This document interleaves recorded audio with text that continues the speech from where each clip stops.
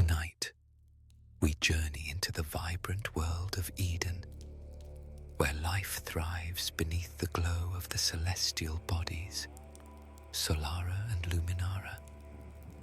And if you enjoy this original story, then please don't forget to leave a like, share your thoughts, and consider subscribing for more content like this.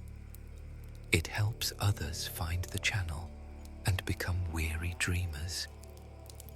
But for now, get cozy and settle in for an immersive journey into the magical world of Eden.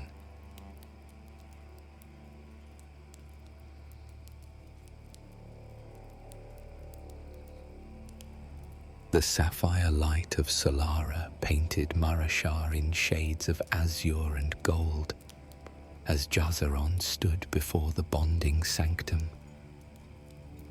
His breath formed pale wisps in the pre-dawn chill, and with each exhale, he could feel the familiar tingle of wind dancing across his palms, a gift from the Aereo orchid that he'd bonded with 3 years ago. The orchid's essence had left subtle marks. Delicate, petal-like patterns spiraled up his forearms in faint silver blue, visible only when Solara's rays struck them at certain angles. His dark hair moved even when the air stood still, as if perpetually caught in a gentle breeze. The bonding had been easy, almost playful. Orchids were gentle flora, perfect for first bondings. Gale griffins were not. "You're early, Jar," came a soft voice from behind him. He turned to find Keeper Mirath approaching, her crystalline skin catching the light. She'd bonded with a shade shard and moonbell moss, a luminarin through and through, though the dawn diminished her gifts. Facets of dark crystal formed geometric patterns across her cheeks and collarbone, and her eyes held that characteristic luminescent quality that marked her as moon-touched. "Couldn't sleep," Jazaron admitted. His fingers flexed, sending small currents of air swirling around his hands. A nervous habit. Understandable. Mirath's expression softened. The crystal along her jaw caught the light as she smiled. "A gale griff is no small undertaking for a second bond. Are you certain? There are sunwing falcons, thermal salamanders, less everything," Jazaron interrupted, then caught himself. "Sorry, Keeper. I mean, yes, I'm certain." The truth was more complicated. In Marashar, most Solarans chose conservative second bondings, complementary fauna that enhanced their first bond without risking their humanity. His childhood friend, Dessa, had bonded with a golden honeybee last spring. Now she could create sweet, healing nectar from her palms, and delicate amber wings occasionally manifested between her shoulder blades. Safe, sensible. But Jazaron had felt the call of the Gale Griffin for months now. It started as dreams, vast skies, storm winds, the fierce joy of flight. Then, during his dawn meditations in the Solaran gardens, he'd sense it, something wild and powerful, reaching across the Edian energy that connected all things. Mirath studied him with those glowing eyes. "Your father would have approved, you know. Torvash Arioborn was never one for half measures." The mention of his father sent a pang through Jazaron's chest. Torvash had been a storm in human form, bonded with Tempest Lotus and a Thunder Eagle. He'd defended Marashar from the Shade Spawn during the Night of Silver Screams. But a third bonding, rushed and desperate during that final battle, had tipped him over the edge. The Cinder Serpent had been too much, too wild. They'd found his father 3 days later, deep in the scorched wastes, more serpent than man. "I know the risks," Jazaron said quietly. "That's why I'm stopping at 2. Mirath nodded. "Then let's begin. The Griffin has been calling to you, yes?" "I believe so, yes." "Good. That's a good sign that the bonding will take. Now, follow me, and we'll get started." The sanctum's interior was a marvel of living architecture. Walls of woven starlight bamboo created chambers that breathed with the rhythm of Eden itself. Bioluminescent moss carpeted the floor, shifting from deep emerald to soft sapphire, depending on whether Luminara or Solara held sway in the sky. They descended into the heart of the structure, where the bonding chamber waited. Carved into living stone and reinforced with veins of harmonic crystal, the circular room thrummed with concentrated Edian energy. Jazaron could feel it in his teeth, a vibration that resonated with the very marrow of his bones. In the chamber's center, surrounded by a ring of Solara-touched braziers, was a cage of pure light. Inside it, the Gale Griffin paced. It was magnificent and terrifying. Larger than any fauna Jazaron had encountered, the creature stood nearly 8 feet at the shoulder. Its front half bore the features of a massive raptor: cruel beak, eyes like chips of storm shard, fur and feathers that shifted between white and pale blue with each movement. The back half was pure feline power: muscular haunches, retracted claws that could cut stone, a long tail that lashed with barely contained violence. The beast's feathers seemed as if they were woven from clouds and wind itself, constantly moving, never still. When it spread its wings, easily a 15-foot span, Jazaron felt the air pressure in the room change. "She's beautiful," he whispered. "She's dangerous," Mirath corrected. "This isn't some docile fauna raised in the Sanctum Gardens. This griffin was wild until 3 days ago. We found her in the Skyshear Peaks, wounded and furious. She's young, barely past fledgling stage, but she's killed before. Do you understand what that means?" Jazaron did. Fauna that had tasted violence carried that knowledge in their essence. When the bonding occurred, when their nature merged with his own, he wouldn't just gain their physical attributes and abilities. He'd inherit their memories, their instincts, their hunger. The griffin turned her attention to him fully, and Jazaron felt the weight of that predatory gaze. She saw him, measured him, found him wanting. Good. He hadn't come here to be found worthy. He'd come to prove himself worthy. "I'm ready," he said. Mirath moved to the ritual circles, her crystalline fingers tracing patterns in the air that left glowing after images. "Then let Solara witness. Let Eden's harmony guide. And Jar." She paused, apprehension cracking her voice. Remember that power without restraint is just another word for madness. Your father forgot that lesson. I won't, he promised. Jazaron only hoped he could keep that promise when the bonding was complete and he and the predator were one.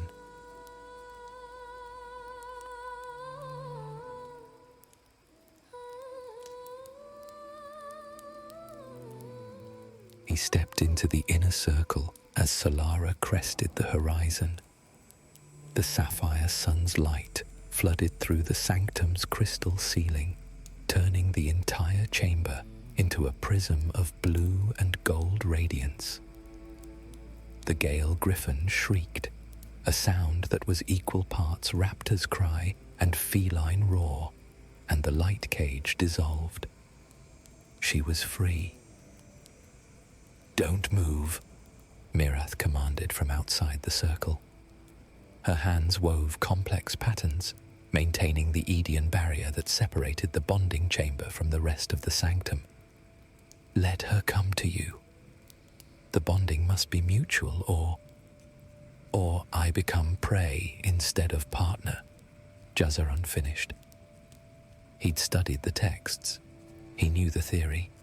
Theory felt inadequate now, with a creature of storm and violence stalking toward him. The griffin moved with impossible grace for something so large. Each step was silent despite her mass, the feline back legs absorbing impact while her taloned forelimbs clicked softly against stone. Her feather mane rose and fell with each breath, creating small gusts that Jazaron felt against his skin. She's testing me, he realized, seeing if I'll run. He held his ground, let his own aerokinetic essence rise to the surface, the wind-touched nature that was now permanently part of him. The air around his body began to move in subtle spirals, responding to his will and his emotion. The beast paused, her head tilted, bird-like and curious. I'm Solaran, like you, Jazaron said softly. He didn't know if the fauna could understand words, but tone mattered. Intent mattered. I can feel Solara's light in your feathers. You were born in the high peaks, where the sun first touches down upon Eden. He took a cautious step closer. I know you're angry, wounded. They trapped you, brought you here against your will. Jazaron slowly raised his hand, palm up. A spiral of air danced there, delicate and controlled.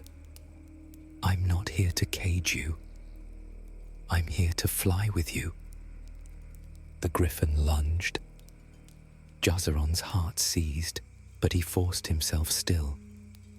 This was it, the moment of truth. Either she would tear him apart or... She stopped inches from his face. Her beak could snap his neck with a twitch. Her talons could disembowel him before he drew breath to scream. Instead, she pressed her feathered forehead against his chest. The Edian energy that connected all life suddenly blazed between them like a physical force. Jazaron gasped as the griffin's essence poured into him. Not gentle like the aero orchid, but a torrent, a storm, a hurricane of sensation and memory and power. He saw through her eyes, the sky-sheer peaks, where glaciers met cloud and the world fell away in dizzying drops. The first flight, terrifying and glorious. The thrill of hunting, the prey's panicked heartbeat visible in thermal vision. The dive, the strike, hot blood, and the savage satisfaction of the kill.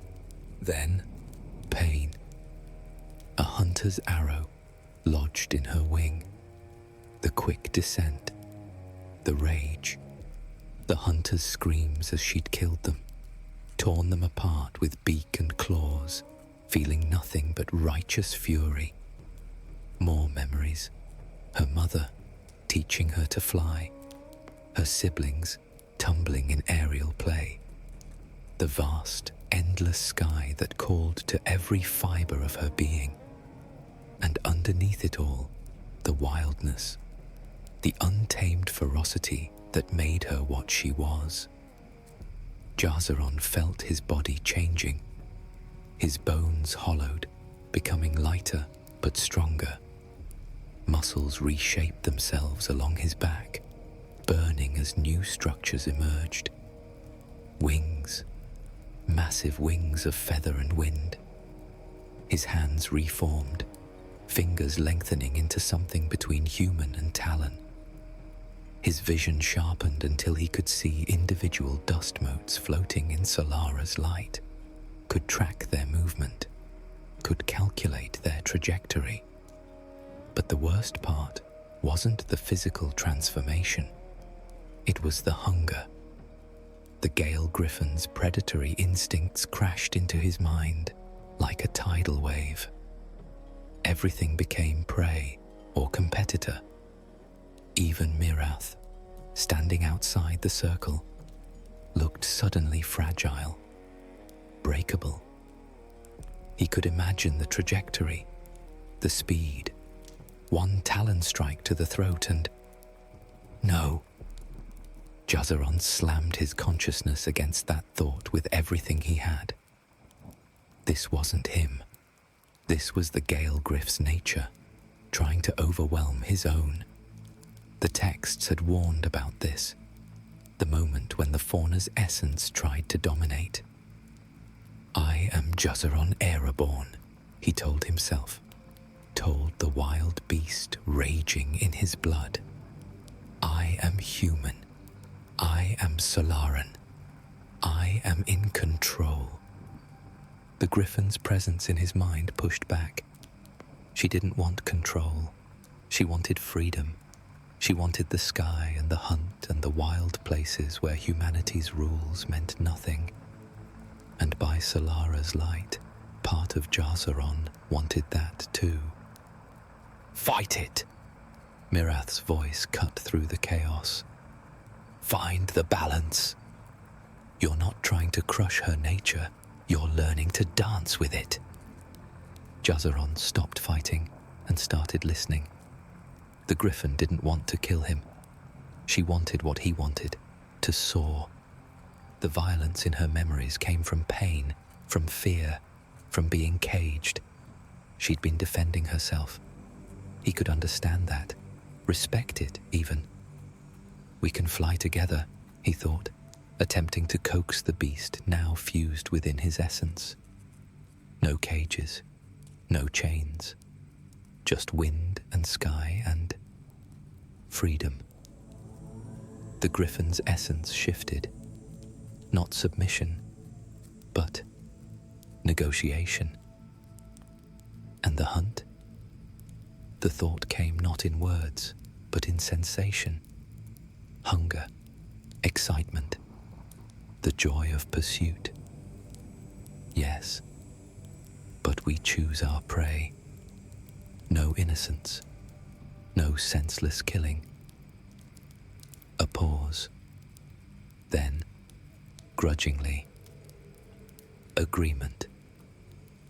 The transformation stabilized. Jazaron became aware of Mirath's relieved exhale, of Solara's warmth on his new wings, of the chamber's suddenly smaller dimensions.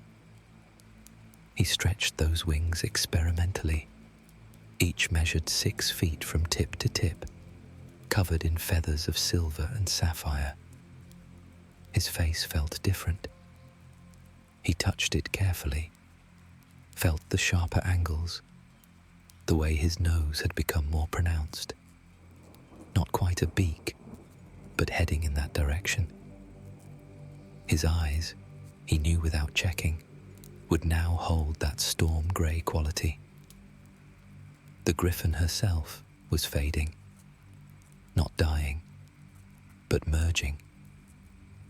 Her physical form dissolved into streams of light and essence that flowed completely into Jazaron's chest, settling somewhere near his heart. He could still feel her as a distinct presence, wild, powerful, barely tamed.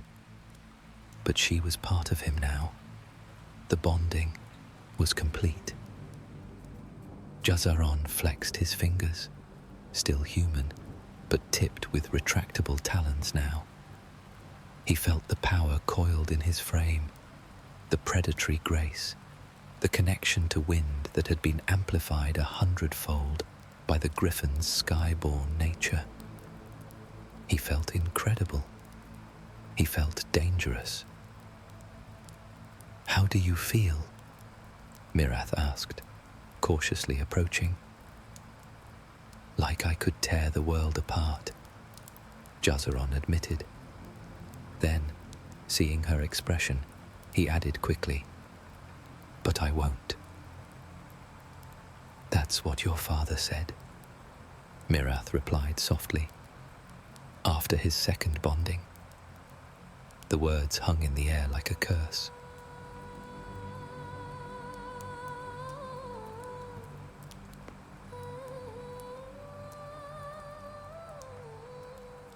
The sun had fully risen by the time Jazaron emerged from the sanctum. Marashar was already alive with activity. Farmers tending their hybrid gardens, merchants setting up stalls, children playing with their bonded companion creatures in the village square. Everything seemed sharper now. Jazaron could hear conversations from 100 yards away, could smell fresh bread baking in the eastern quarter, could see the individual wing beats of a sun sprite hovering near the fountain. His newly enhanced senses painted the world in overwhelming detail, and everyone was staring. His wings drew attention first, impossible to hide. They arched above his shoulders even when folded, the cloud-white feathers catching Solara's sapphire light. But it was more than that. There was something in his posture now, something predatory that made people unconsciously step aside as he passed. "Ja!" Dessa rushed toward him, her amber wings fluttering in agitation. The honeybee-bonded girl had been his friend since childhood, but even she hesitated before getting too close. "By Solara's light, you actually did it. You look dangerous," he interjected. "I was going to say magnificent, but yeah, also terrifying." She circled him, taking in the changes. "The wings are incredible. Can you fly yet?" "I don't know. My instincts say yes, but I haven't tried." "Well, what are you waiting for?" Jazaron glanced toward the village's eastern edge, where platforms of woven aegis vines provided launching points for those with aerial bonds. His new instincts screamed at him to go, to leap, to feel wind beneath his wings. But something made him hesitate. The predatory hunger was still there, simmering beneath the surface. Every person he passed registered in a distant, animalistic part of his mind as potential prey. He knew he wouldn't act on those impulses, but their mere presence disturbed him. "Maybe I should wait a few days," he said. "Let the bonding settle." Dessa's expression shifted to concern. "Yeah, are you okay? You seem different." "I know." He tried to smile, but it felt wrong on his altered features. "It's just, the Griff's nature is strong. I need time to find the balance." "Your father used to say that." Jazaron's jaw tightened. "I'm not my father," I know. I just... Dessa touched his arm gently, her honey-scented warmth a comfort against the cold, predatory instincts. I worry. Everyone knows what happened to Torvash. What if the griffin is too much? What if two bondings are already pushing you toward... I'm fine, Jazaron insisted, pulling away more sharply than he intended. Dessa flinched, and guilt immediately flooded him. Sorry. I'm sorry.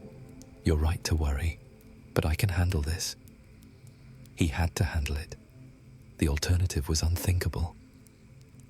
Dessa nodded slowly. Okay, but promise me you'll be careful, especially with flying. You know what happened to Keth when he tried too soon after his Skylark bonding. Jazaron remembered. Keth had lost control mid-flight and crashed into the sanctum roof, breaking both legs and nearly killing himself. And Skylarks were gentle fauna, nothing like a Gale Griff. I'll be careful, he promised. But the sky called to him, and the griffin's impatient presence in his mind wouldn't be denied forever.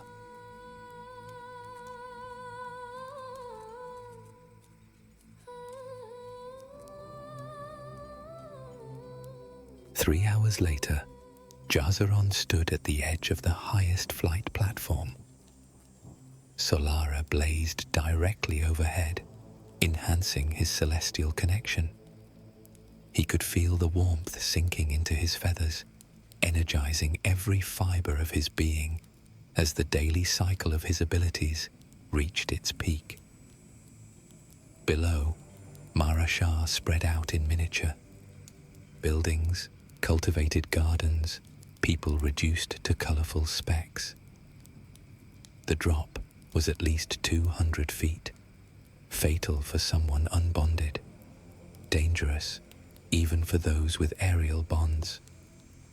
But the griffin in his blood felt no fear. This is what we were made for, her presence whispered. The sky, the freedom. Stop hesitating. Jazaron spread his wings fully for the first time since leaving the sanctum. The motion felt natural despite being completely foreign. The Gale Griffin's muscle memory was his now. Here goes, he breathed. Then he leaped. For one heart-stopping moment, he fell. The platform whipped away above him, the ground rushing up with lethal speed. Then instinct took over, the griffin's instinct, and his wings snapped open, catching air. He didn't stop falling. He transformed the fall into a glide, then into a magnificent soar. The sensation was beyond anything he'd imagined. Every childhood dream of flight paled compared to this reality. Wind rushed past his altered face. His feathers responded to micro-adjustments he made without conscious thought, and Solara's energy sang through him with each wing beat. He banked right, testing his control. Perfect. Left, equally smooth. He pulled up into a steep climb, muscles burning with the exertion but responding beautifully. At the apex, he hesitated, then folded his wings and dove. The ground became an approaching wall of detail. Wind screamed past him. Joy exploded through his chest, wild and fierce and absolutely alive. At the last possible moment, Jazaron spread his wings again, pulling up in a tight curve that brought him parallel to the ground, rocketing over the village square. People scattered, shouting in surprise and awe. Jazaron laughed, a sound that came out half human, half raptor's cry, and climbed again.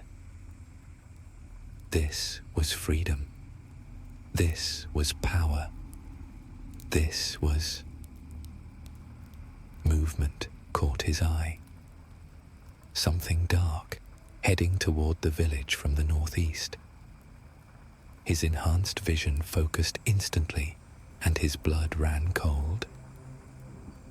A Vileborn. It had once been human, once been someone's friend or family. Now it was a twisted amalgamation of too many bondings gone wrong.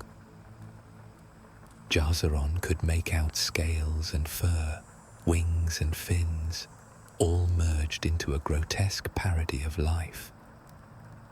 It moved with the jerky, unnatural gait of something whose body no longer quite made sense, and it was heading straight for the outer farms.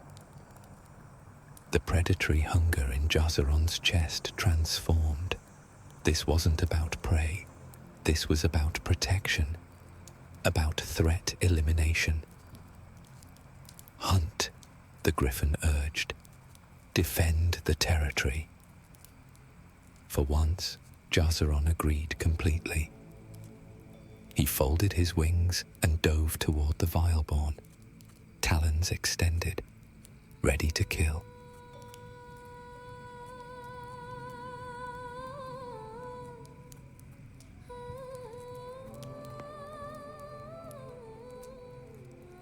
Jazaron hit the monster like a meteor. His talons raked across the creature's back, tearing through matted fur and hardened scales. The thing that had once been human howled, a sound mixing wolf and eagle and something reptilian. It spun faster than something that size should move, lashing out with an appendage that might have started as an arm, but now ended in 3 different types of claws. Jazaron's wings carried him up and away from the strike. He circled, the griffin's hunting instincts analyzing the Vileborn with cold precision. It was larger than him, probably outweighed him by 100 pounds. But it was uncoordinated, its unnatural combination of bonds fighting each other for dominance. That was the tragedy of the Vileborn. Power without cohesion, strength without control. Go for the throat, the griffin urged. A quick kill. But something made Jazaron hesitate. The creature below wasn't attacking the farms anymore. It had stopped, looking up at him with eyes that held a flicker of something almost like recognition, almost like awareness. Help! The word came out mangled, barely human, but it was there. Please, help! Jazaron's blood turned to ice. This Vileborn was still partially conscious, still partially human. The realization shattered his aggressive momentum. He landed, wings spread in a defensive posture, but no longer attacking. "Who are you?" he called. The Vileborn's form rippled, features shifting. For a moment, beneath the scales, beneath the fur and feathers, Jazaron saw a face. Young, maybe 20 seasons. Kyle, it rasped. Was Kael'dan. Third bonding. Mistake. Can't control. By Eden's whispers, Kael'dan storm-touched. He'd been a promising Solaran, trained in the sanctum alongside Dessa. He'd been declared missing 3 months ago, believed to have left Marashar to join one of the celestial sects.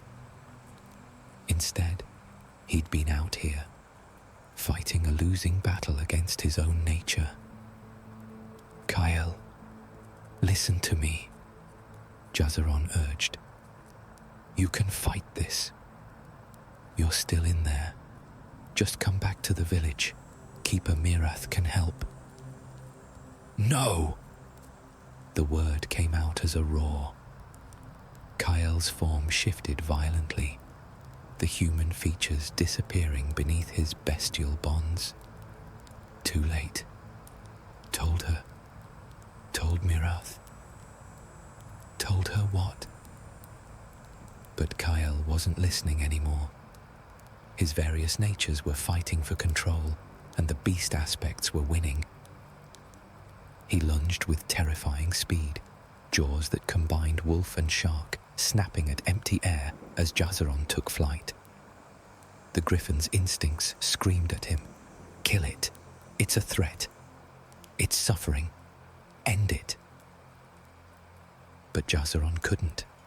This was a person, someone's son, someone who'd made a mistake, taken one bonding too many, and was paying the ultimate price.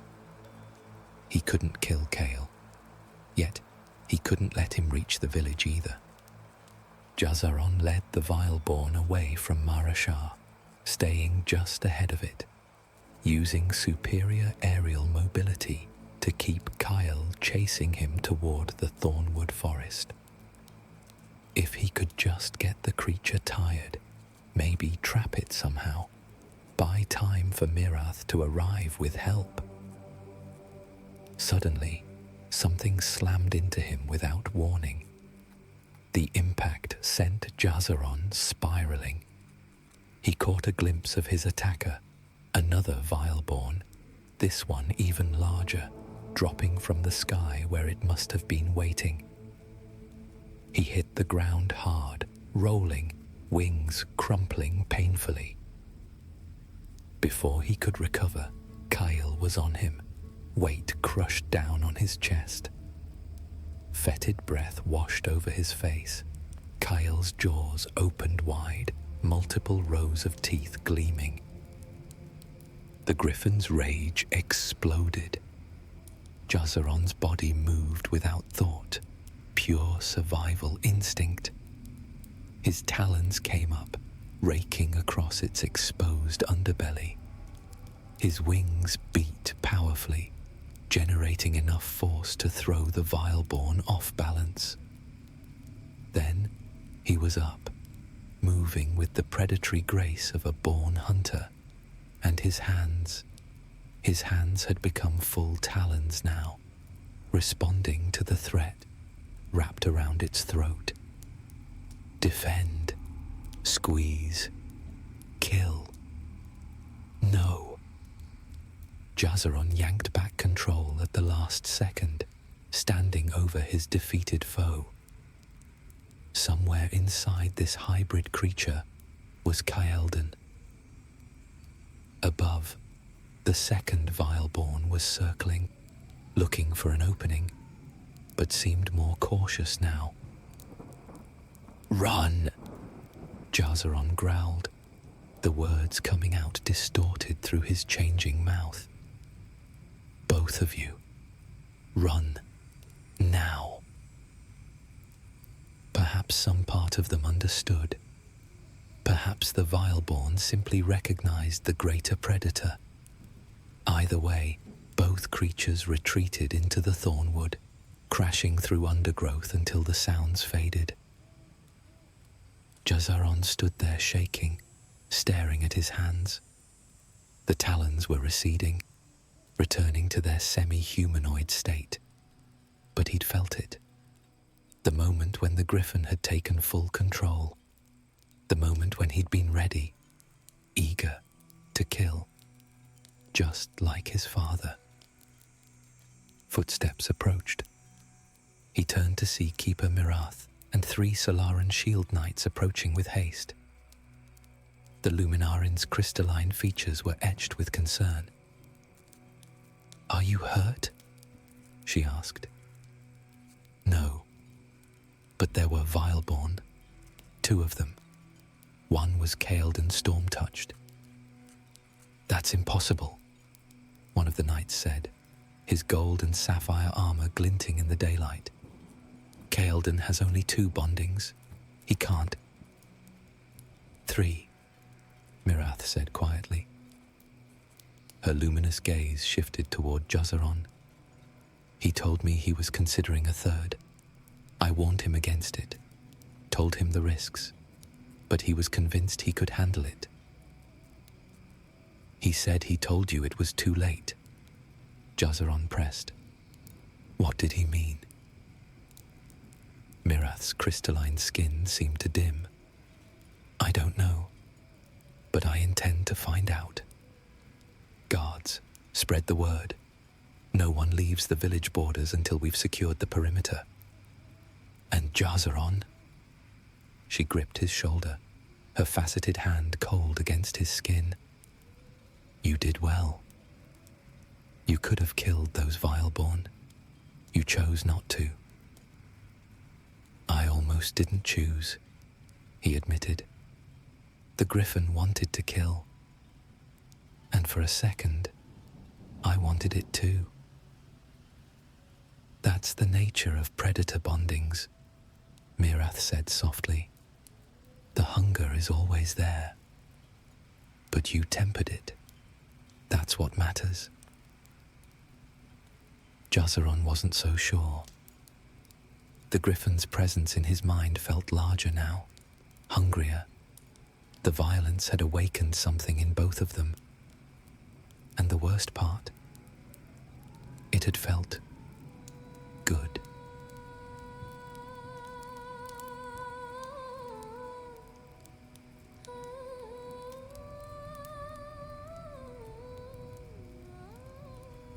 Jazaron spent the rest of the day in meditation, trying to quiet the Griffin's restless energy.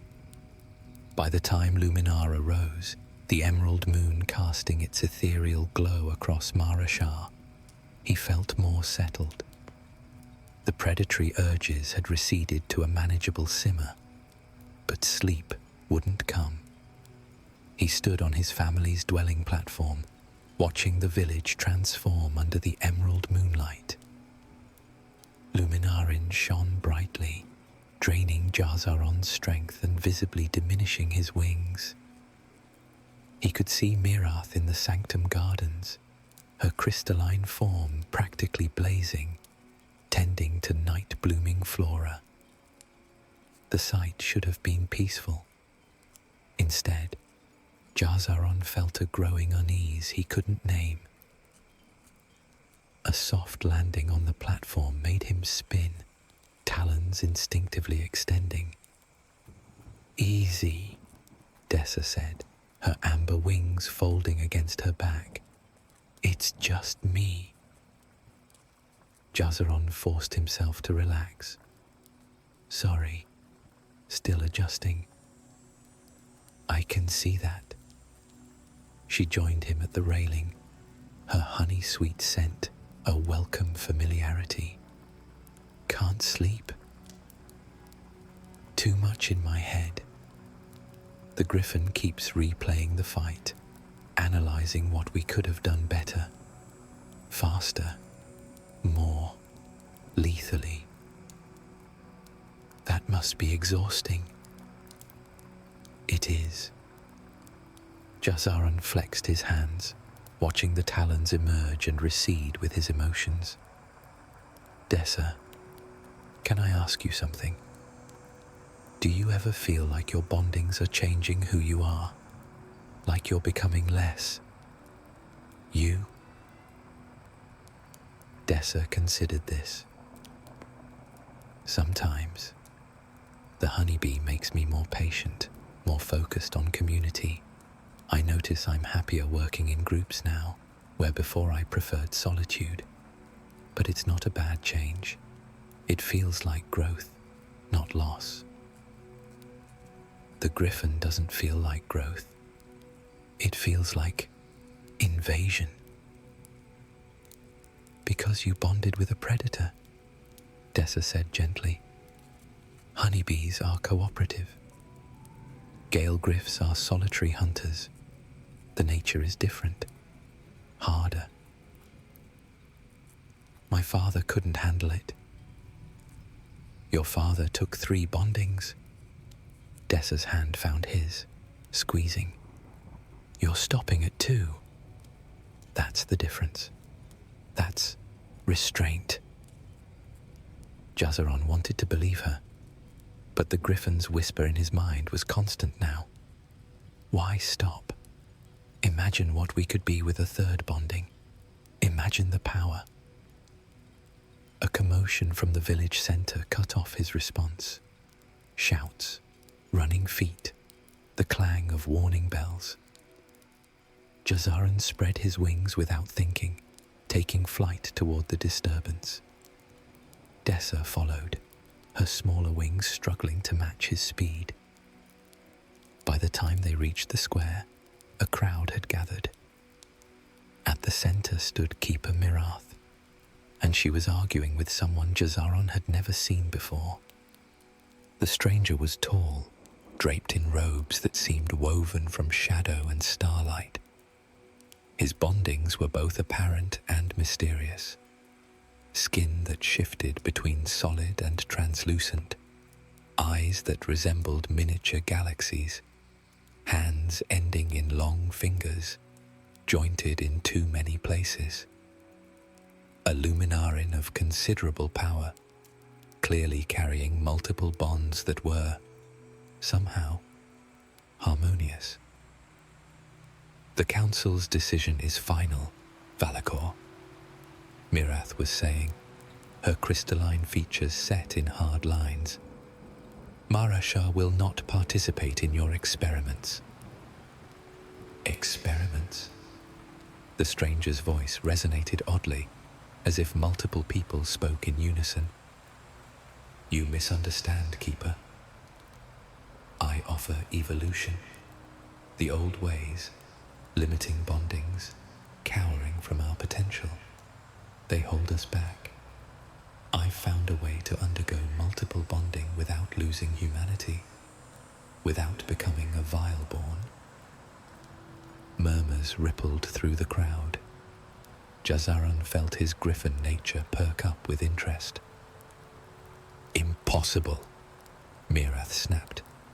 The Edian energy can't sustain that many merged essences. The research is clear. Your research is outdated. Valakor's quasi-human hand gestured dismissively. I've bonded 4 times, as you can see.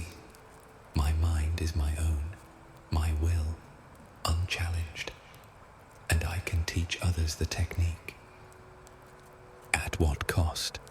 Mirath demanded. Kael'dan Storm-Touched came to you, didn't he? You offered him the same promises, and now he's vileborn, terrorizing the Thornwood.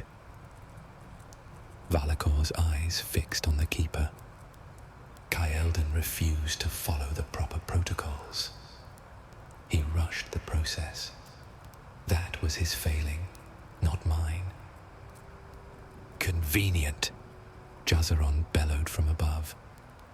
He descended from his aerial position, landing between Mirath and the stranger. Blame the victim when your technique fails. Valakor studied him with interest. Ah, fresh Gale Griff bonding. I can smell the predatory hunger on you. Tell me, young Solaran, don't you feel the pull, the desire for more? One more bonding could give you such power. I could show you how. The bestial nature surged in Jazaran's chest, eager and hungry. Yes, more, stronger. No, he lied. 2 bondings. That's the limit. That's the safe path. Safe. Valakor's laugh was sharp and mirthless. Safe is what weak people choose.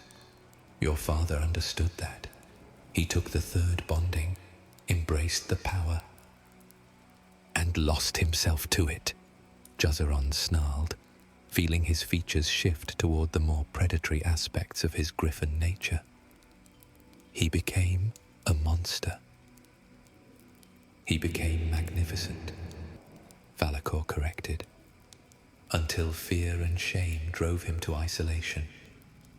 I tried to help him, you know. Offered to stabilize his 3rd bonding and prevent the degradation. But your Keeper convinced him to refuse. Jazaran looked at Mirath. Is that true? Her silence lingered a moment too long. "He's lying," she finally said, or at least twisting the truth. "Torvash came to me after his third bonding, when the serpent nature started overtaking him. This heretic showed up, offering a cure that required rituals I'd never seen, ingredients I couldn't verify. I advised caution."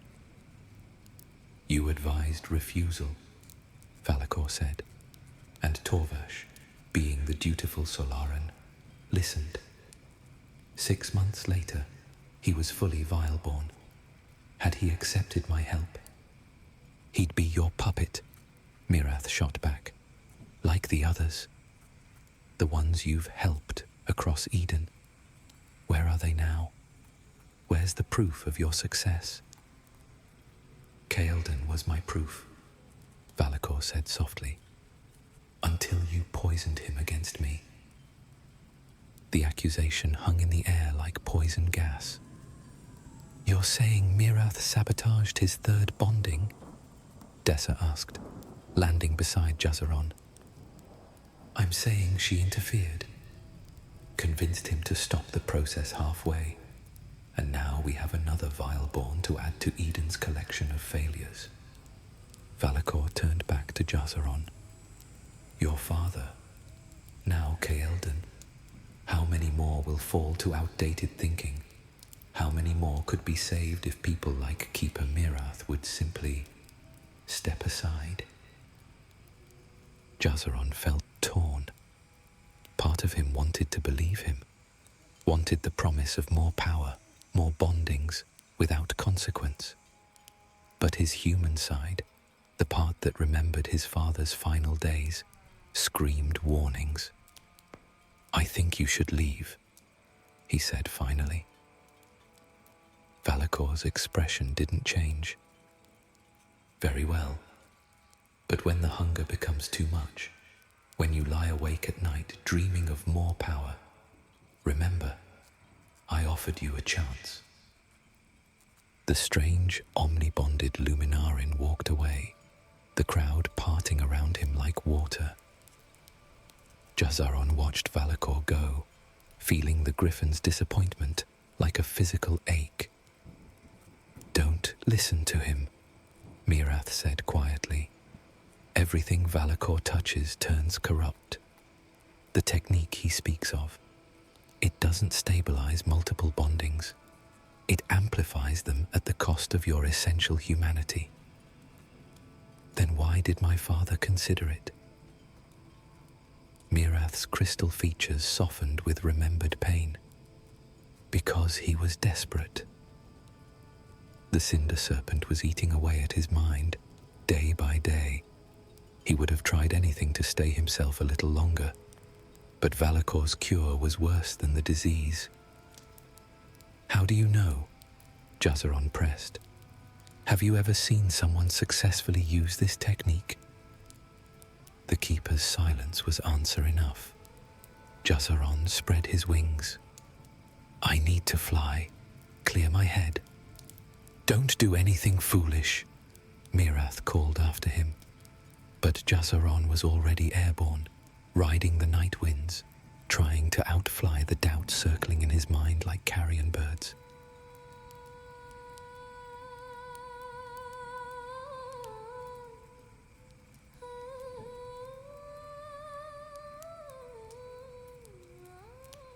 Three days passed.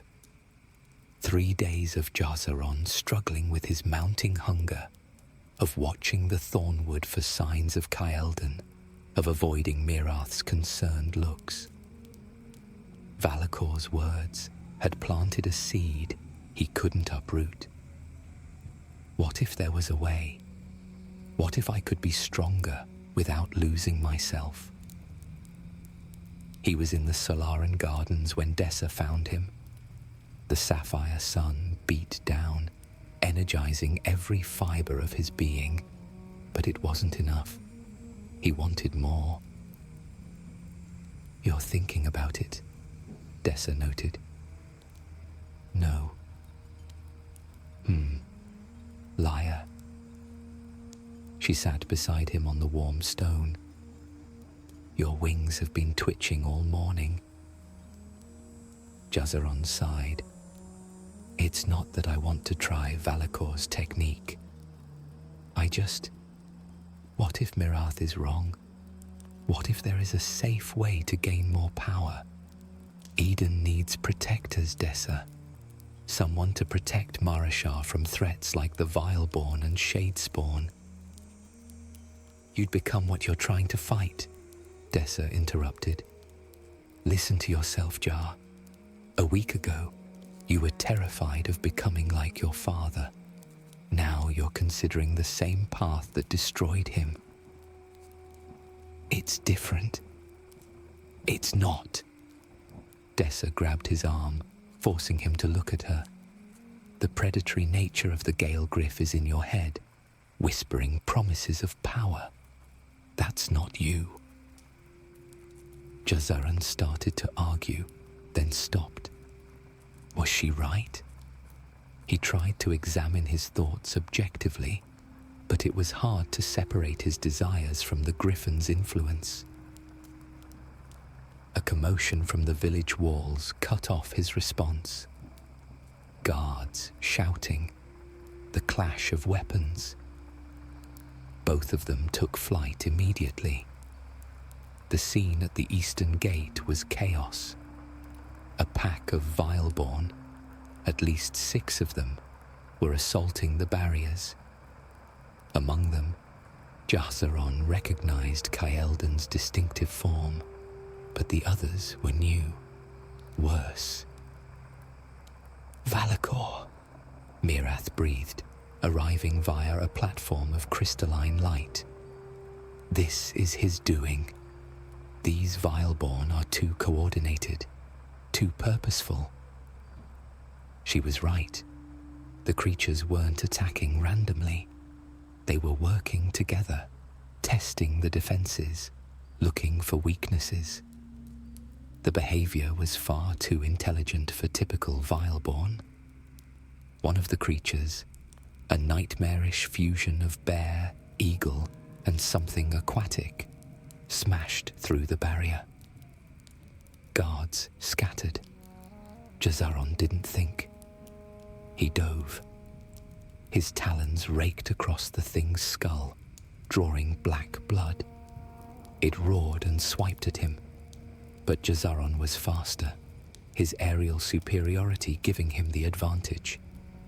He led it away from the gates, toward the open ground where he could maneuver. 3 of the Vileborn followed. Jazaron felt the predatory joy surge through him as he engaged. His body moved with lethal grace, talons and wings working in perfect synchronization. He'd never felt more powerful, more capable, more alive. He was winning. Then one of the Vileborn changed. Its form rippled, grew, and suddenly Jazaran was looking at Valakor. The stranger stood there, completely human-looking now, smiling. A test, he declared calmly, while the Vileborn froze around them. To show you what you could be. These creatures, I control them absolutely. My 4 bondings give me the power to dominate lesser merged beings. Imagine having that ability. Imagine never fearing the Vileborn again because you could simply command them. Jazaron hovered, wings working hard. You're controlling them. These are people. They were people. Now they're tools. And they'd be tools regardless. Mindless Vileborn wandering Eden. I'm simply giving their existence purpose. Valakor gestured, and Kael'dan stepped forward. Your friend here, still somewhat aware, as you discovered, but with my guidance, with a proper 4th bonding, I could stabilize him, return his mind. Wouldn't you like that? To save him? Jazaron looked at the beast that had once been Kael'dan, really looked.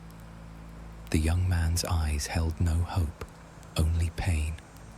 This wasn't salvation. This was prolonged torture, being aware but unable to control your own body. Release them, Jazaron said. Let them go. Join me first. Take the third bonding I'm offering. Let me teach you the technique. Then I'll release not just these, but all the Vileborn under my control. You'd be a hero. The offer was tempting, but something nagged at Jazaron. If you can control them, why do you need me? Valakor's smile faltered for just a moment. The truth, Jazaron pressed, descending to land. No more games. I can control them, yes, but the technique is unstable, Valakor admitted. I need fresh subjects, people with strong wills and compatible bondings, to perfect the process. You have two ideal bondings, Aero Orchid and Gale Griff, air-aligned, complementary. Add a third air element bonding, and you'd be the perfect test subject. There it was, the truth beneath the promises. Jazaron felt the griffin's hunger waver, sensing the trap. You're not trying to help people, Jazaron declared. You're experimenting. My father was an experiment. Kael'dan was an experiment. And you want me to be next. I'm trying to advance Eden's understanding of bonding potential. Valakor snapped, his calm facade cracking. Yes, there are failures. Yes, there are costs. But the knowledge gained, the power unlocked, it's worth it. Not to the people you destroy. The Luminaran's expression hardened. Then you're a fool. Like your father, he had the chance to transcend, to become something magnificent. Instead, he chose fear. He chose humanity, Jazaron said, and so do I. Disappointing. Valakor raised his hand, and the Vileborn moved as one. Kill him. Jazaron's wings snapped open, launching him skyward just as the creatures attacked. But he wasn't trying to fight now. He was retreating, leading them toward the village where help waited. The voice in his mind wasn't pushing for more power anymore. Instead, it was working with him, coordinating perfectly as they dove and weaved through the air. We're enough, he realized. Together, we're enough. He just hoped that was true.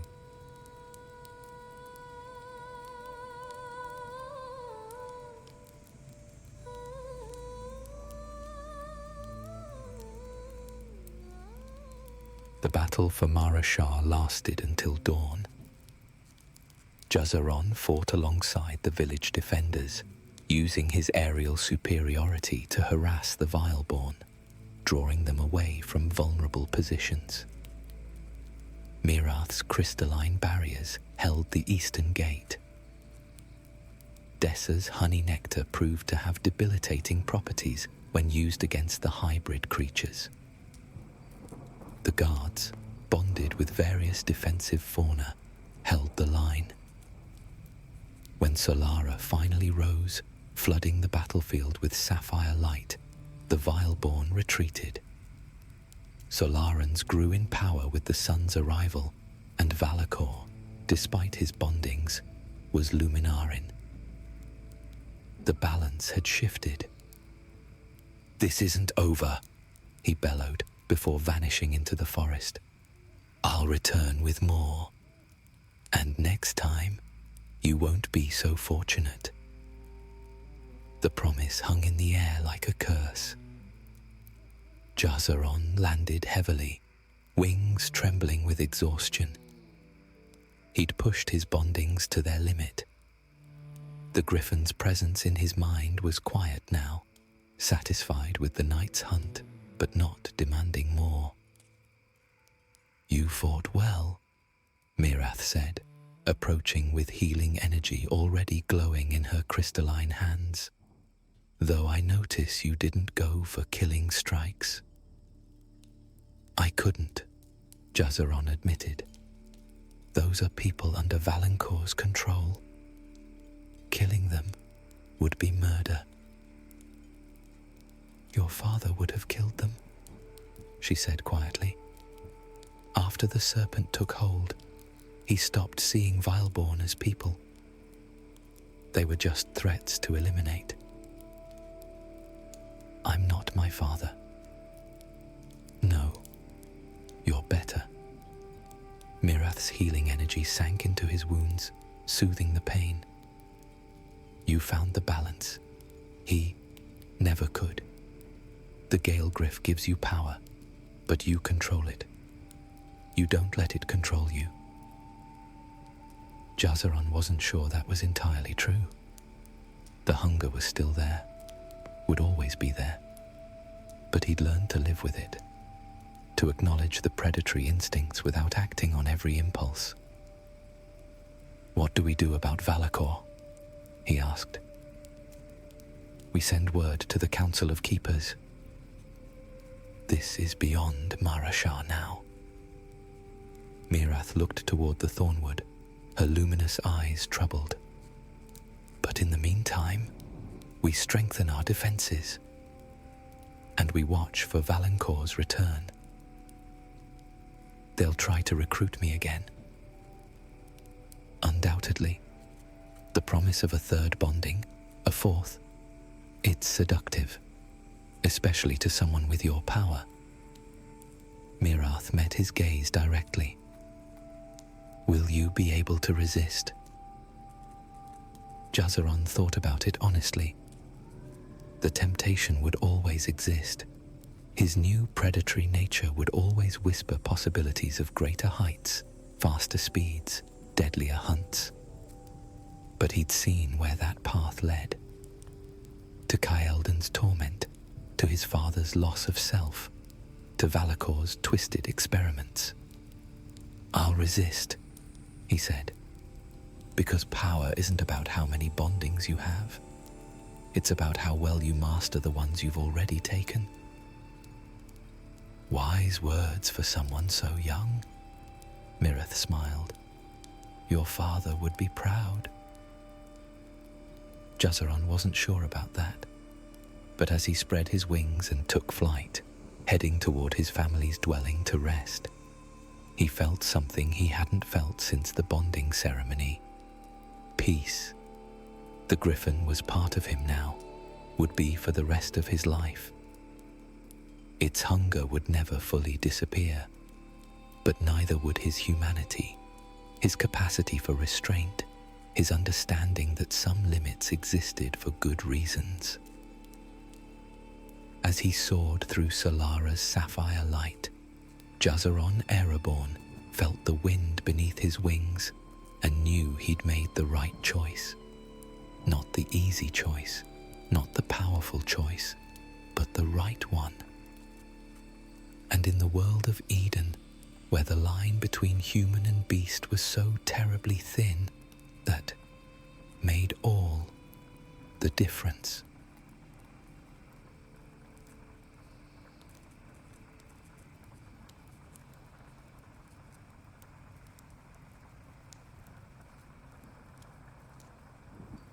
The sapphire sun hung low over Marashar, bleeding azure light across the sandstone rooftops. Ryuki stood in the training grounds at the village's edge, her fiery hair whipping behind her as flames danced along her outstretched arms. The air shimmered with heat, distorting the distant peaks of the Ashen Ridge. She thrust her right arm forward. Molten light coalesced from her crystalline flesh, hardening into a cinder spear that launched across the yard and shattered a training post into splinters. The fragments smouldered, orange embers drifting upward like dying stars. "Impressive," a voice called from behind her. Ryuki didn't turn. She knew the footsteps, the cadence of breath. Haru had been watching her train for weeks now, always with that same mixture of admiration and hunger in his pale green eyes. "You're wasting your time," she said, forming another spear. This one she held, feeling the weight of hardened cinder in her palm. The cinder shard bond had transformed portions of her arms into semi-translucent crystal shot through with veins of fire, beautiful and deadly. Haru moved into her peripheral vision.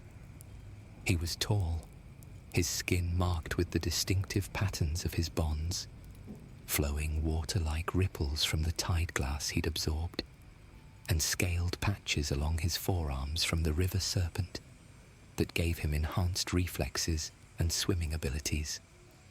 Both were controlled bonds. Safe bonds. 2 was enough for most people. "I came to ask if you'd join us for the harvest gathering tonight," he said.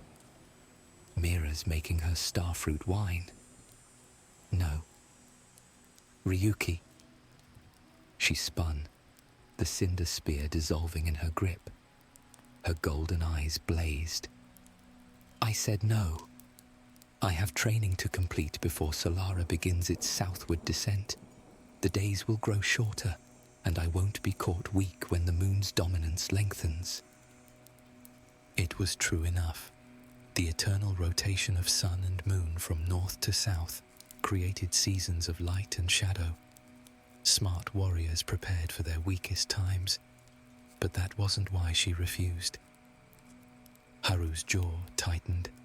The scales on his arms caught the sapphire light, shimmering like water. "You can't train forever, Ryuki. Sometimes you have to..." "What? Let my guard down? Pretend we're something we're not?" She turned away, raising both arms as cinder whips unfurled from her palms, crackling with heat. "I'm Cinderborn. Fire doesn't need companionship to burn." The whips struck a row of posts, each impact sending up a shower of sparks. Behind her, she heard Haru's quiet sigh, then his retreating footsteps. Good. Better he learned now that she had no room in her life for distractions. Love, attachment, caring. These were vulnerabilities. She'd watched her mother weaken herself for her father, watched her power dim as she poured her energy into maintaining a bond that made her soft. When the Shade Raiders came 3 years ago during a lunar eclipse, when Luminara's emerald light flooded the valley and the Solarans were at their weakest, her mother had died protecting a man too frail to defend himself. Ryuki had sworn then, never again. Power was the only certainty. Power kept you alive. She continued training until Solara dipped below the horizon and Luminara rose in its place. The emerald moon's light felt wrong against her skin, dampening the fire in her veins. She could still summon flames, still form her weapons, but the effort cost more. Around the village, she knew the Luminarans were awakening, their abilities surging as night claimed the sky. Walking back through Marashar's winding streets, Ryuki passed homes built from sun-bleached stone and moon-silver timber. The architecture reflected the village's dual nature, half the population drawing strength from day, the other half from night. It created a balance, or so the elders claimed. Ryuki saw it differently. It created weakness. Dependency on the rotation of celestial bodies was just another form of bondage. "Ryuki, of the Cinderborn," a voice greeted her warmly. Elder Torin stood in the doorway of the gathering hall, his ancient face mapped with the evidence of 3 bonds. He was omni-bonded, one of the rare few who'd survived the 3rd absorption. His skin had the texture of aged bark from the ironwood he'd bonded with. His eyes held the golden luminescence of Luminaran fireflies, and his fingers occasionally sprouted thorns from the bleeding rose that had nearly consumed his humanity. Everyone feared him. Everyone respected him. "Elder," Ryuki acknowledged. "I saw Haru leaving the training grounds earlier. He looked troubled." Torin's voice crackled like dried leaves. "You should be kinder to him. He cares for you." "Then he's a fool." "Perhaps." Torin stepped aside, gesturing for her to pass. But as she moved by, he added, "Or perhaps you're the fool for thinking isolation equals strength." Ryuki paused, her hand flexing. Fire licked between her fingers. "You're omni-bonded, Elder.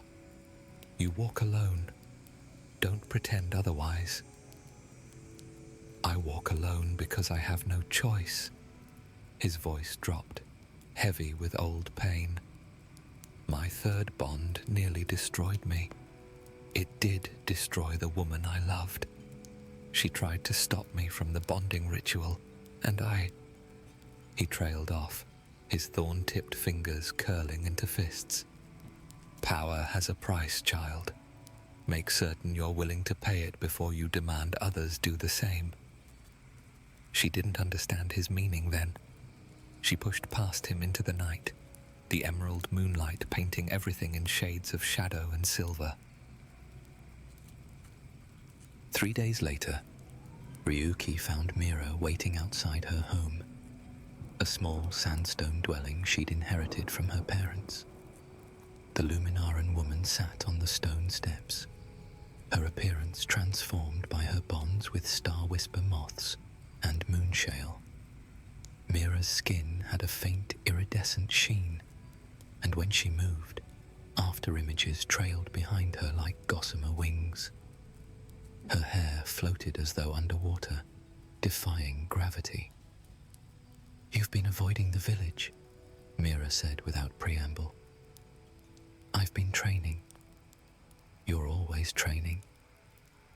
Mira stood, and in the morning light, Solara had recently risen. She looked diminished, her usual grace muted by the sun's dominance. "Haru asked about you again last night. Tell him to stop wasting his energy."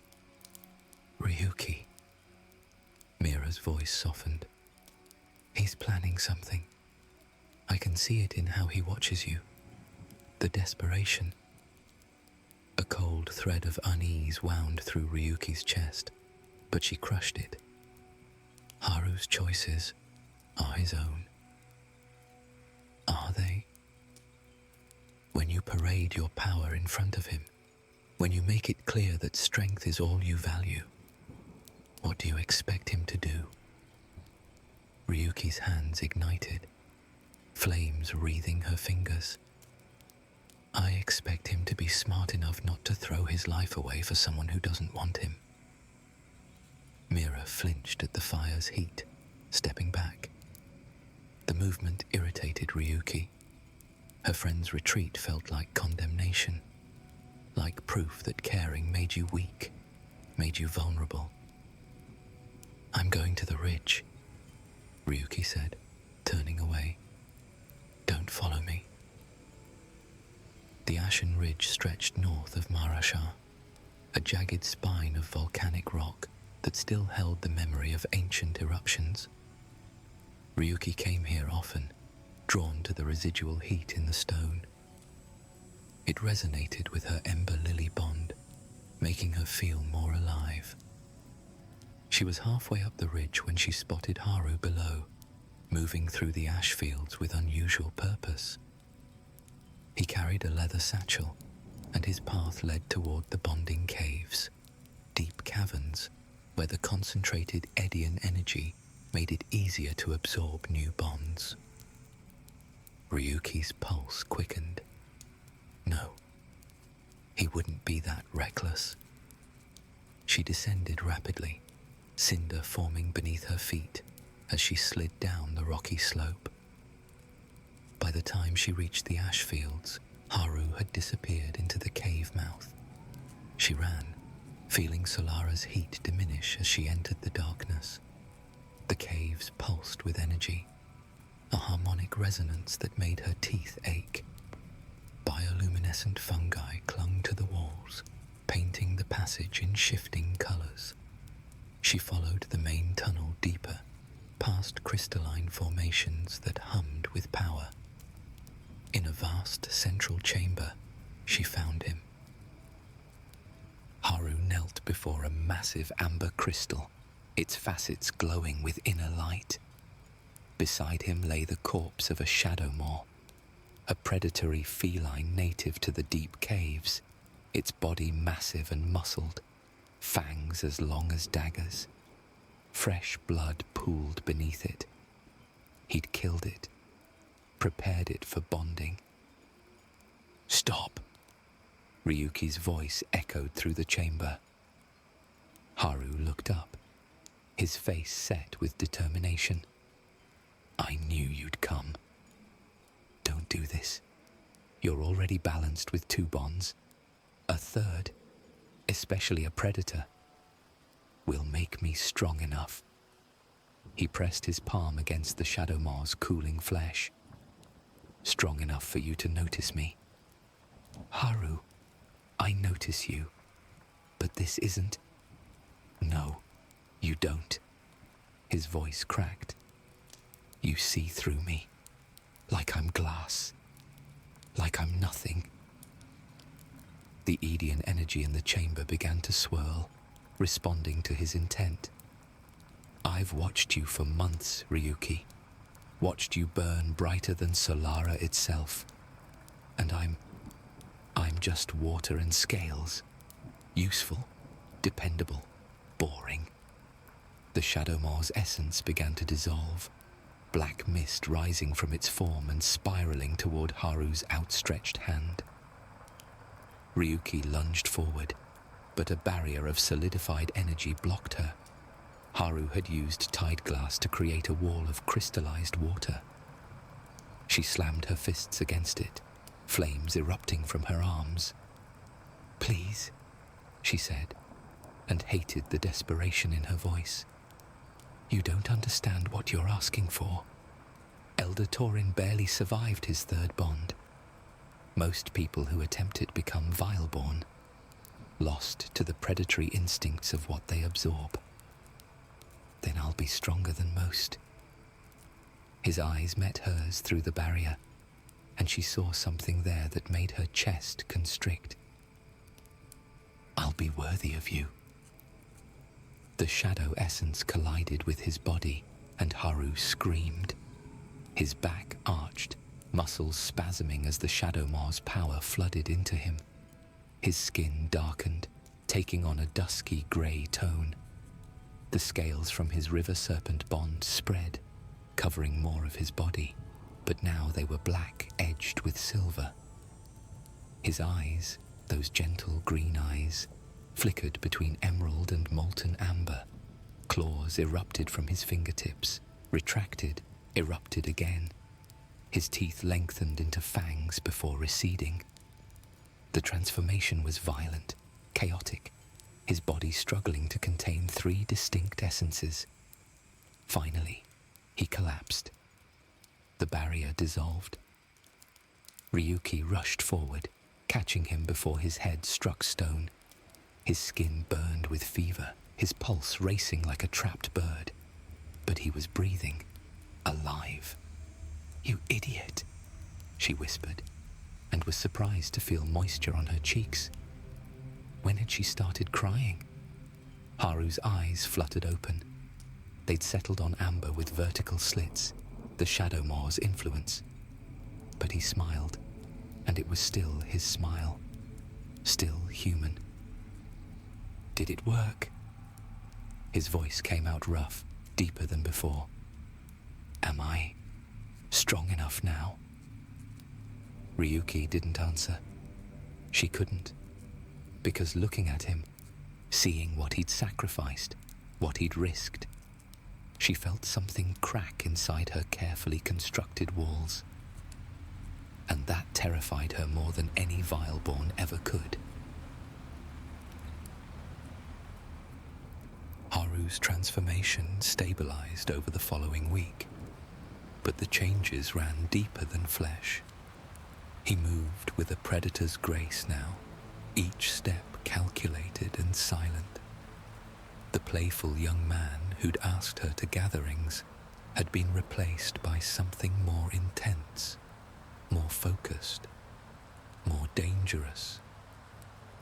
Ryuki found herself watching him when she thought he wouldn't notice. The way Solara's light caught the new patterns in his skin, water, scales, and shadow woven together in impossible beauty. The way his enhanced senses tracked her across the training grounds before she'd even announced her presence. They trained together now.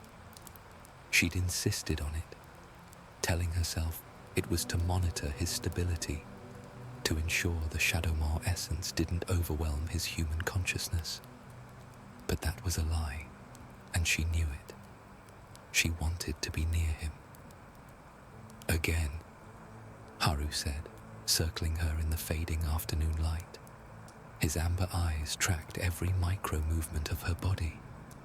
Ryuki formed a cinder whip and lashed out. He dodged with impossible speed, the Shadowmaw's reflexes making him blur. Her second strike came faster, wreathed in flames. He deflected it with a barrier of tide glass, the water crystals hissing as fire met ice. Then he was inside her guard, claws extended but not striking. Just close. Close enough that she could feel his breath on her neck, smell the wild scent that clung to him now, something ancient and primal. Your form's getting sloppy, he murmured. You're distracted. I'm fine. Liar. His hand brushed her arm, and even through the crystalline surface of her cinder shard bond, she felt the heat of his touch. Your heart rate's elevated. Has been for the past 3 minutes.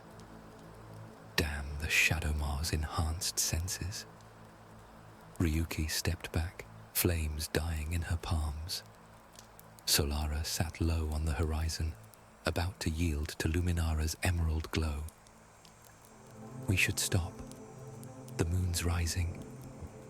I know. Haru didn't move. I can feel both now, day and night. The Shadowmaw hunts in darkness, but my other bonds draw from Solara.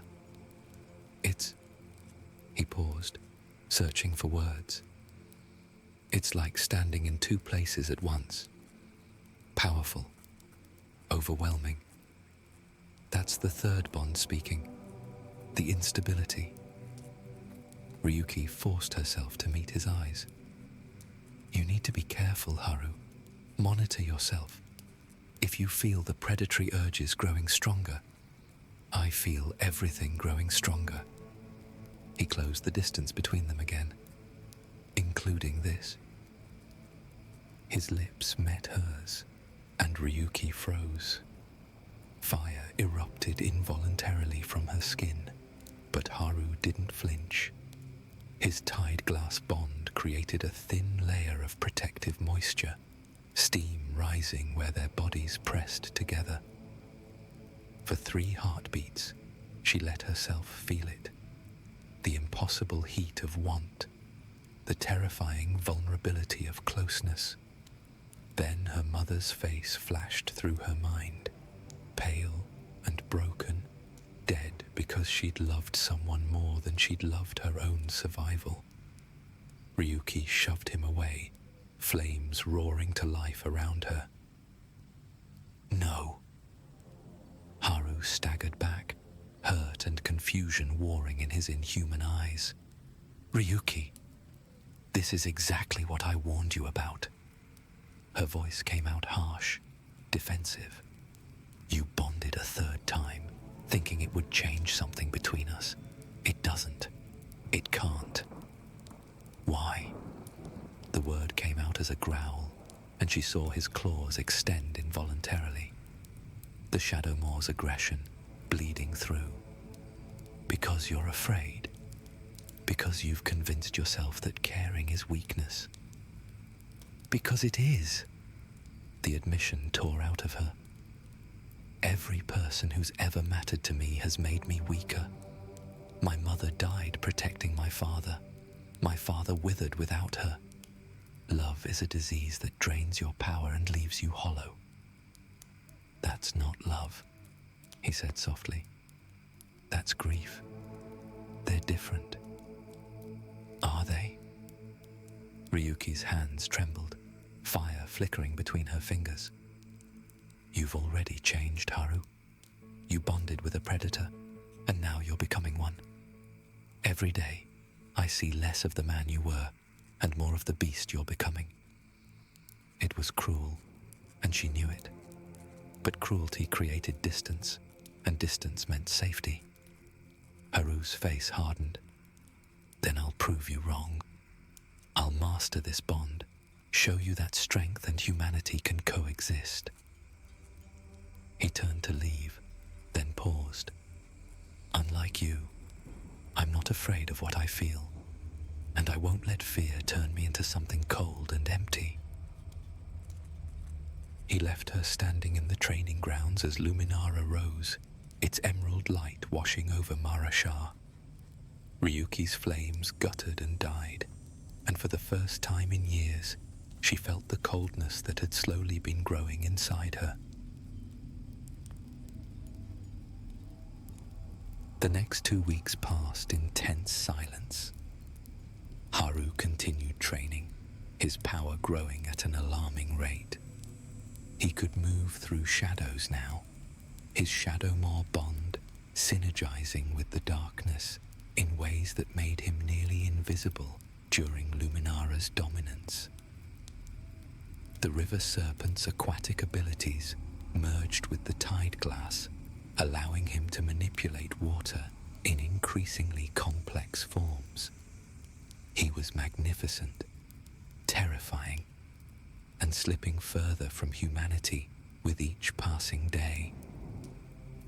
Ryuki noticed the signs, the way he sometimes forgot to blink, his eyes going flat and predatory, how his speech occasionally slurred, as if remembering human language required effort. The increasing violence in his training sessions, posts shattered with excessive force, barriers formed with unnecessary aggression. Mira noticed too. "He's losing himself," her friend said one evening, finding Ryuki at the training grounds. The Luminaran woman practically glowed in the moonlight, her Star Whisper moth's essence making her ethereal. "Elder Torin asked me to speak with you." "About what?" "About ending this before it's too late." Mira's expression was pained. "Before Haru becomes Vileborn." The word hung between them like a death sentence. "He's still human," Ryuki said, but the words lacked conviction. "Is he? Look at him, Ryuki. Really look." Mira gestured toward the far end of the grounds, where Haru moved through shadow forms, a training technique that involved becoming semi-corporeal. His reflection doesn't match his body anymore. When he passes windows or water, you can see it. The Shadow Moor inside him, getting stronger. Ryuki had seen it. In moments of distraction, Haru's shadow took on feline proportions, complete with twitching tail and extended claws. His reflection sometimes showed fangs, even when his human face remained smooth. "The elders want to bind him," Mira continued quietly. "Seal away his bonds before the transformation completes. It's painful, but it might save his humanity. No. The word came out sharp. He chose this path. I won't let them take his power, even if it means watching him become a monster. Ryuki's hands ignited. Leave. Now. Mira left, but her words remained. That night, Ryuki couldn't sleep. She stood on her roof, watching Luminara's emerald light paint the village in shades of shadow and silver. Somewhere below, Haru was likely awake too, the Shadow Mouse's nocturnal nature keeping him alert. She wondered if he dreamed anymore, or if sleep had become another human luxury he'd sacrificed for power, for her. The thought sat like lead in her chest. He'd done this because she'd made strength her only measure of worth, because she'd been so focused on protecting herself from vulnerability that she'd pushed him toward destruction. I'm sorry, she whispered to the empty night. A shadow detached from the darkness across from her. Haru, moving with supernatural silence. He stood on a nearby roof, his amber eyes reflecting Luminara's light. Don't be sorry, he said, his voice carrying easily across the distance. Be strong enough to face what comes next. Then he was gone, leaving only the impression of his presence and a growing sense of dread in Ryuki's heart. She awoke with a jolt. However, the realization that the warning had just been a dream did little to quell the unease that settled within her. The change came 3 nights later, during the stellar eclipse. When both Solara and Luminara closed the distance of their polar paths, creating a brief period in which their celestial rays blanketed the sky. It was a dangerous time for the omni-bonded, when the balance between their multiple essences could shatter. Ryuki was at Elder Torin's dwelling when the screaming started.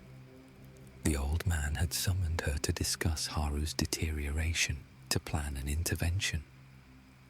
But the conversation died as inhuman shrieks echoed through Marashar's streets.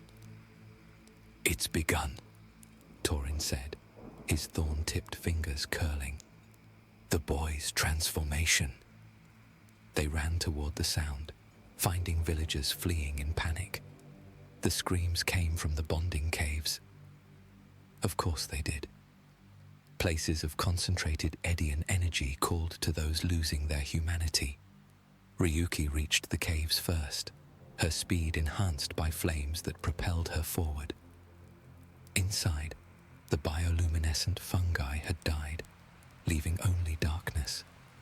But she could hear him, ragged breathing, the scrape of claws on stone, the low rumble of a growl that held no trace of human speech. Haru? Her voice echoed through the tunnels. Something moved in the shadows, too large, too fluid. Then he emerged into a shaft of mixed light, neither fully blue nor emerald, but something between. And what Ryuki saw froze her blood. Haru had grown, his body stretched and distorted, muscles built for a predator's sprint. His hands were fully clawed, the tide glass and scales covering him like armor. His face retained human structure, but barely, the jaw extended, filled with fangs. His eyes burned amber, and when they fixed on her, she saw no recognition, only hunger. Haru, it's me. She kept her voice steady, hands raised and unarmed. Fight it. I know you're still in there. The vileborn that had been Haru tilted its head, studying her. Then it spoke, the words mangled by an inhuman mouth. Ryu-ki. Hope flared in her chest. Yes. Haru, hold on. We can... He lunged. Ryuki barely dodged, rolling aside as claws raked the stone where she'd stood. She came up with cinder spears forming in both hands, her heart screaming at her to stop, to find another way. But there was no other way. She could see it now.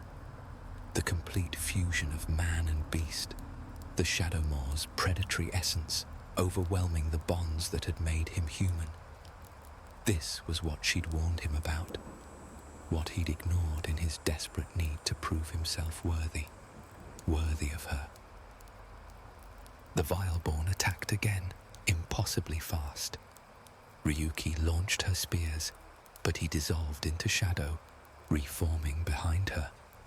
Claws raked across her back, shredding her tunic and leaving burning lines across her crystalline skin. She spun, flames erupting in a defensive sphere. The fire drove him back, and in the brief respite, she saw something that broke her heart. Haru was crying. Black tears streaked down his distorted face, and his mouth kept forming her name over and over, even as his body tried to tear her apart.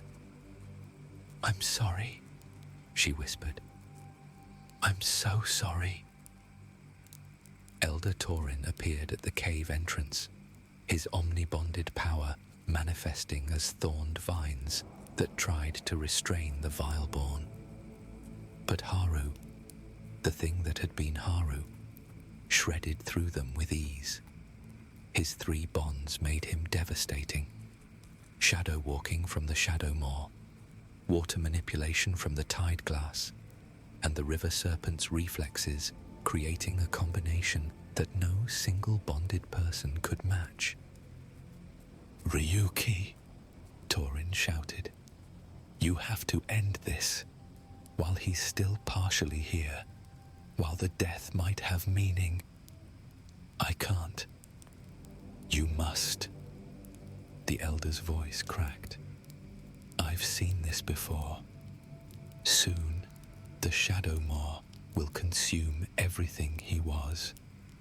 Better to die as himself than live as a monster." The Vileborn broke through Torin's defenses, slamming the old man against the cave wall.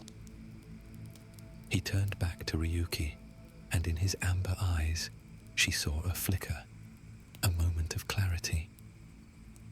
"Please," Haru's voice emerged, barely human. "Ryuki, please. Can't. Hold." He was asking her, begging her to end it before he was completely lost.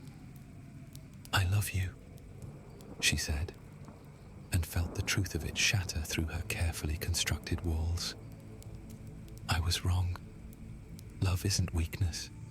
Pushing you away, being afraid to feel, that was weakness. And now it was too late." Haru's expression twisted with joy and agony. He'd wanted to hear those words, had nearly destroyed himself trying to earn them, and now they came as an epitaph. "Love you," he managed, before the Shadowmoor's essence surged and his eyes went blank again. Ryuki gathered her power, feeling Solara and Luminara's conflicted energies swirling through the eclipse. Her Ember Lily bond connected her to fire's creative and destructive potential. Her Cinder Shard bond gave her the strength to forge weapons from her own essence. She formed a blade, longer than any she'd created before, its edge white hot with concentrated flame. The Vileborn charged. Ryuki didn't dodge. She stepped forward into his attack and drove the blade through his chest. They stood frozen, her arms around him, the cinder blade piercing his heart. Black blood steamed where it met flame. Haru's claws, extended to tear her throat, trembled and withdrew. His face shifted. the Shadow Mars features receding.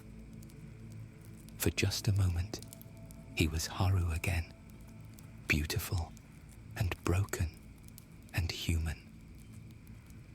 "Thank you," he breathed.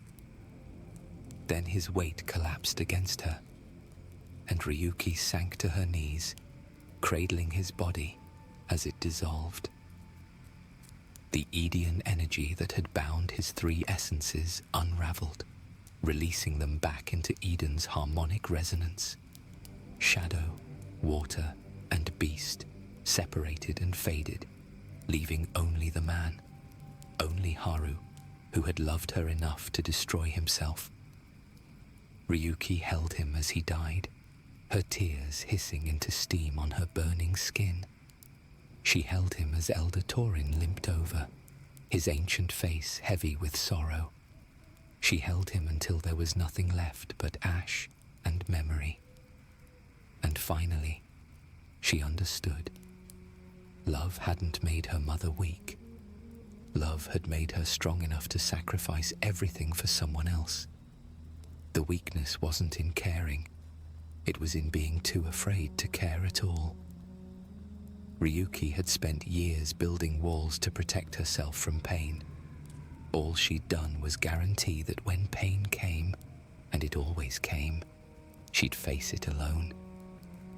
"I'm sorry," she whispered to the ashes in her arms. "I'm sorry I couldn't love you when it mattered." Marashar mourned Haru's passing with a pyre built from ironwood and blessed by both Solaran and Luminaran prayers. They honored him not as a vileborn, but as a warrior who'd reached too far and paid the price. Ryuki stood apart from the ceremony, watching flames consume the wooden platform. Her fire had killed him. It seemed fitting that fire would send him to whatever came after. Mira approached as Luminara rose, the emerald moonlight making the Luminaran woman shine. "He loved you very much." "I know. Do you?" Mira's voice held no judgment, only sadness. "Because I wonder if you understand what that meant. What he was trying to tell you by bonding the third time." Ryuki's hands clenched. That he was reckless. That he valued my approval more than his life. "No." Mira shook her head. "He was showing you that love means being willing to become more than you are, to risk everything for someone else. He didn't bond to impress you with power. He bonded to prove that strength and love could coexist." The words hit like physical blows. "He proved the opposite," Ryuki said hollowly. "Did he?" Mira gestured to the pyre, where both day-blessed and night-blessed villagers stood together in grief. "Look at them, Ryuki. Your mother didn't die because love made her weak. She died protecting your father, and her death united this village against the Shade Raiders. Her sacrifice, her love, gave others strength to fight, to survive." Ryuki had never thought of it that way. She'd only seen the loss, never the legacy. "Haru's death is teaching you the same lesson," Mira continued. "Love isn't weakness or strength. It's a choice. And the only question that matters is whether you're brave enough to make it." The Luminaran woman left, and Ryuki stood alone as the pyre burned down to embers. 3 months passed. Solara began its southward descent, bringing longer days and shorter nights. The Solarans grew stronger while the Luminarans prepared for their season of weakness. Ryuki trained differently now. She still pursued power, still pushed herself to master the limits of her bonds, but she also attended gatherings, helped train younger warriors, allowed Mira to visit without driving her away with harsh words. Small changes, human changes. Elder Torin found her one evening at the training grounds, watching the sapphire sun set. The old man moved slowly, his 3 bonds making every step a negotiation between tree, insect, and flower. "You've changed," he observed. "Have I?" "You smile now. Occasionally." Torin's thorned fingers drummed against his wooden staff. Haru would be pleased. The name still hurt, but Ryuki had learned to lean into pain rather than avoid it. "Would he? I killed him." "You freed him." Torin settled onto a stone bench, gesturing for her to join him. "When I lost control of my 3rd bond, the woman I loved tried to stop me.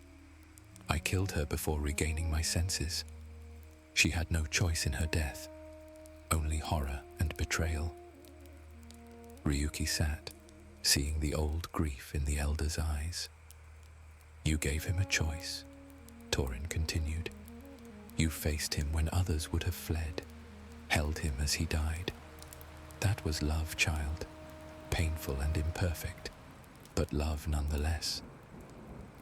It wasn't enough. Love is never enough to stop death, but it's enough to give death meaning." The elder stood, his staff clicking against stone. "The question isn't whether you loved perfectly. It's whether you'll let his death teach you, or let it hollow you out." Ryuki watched him leave, then turned her gaze to the horizon, where Solara bled blue light across the ashen ridge. Somewhere in those peaks, the bonding caves held the memory of Haru's transformation, the echo of his final words. "Love you." He'd said it even as the Shadow Maw consumed him. Even when all hope was lost, he'd held on to that truth. Ryuki stood, flames dancing across her palms. She formed a cinder spear, not for training, but as a memorial. The weapon gleamed in Solara's light, beautiful and deadly, strength and fragility forged together, like love itself. She planted the spear in the earth at the training ground center, a monument to a man who taught her that power without connection was just another kind of death. Then she walked back to the village, her fire-bright hair catching the last rays of sapphire sun. Tomorrow, she would train again, would push herself toward greater mastery of her bonds. But tonight, she would attend Mira's gathering, would sit among friends and share stories of Haru, both the man he'd been and the lesson his death had taught. That loving enough to hurt was better than never loving at all. Luminara rose behind her, its emerald glow washing over Marashar. Ryuki felt the moon's energy dampen her fire, but she didn't fight it. Weakness and strength were cycles, like day and night, like the sun and moon's eternal rotation, like love and loss, fear and courage, isolation and connection. She understood now. True strength wasn't in pushing away every vulnerability. It was in choosing which vulnerabilities to embrace and having the courage to face the consequences. Haru had made that choice, had embraced the risk of loving her even when she'd given him nothing but rejection. The least she could do was honor that choice by becoming someone capable of loving back, someone worthy of the sacrifice he'd made. The flames in Ryuki's palms flickered and died, But the ember in her heart, the one Haru had kindled, burned brighter than any bond could create. And for the first time since her mother's death, Ryuki felt hope.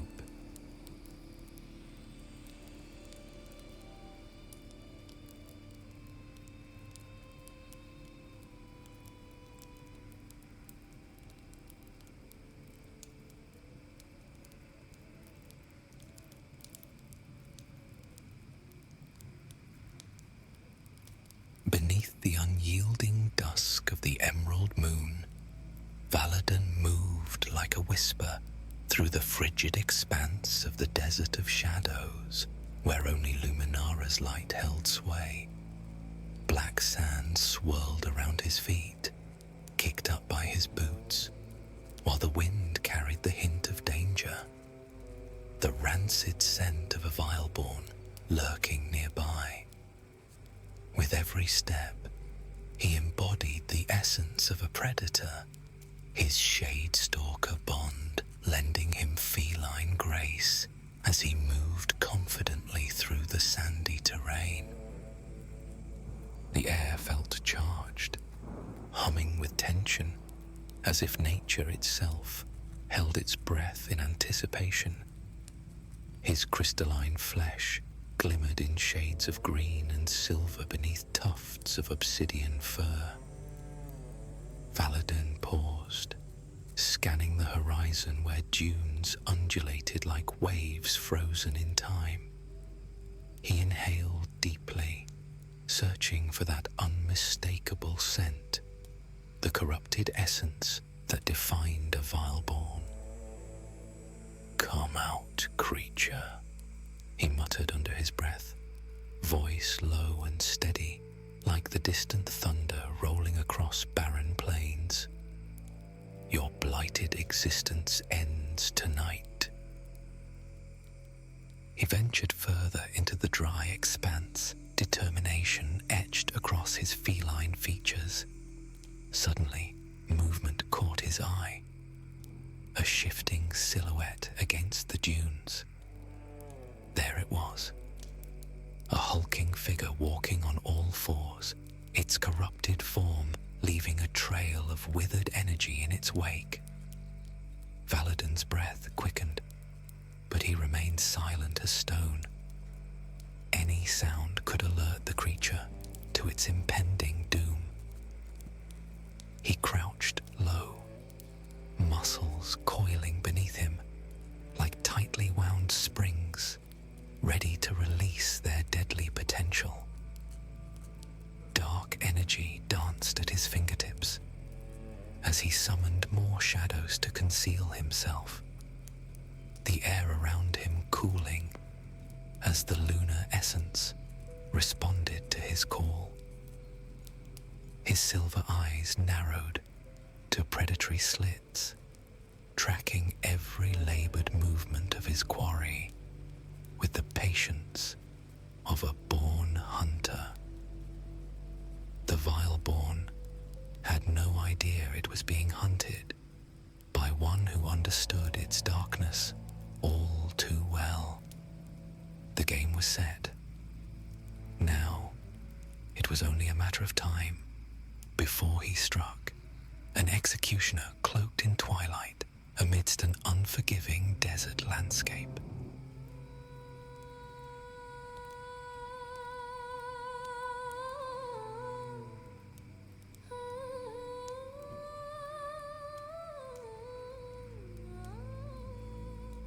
Valadan's senses sharpened as he approached the mouth of a hidden cave concealed within one of the many sandy dunes.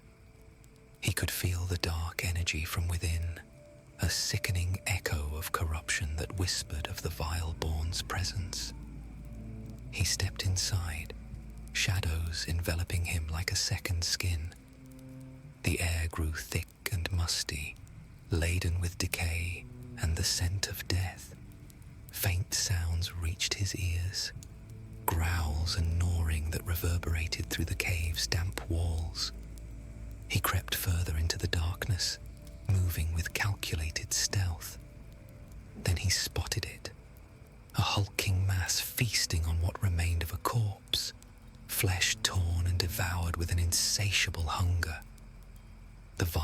thing's body twisted grotesquely, merging rock and sinew into an abomination that seemed more bear than man.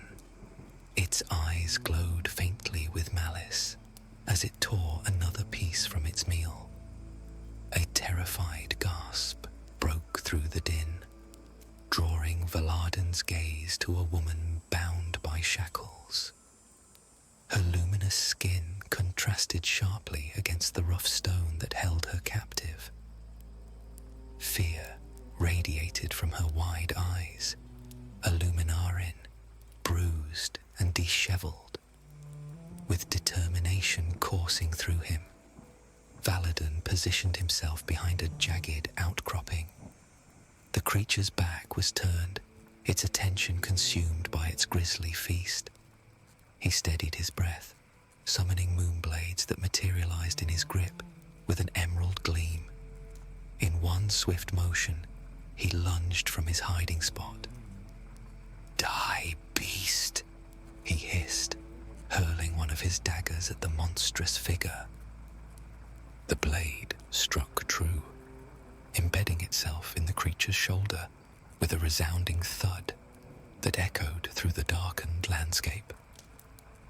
The vile born let out an anguished roar as it swung around to confront this unexpected adversary, blood oozing from its rocky flesh. "Vile guard!" the beast bellowed, its voice a guttural growl that revealed the remnants of a once human tongue, now pushing the limits of its vocabulary. The air trembled with its rage as the creature removed the blade with its large maw. Valaden sprang into action, weaving between shadows with each strike of his ethereal blades. The sedimentary beast charged toward him, its massive form barreling through the terrain like a tempest. He crouched low before springing upward with a powerful leap, landing gracefully on a craggy ledge above the fray. "Luminara, guide my hand," he murmured, summoning dark energy that coursed through his crystalline flesh. From this elevated vantage point, he conjured multiple moonblades, ethereal swords shimmering in a kaleidoscope of green and silver. He launched them down like shooting stars. "Time for your corrupted essence to return to the harmonic resonance," he humbly announced, "so that it may be purified and received by someone more worthy." The celestial swords pierced through hardened flesh once more. Each strike resonated with energy until finally the creature collapsed in a heap of twisted stone and flesh. Valaden turned his attention to the woman. He rushed over to her side, concern etched across his features as he knelt beside her. "Are you hurt?" She shook her head, clearly frightened but otherwise all right. "Hold on," he urged, glancing at her face. Her luminous skin shimmered even in the dimness of the cave, revealing a resilient spirit that shone through her fear. I can't believe you found me," she breathed. "I thought I would perish here." "It's okay. My name is Valaden. I'm here to help," he replied, returning his focus to the shackles. "What happened?" "My name is Kira. I live in a nearby village, Idaru, just south of here. It was attacked by strange creatures," she recounted, voice steadying despite her situation. "I was separated from my family during the chaos and captured by that thing. It dragged me and another villager here." Tears welled in her eyes as she gestured to what remained of the poor man. A pang of sympathy struck Valaden. With renewed determination, he summoned a moonblade. "I'll get you out of here," he promised. The weapon cut through the shackles like bramble butter. She blinked in disbelief, staring at her wrists before meeting his gaze. "Thank you," she whispered. Before they could dwell on their newfound relief, distant growls echoed from deeper within the cavern, interrupting their moment of triumph. Kira gasped. "The Vileborn's corrupted minions are approaching." "That's our cue to leave," he instructed firmly, pulling her to her feet and guiding her out of the cave.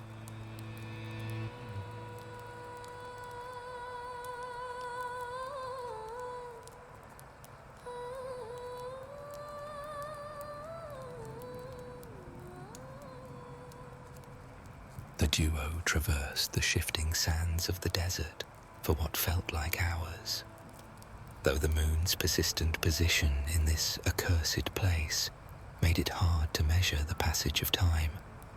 A mass of ancient stone caught their attention, a remnant of an old temple, half buried and forgotten by time.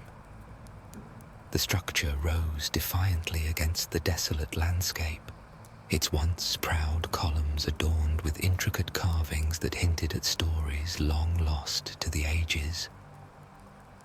"Let's take shelter inside," Valadin suggested, leading her through the arched entrance with a gentle hand at her elbow.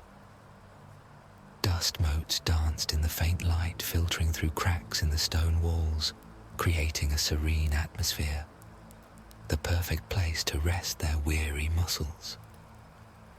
As Kira settled onto a stone bench, curiosity sparked within her. "What is this place?" she asked softly, fingers brushing over faded engravings depicting celestial beings intertwined with nature. "This temple was once a place of worship for those who revered Luminara," he explained. "But time has eroded its purpose, just as it has claimed so many places across Eden." Valadin leaned against a crumbling column, recalling his days as a lunagist in Soluna. "I once studied alchemy and spells in a temple much like this one," he began, eyes shimmering with the reflections of distant memories. "It was filled with scholars who understand the balance between light and shadow. I crafted potions that enhanced our abilities under Luminara's glow." Kira's eyes widened with fascination. "What kinds of potions?" "Lunar elixirs, primarily," he replied with a hint of pride. "One even granted me a successful bond with a lunar shard, allowing me to harness moonlight to create blades capable of cutting through anything." He demonstrated briefly, summoning one into his hand, its ethereal glow illuminating their surroundings. "Impressive," Kira mused. "I bonded with a lunaris blossom and a glyph lynx. Both are known to have rare abilities," he noted with an air of intrigue. I haven't shown any signs of special powers yet," she reluctantly admitted. Valadin tilted his head, eyes narrowing with curiosity. This was unusual.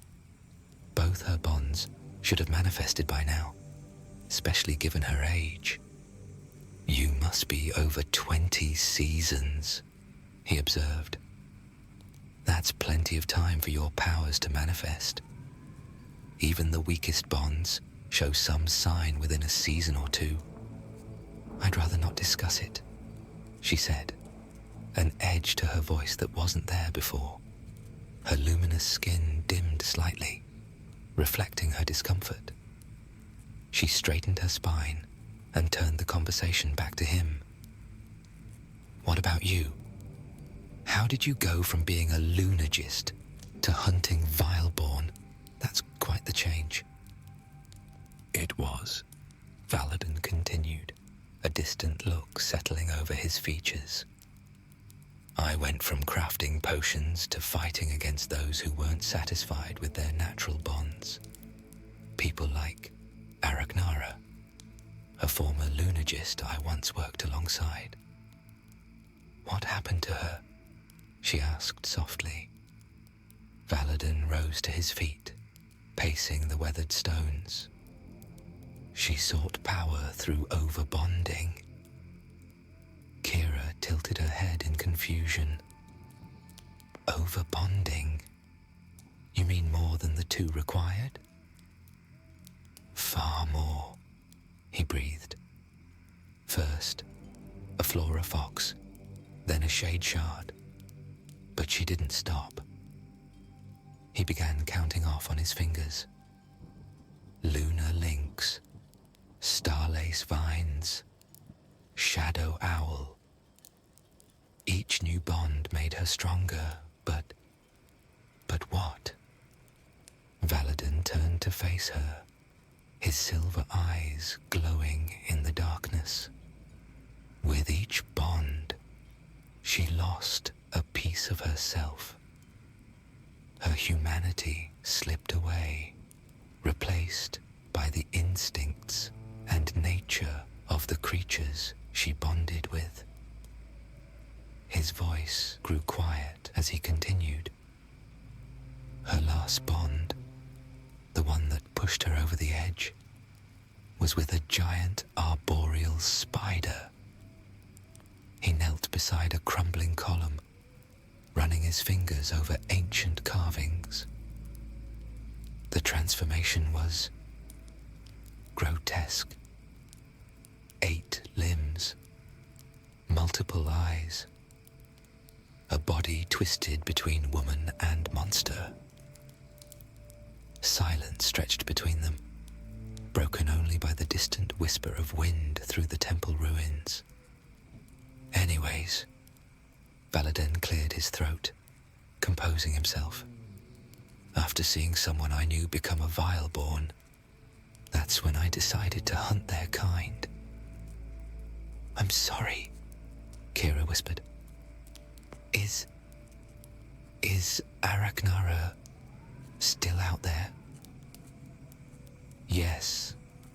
Valadin clenched his fist as he rose. Still feeding on the lives of innocents. She's at the top of my bounty list.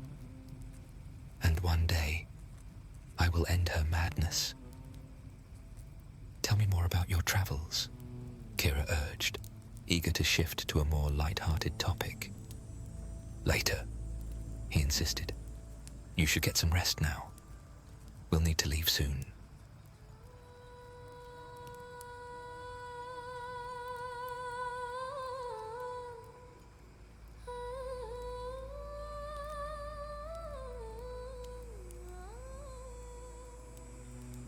Moments later, as Kira slept, Valadin settled in a meditative position on the stone floor.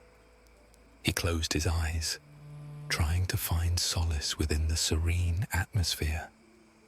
But instead, the remnants of his past began to seep into his consciousness. In the depths of his mind, shadows stirred, drawing him into a vivid nightmare. He found himself standing amidst the chaos of a battlefield, the scent of blood lingering in the air. Before him, Araknara twisted and writhed, her monstrous form a hideous sight against the backdrop of the emerald moon. Memories flooded back, his fellow Vileguard fighting valiantly, but their faces twisted in anguish as they were struck down one by one. He watched helplessly as one comrade, Lysandra, a fierce warrior with silver hair, faced Araknara's wrath. Fight! We can't let her win! She shouted, rushing into the din of battle. In a moment of pure horror, he witnessed Araknara's elongated limbs ensnare Lysandra, crushing her as the light faded from her eyes. No, he cried, the echo of his agony reverberating in the void around him. Suddenly, the pressure of grief clamped down, snapping him back into reality. Valadin jolted awake, his heart pounding in his chest, as if trying to escape the weight of the memory. He felt Kira's hand on his arm, a warm anchor in the darkness. "What is it?" she asked, concern lacing her tone. He shook his head, dismissing the lingering shadows of the nightmare. "It's nothing," he replied, his voice steadier than he felt. "We need to move. I must return to my camp." Kira's brow furrowed. "But what happened?" "We'll talk later," he interjected, rising swiftly. "More Vileguard might still be there. It's the safest option and will bring us closer to your village." He motioned for Kira to follow him, leading the way back into the frigid night. The echoes of loss remained in the back of his mind, yet hope rekindled at the thought of reuniting with his comrades.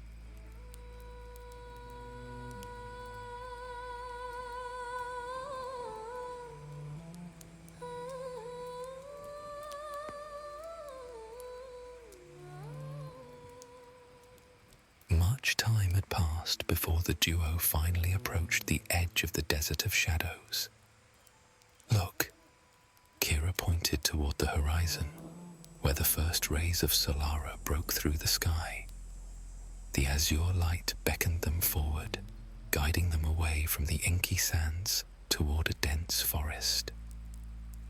Enormous trees towered above them, their canopies filtering the sapphire sunlight into dappled patterns across the forest floor. Valadin remained vigilant, his enhanced senses alert to the subtle shifts in their environment. Something wasn't right. The forest was too quiet.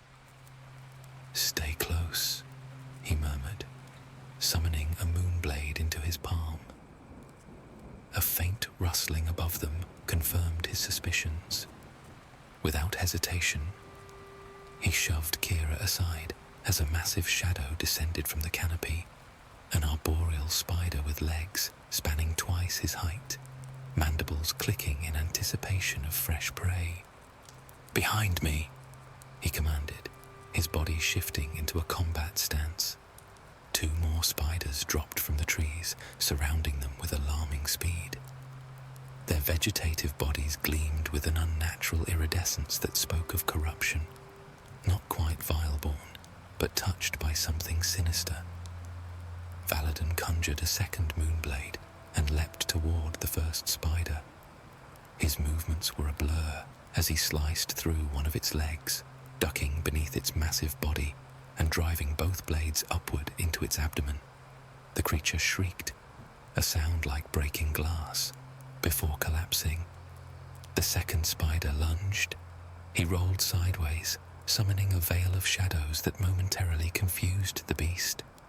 He used the distraction to spring upward, his moonblades carving twin arcs through the air before finding their mark in the creature's multiple eyes. It thrashed wildly before succumbing to the lethal wounds. A scream pierced the air. Valadin whirled to see the third spider had captured Kira, wrapping her struggling form in sticky webbing. "Valadin!" she cried out, terror evident in her voice. Before he could react, two arrows whistled past his head, striking the spider with unerring precision. The creature convulsed, then collapsed mere inches from Kira's bound form. "Need some help," came a familiar voice from the tree line. Two figures emerged from the shadows. The taller one, a woman with intricate vine markings across her face, lowered her bow with a smirk. "Talia Morden," he acknowledged, relief washing over him at the sight of his companions. "Your timing is impeccable." "Valadin," she breathed, We feared something had happened when you didn't return from your last hunt. I killed the Vileborn, he stated firmly, moving to release Kira from the webbing. But it wasn't her.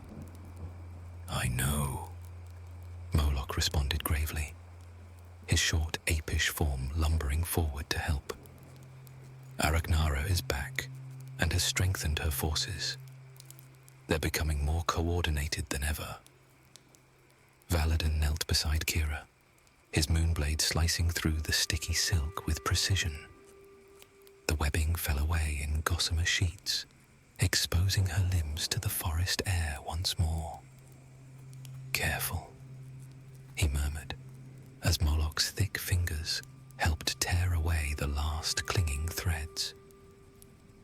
The Vileguard hunter stood barely to Valadin's shoulder, his body stocky and powerful from his bonds with a shade ape that had left his arms disproportionately long and covered in short, dark fur. Thank you, Kira whispered, flexing her fingers experimentally. Valadin helped her to her feet, steadying her with a gentle hand. These are my companions from the Vileguard, Moloch. He nodded towards the shorter hunter. And Talia. The woman acknowledged the introduction with a curt nod, her vine-wrapped bow still at the ready. This is Kira, Valadin continued. I found her during my last hunt. She's from Idaru. Talia's eyes narrowed slightly at the mention of the village. We've been tracking a large group of shade spawn moving through this region, Moloch explained, wiping webbing from his hands onto the forest floor. Not your ordinary spawn either. Organized, purposeful. Araknara's influence is unmistakable, Talia added, her gaze sweeping the canopy above for signs of more spiders. These arboreal arachnids are just the vanguard. We've never seen this many in one area before. Kira stepped forward, worry etched across her features. What about Idaru? My home. Is it safe? Have you heard anything? The Vileguard exchanged glances, a silent communication passing between them. Valadin noticed how Talia's fingers tightened around her bowstring, how Moloch suddenly found the forest floor fascinating. We should discuss this at our camp, Talia finally offered, her voice carefully neutral. It's not far, and we have supplies there. Food, water, proper weapons. Yes, Moloch agreed quickly. Valadin caught the evasion but didn't press the issue. The hesitation in their responses told him enough. Whatever news they had of Idaru, it wasn't good. Lead the way, he said instead, placing a reassuring hand on Kira's shoulder as they followed behind his companions.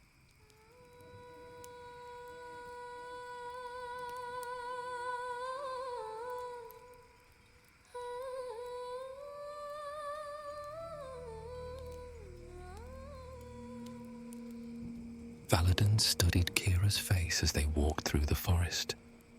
Concern etched deep lines around her eyes, and her shoulders tensed with each step. She hadn't missed the silent exchange between the Vileguard members. Neither had he. Something was wrong with Idaru. The realization settled in his gut like lead. How far to camp? He asked, keeping his voice low as they navigated a particularly dense section of underbrush. Not far, Moloch grunted over his shoulder. Just beyond that ridge. Valadin's senses remained alert, registering every sound and scent. The forest still felt wrong. Too quiet in some places, unnaturally active in others. A faint noise from above made him pause. Talia, he breathed. The archer gave him a reassuring look, urging him forward with a nod. Keep moving, Moloch whispered. They're just scouts from our camp. Reluctantly, Valadin nudged Kira forward. "What's happening?" she whispered. "We're being watched," he replied simply. As they crested the ridge, he caught his first glimpse of the Vile Guard camp, a small clearing fortified with defensive wards and simple wooden palisades. Several figures moved about inside, fellow hunters easily identified by their distinctive armor and weapons. What drew his attention, however, was the makeshift shelter on the far side of the camp. People huddled there, too many for a typical Vile Guard operation. Civilians, by their dress and demeanor. Kira gasped beside him, her hand flying to her mouth. "Those are refugees," Talia confirmed grimly, "from your village." Valadin felt his chest tighten as he absorbed the implications of the scene before them. The sight of Adaru refugees huddled in the camp confirmed his worst fears, and he could sense Kira's growing distress.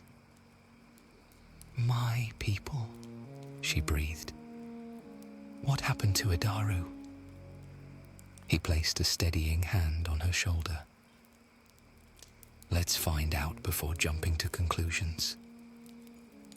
As they descended toward the camp, Valadin's enhanced senses catalogued every detail. The refugees appeared weary, but not wounded, suggesting evacuation rather than battle. The Vile Guard members moved with purpose, but not urgency, indicating the immediate threat had passed. Still, the air carried the unmistakable scent of fear, a collective anxiety that hung over the camp like a mist. The place hummed with subdued activity. Hunters sharpening weapons, refugees organizing supplies, healers tending to the wounded. "Valadin," a voice called from across the enclosure. Calum Windrider, the commander of this Vile Guard contingent, approached with purposeful strides. His avian features were drawn tight with concern. "We thought you lost after that last hunt." "One of these days, but not yet," Valadin replied, clasping the man's feathered forearm in greeting. "Found something unexpected instead." He nodded toward Kira, who was already moving through the crowd of refugees. Calum followed his gaze, understanding darkening his expression. "She's from Adaru then. Poor timing." "What happened?" Valadin demanded. "Araknara," he replied grimly. "She didn't attack directly. She's too cunning for that. Her spawn raided the village 3 nights ago." Calum's golden eyes narrowed. "These aren't random attacks anymore. The Vileborn and Shadespawn are coordinating, taking over more territory than just the Shadow Veil." A commotion caught both their attention. Valadin watched as Kira pushed through the crowd of refugees, her movements growing increasingly frantic as she scanned face after face. "Mika?" she called out, reaching for an older woman who turned with a start. The woman shook her head sadly before continuing to distribute water to children huddled nearby. Kira's shoulders slumped momentarily before she pressed on.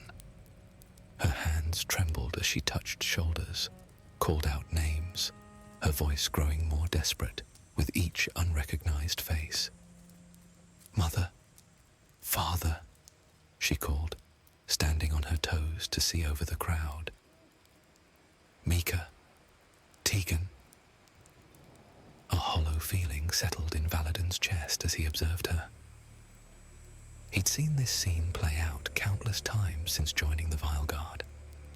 The desperate search, the dawning realization, the inevitable collapse of hope.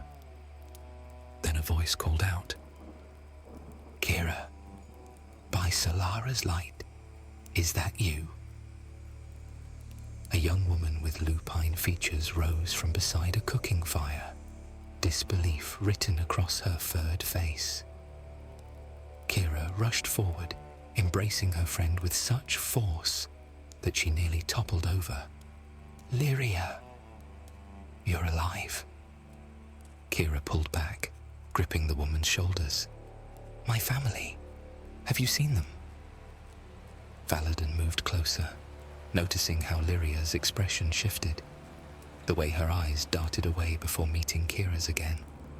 He could read the news in the slump of her shoulders before she spoke. "Kira." Her voice dropped to a whisper.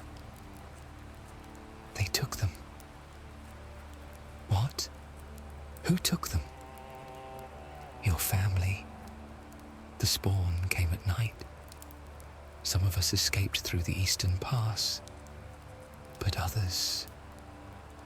Lyria swallowed hard. "They were rounded up, taken back to Wadaru. The village isn't ours anymore. The spawn, they're using it as some kind of nest." Valadin watched as the color drained from Kira's face, her body swaying slightly as the news hit her like a physical blow.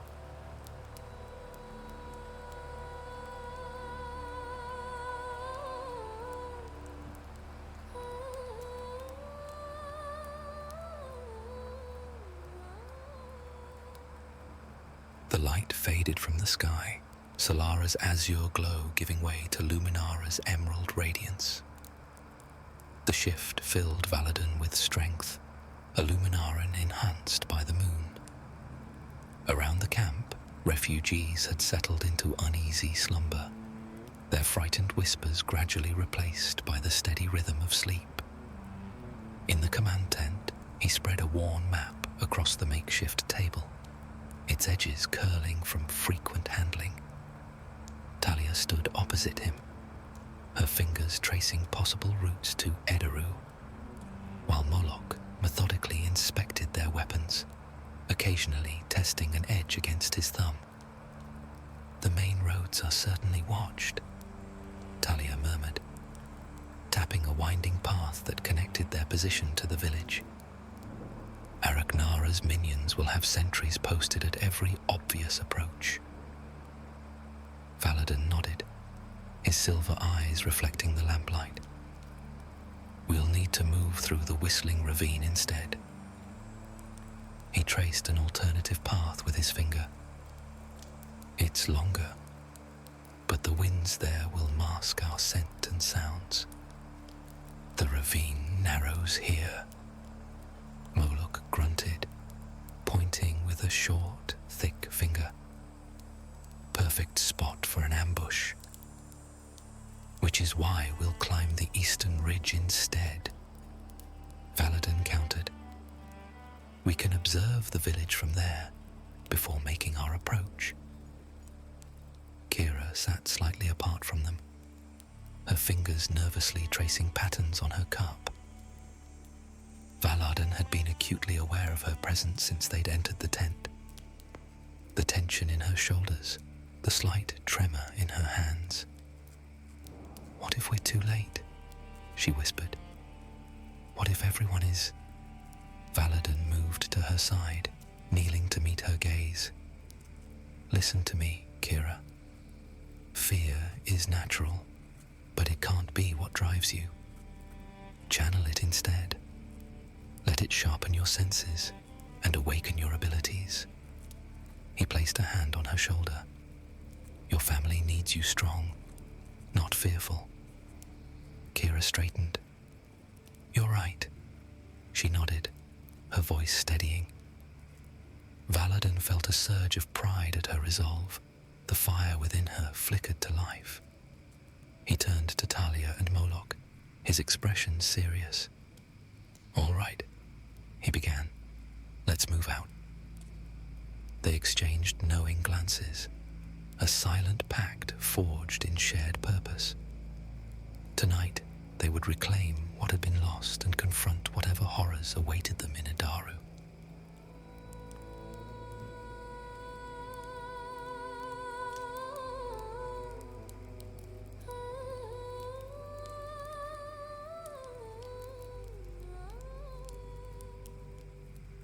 His silver eyes gleamed in the darkness as Valadin surveyed what remained of Edaru. The once tranquil village now resembled something from a nightmare. Buildings wrapped in thick webbing that glistened with an unnatural sheen under Luminara's light. Shade spawn scuttled between structures, their chitinous bodies making soft clicking sounds as they circled the perimeter. And dominating it all, a massive form hung suspended between the village's central tower and what had once been the council hall. Arachnara herself. Her bloated body swayed gently in the night breeze, 8 massive legs occasionally adjusting her position as she surveyed her new domain. By Eden's whispers, Kira breathed beside him. Valadin placed a steadying hand on her shoulder.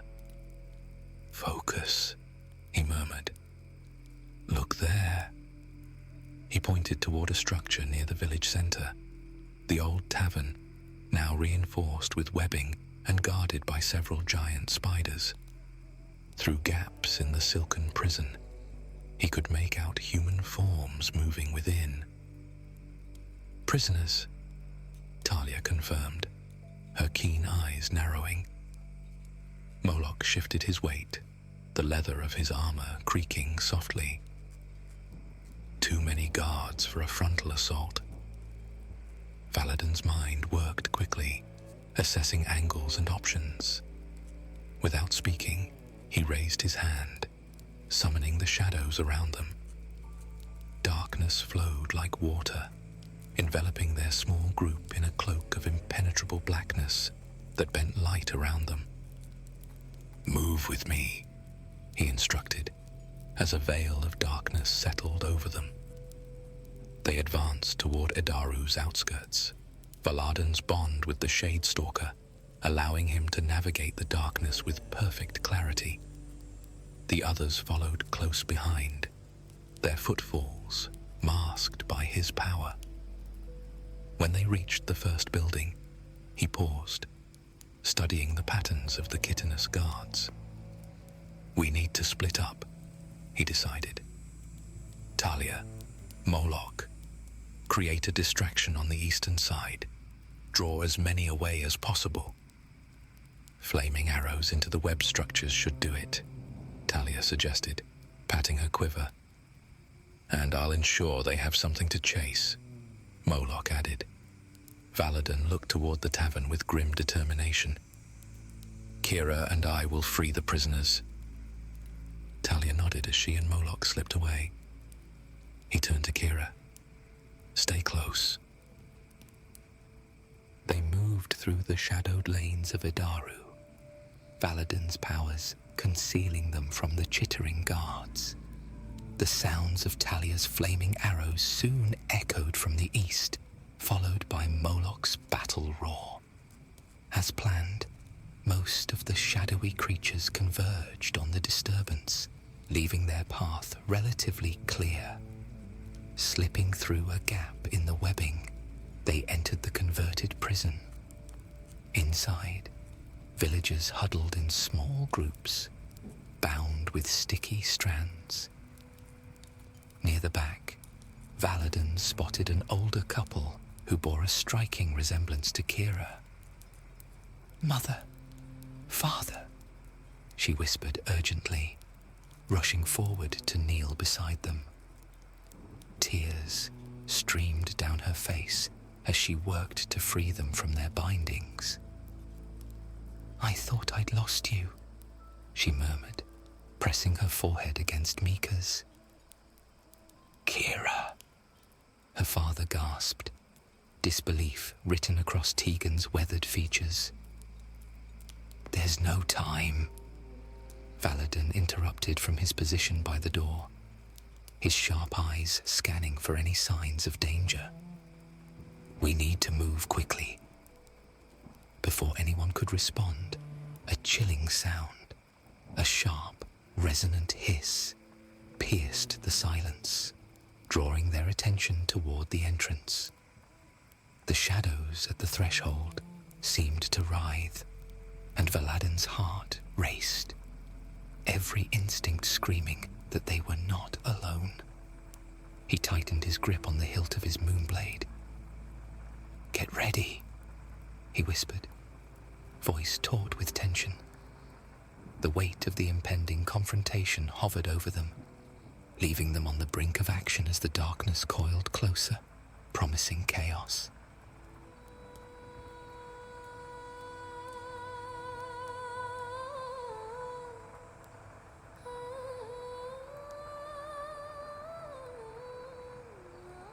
Valadin sensed her presence before he saw the vile Spider Queen. He froze, holding up a hand to stop the group of escaping villagers. "Wait," he commanded, his eyes scanning the darkness ahead. The village square lay before them, bathed in Luminara's emerald light. The abandoned structures glistened with silver webbing that caught the moonlight like dew.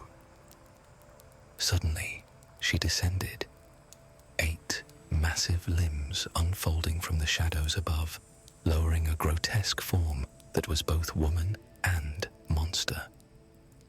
Araknara's upper body retained a haunting feminine beauty, marred by the mandibles that stretched over her mouth and her multiple eyes that gleamed like polished obsidian. Below her waist stretched the bloated abdomen of a massive spider, supported by legs that clicked rhythmically against the stone as she blocked their escape route. "Valadin, my old friend," she purred, her voice musical yet discordant. "The lunagist who hunts me out of jealousy." He pushed Kira behind him, summoning his moonblades. The ethereal weapons materialized in his hands, catching Luminara's light. "I hunt only those who've lost their humanity," he sternly replied. She laughed, the sound echoing unnaturally through the square. "Lost? No, I've transcended humanity, and you've walked right into my web." Her legs tapped a pattern against the stones. "Did you think I wouldn't notice your little diversion? That I couldn't sense your shadow magic the moment you entered my domain?" From the darkened alleyways around them came soft, chittering sounds as dozens of verdant spiders and shade spawn emerged, their eyes glowing with malice.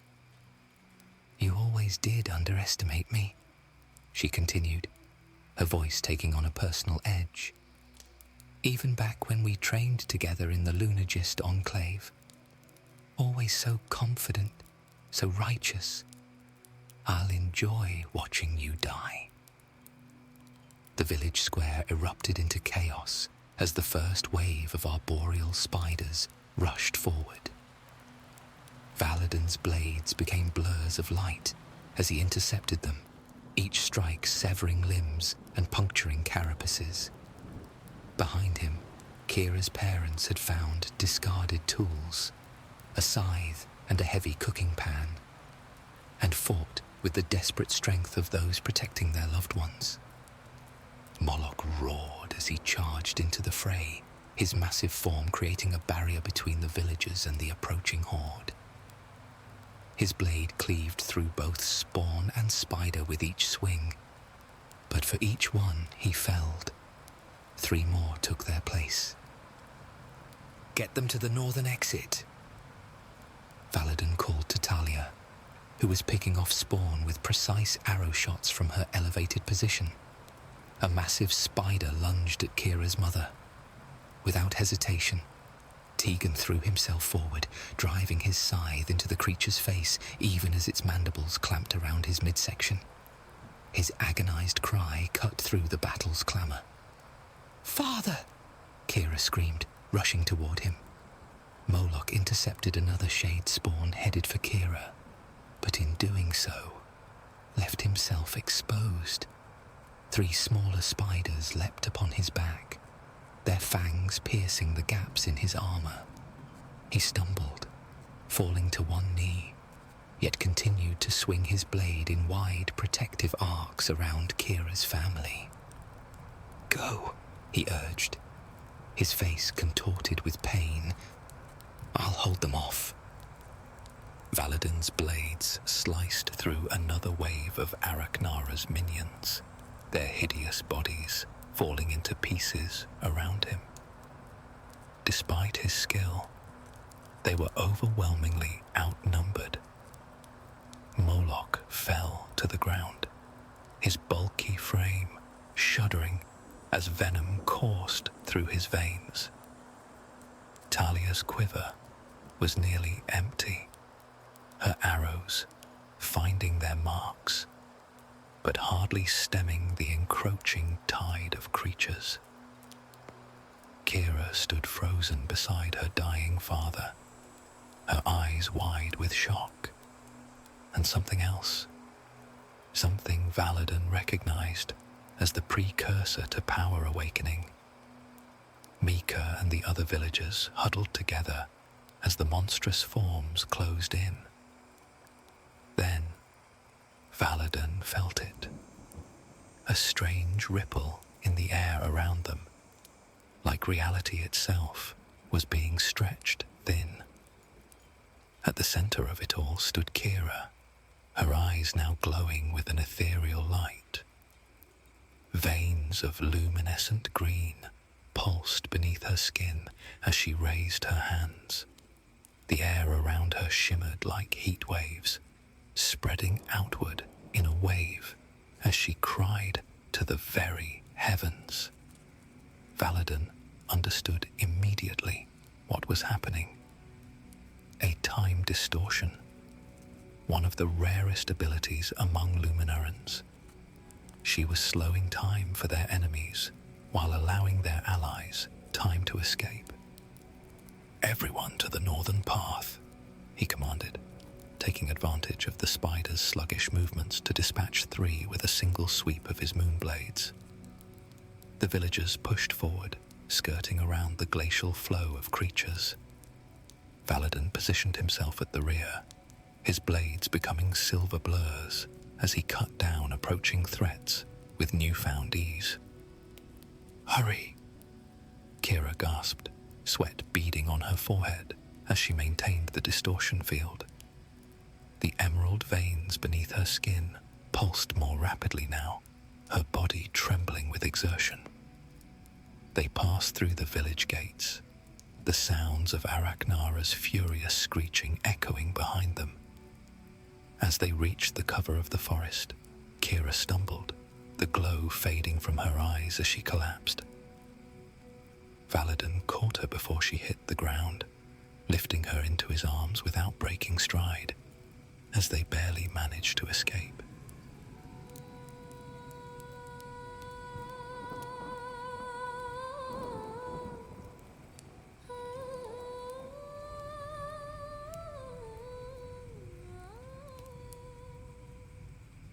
Back at the camp, refugees from Adaru huddled in small groups, tending to wounds and whispering comfort to one another.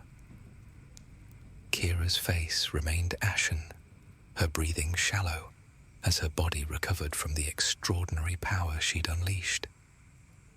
Valadin pressed a water skin to her lips, his silver eyes studying her with newfound respect. "Small sips," he instructed, supporting her head. When her eyes finally fluttered open, the reality of their situation crashed back upon her. Her gaze darted frantically among the gathered survivors. "My father?" she asked, voice cracking. Valadin's silence was answer enough. Tears welled in her eyes, but she bit them back, turning her face away. "You saved many lives today, including your mother's," he informed her, gesturing to Mika in the recovery tent. "Without your powers, none of us would have escaped." "A power I didn't know I had until it was too late," she replied bitterly. Valadin watched as she struggled to sit upright, determination hardening her features. The grief would come later, he knew. For now, she had armored herself with purpose. "I'm going back," she declared, I'm going to liberate Idaru. Not alone, Valadin countered. And not yet. Araknara is powerful, and you've only just discovered your abilities. Kira met his gaze, a flicker of emerald energy briefly illuminating her eyes. Then teach me. Help me understand what I am, what I can do. Valadin considered her for a long moment. Raw talent like hers was rare, a natural affinity for temporal manipulation that even seasoned lunagists struggled to master. Combined with her newfound resolve, she could become something extraordinary. The path of the Vile Guard isn't an easy one, he warned. It requires sacrifice, discipline. I've already sacrificed everything, she interrupted. What I need now is purpose. Valadin nodded, recognizing the same determination that had driven him after his own losses. Then I'll train you, he agreed, extending his hand. We'll reclaim Idaru together. Kira clasped his forearm in the traditional manner of a pact sealed. They stood together at the edge of the ridge, looking toward where Idaru lay hidden now by distance and darkness. The sapphire glow of Solara bathed them in soft light, glinting off the unshed tears in Kira's eyes and the determination set in her jaw. A subtle blue shimmer flickered beneath her skin, her awakened power responding to her resolve. Valadin felt something shift within him, purpose renewed through Kira's determination. He would train her in the ways of the Vile Guard, teach her to harness the power that shimmered beneath her skin.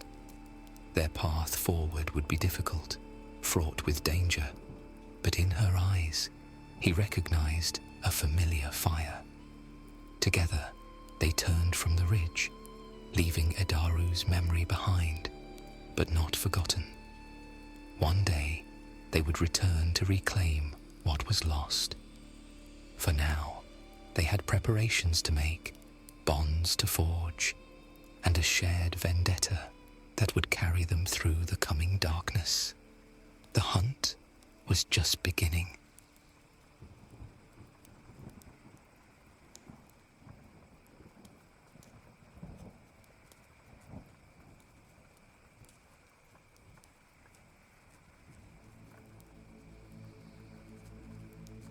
Kaeldin Eramor stood atop the eastern watchtower of Marashar, his gaze fixed on the horizon where the sapphire sun, Solara, began its descent. The wooden platform beneath his feet vibrated slightly as he absent-mindedly manipulated air currents around him, a habit that had intensified since his bonding with the aero orchid 2 seasons prior. Pale blue veins now traced his forearms, glowing softly with the day's waning light, and his once brown hair had taken on streaks of silver blue that rippled like wind-touched water. The village of Marashar spread out beneath him, a collection of stone and timber dwellings nestled in a valley where the western forests met the crystal plains. The settlement was strategically divided, though not by walls or barriers. The eastern half, bathed longest in morning sunlight, housed primarily Solaran families. The western portion, first to receive Luminara's emerald glow each evening, belonged to the Luminarans. The central plaza, with its massive quartz obelisk, served as neutral ground. Tonight would mark the Twilight Concordance, the twice-yearly festival celebrating the perfect alignment when both celestial bodies shared the sky in equal measure. It was the only time when both Solarans and Luminarans experienced their full power simultaneously, if only for a brief hour. A disturbance in the air currents alerted Kaeldin to someone's approach. before he heard footsteps on the ladder. "Thought I'd find you up here," said Thana, her voice carrying the slight rasp characteristic of those bonded to fire-touched entities. "Elder Moraine is looking for you. Something about your demonstration for tonight." Thana Embertouch had been Kaeldin's friend since childhood. Her Solaran nature was emphasized by the flame-red highlights in her black hair and the scale-like patches of ruby skin that shimmered across her shoulders, the marks of her pyroserpent bond. Her second bond with sunfire crystals had given her fingertips a perpetual amber glow. "Tell him I'll be there shortly," Kaeldin replied, his eyes still fixed on the horizon. "I'm just thinking." Thana stepped closer, following his gaze. "About your third bonding, the festival would be the perfect time." Kaeldin's fingers tightened around the railing. His first bond with the aero orchid had given him basic control over air currents.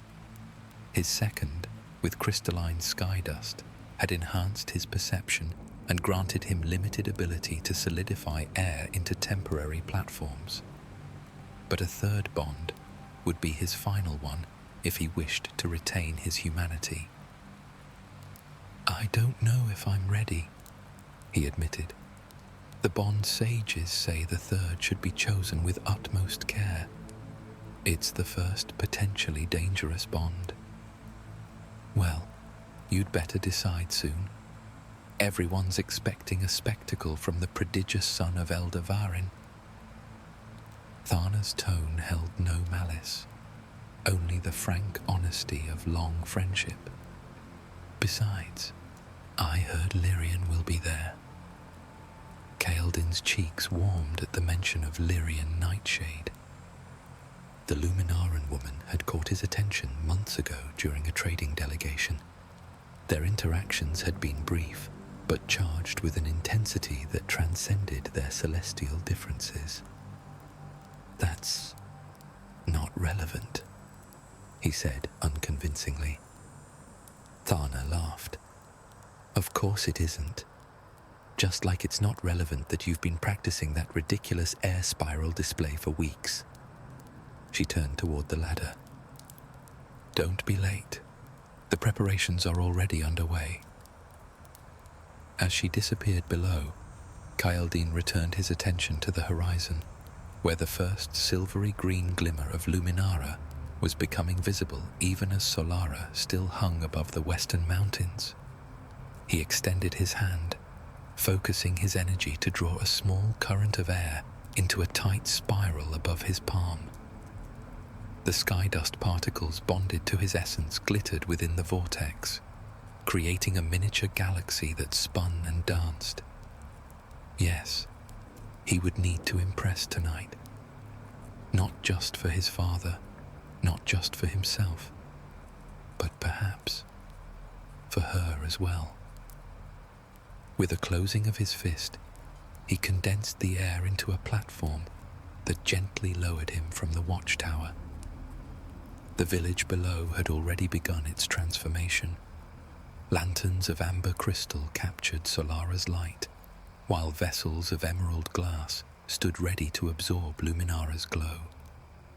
Between them, the quartz obelisk in the central plaza waited to channel the harmonized energies that would briefly unite the village's divided powers. As Kaeldin made his way through the eastern quarter, villagers nodded respectfully, some with genuine warmth, others with the perfunctory acknowledgement due to the son of a village elder. His father, Varin Eramor, had high expectations for Kaeldin's future. As one of Marashar's most influential Solarans, Varin had ensured his son received the finest training from bond sages across Eden.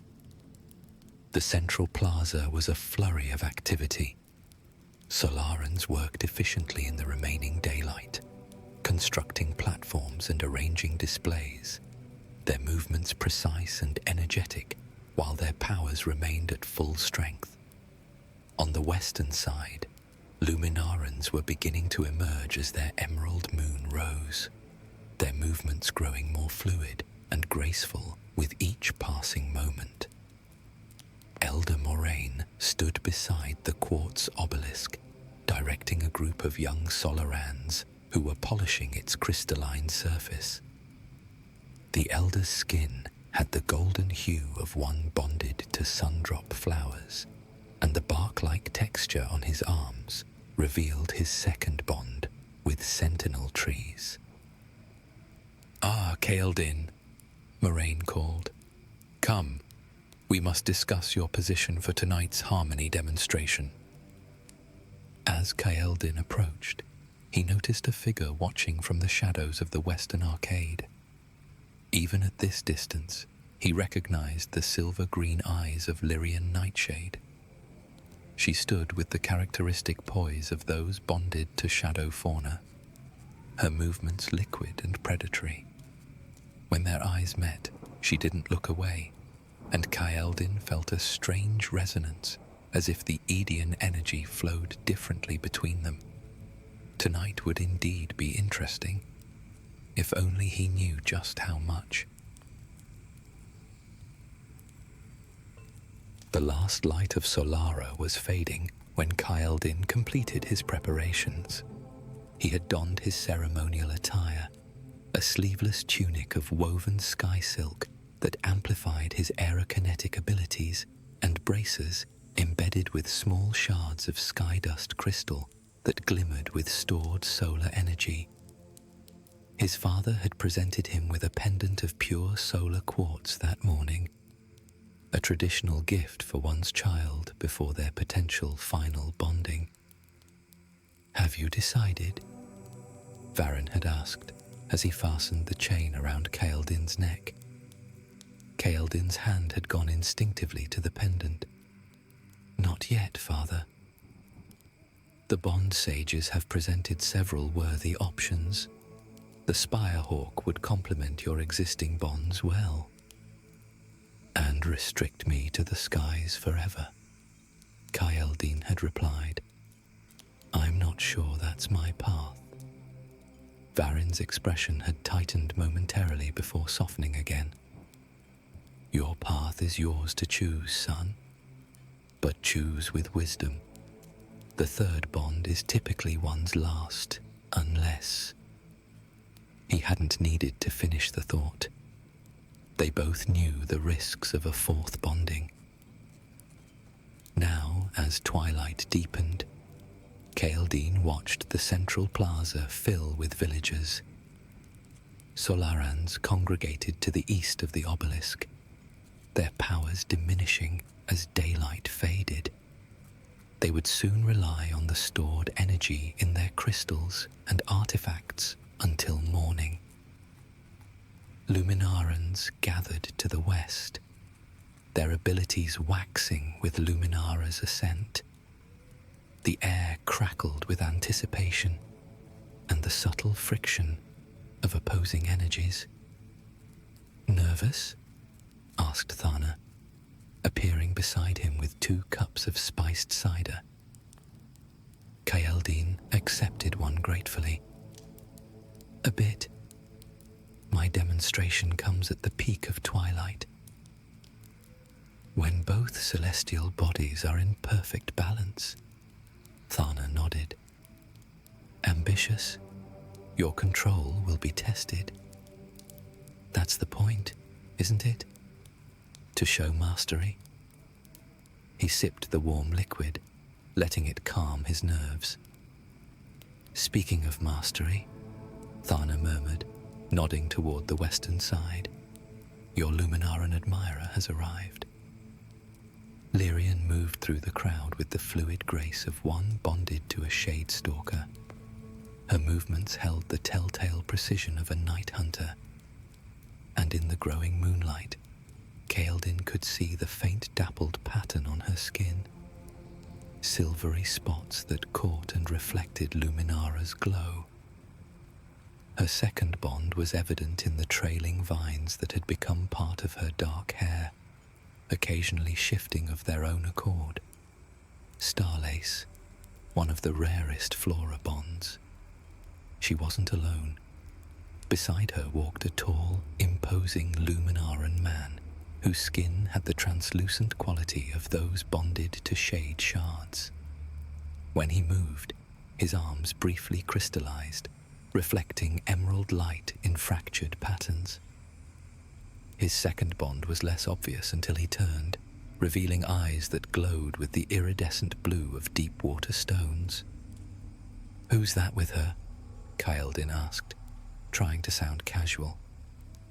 Thana's expression grew serious. "Marek Shadowstone.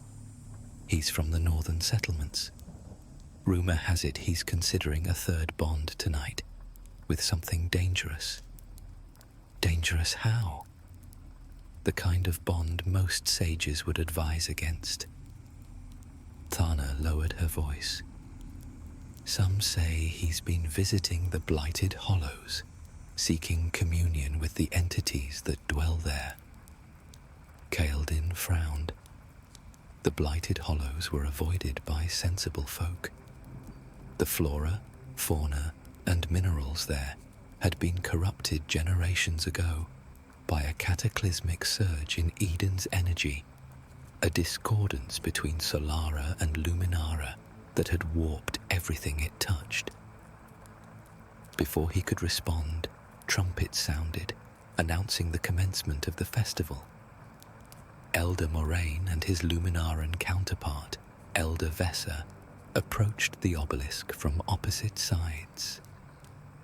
Vessa's skin glittered with embedded moonstone, and her eyes held the vertical pupils of one bonded to night foxes.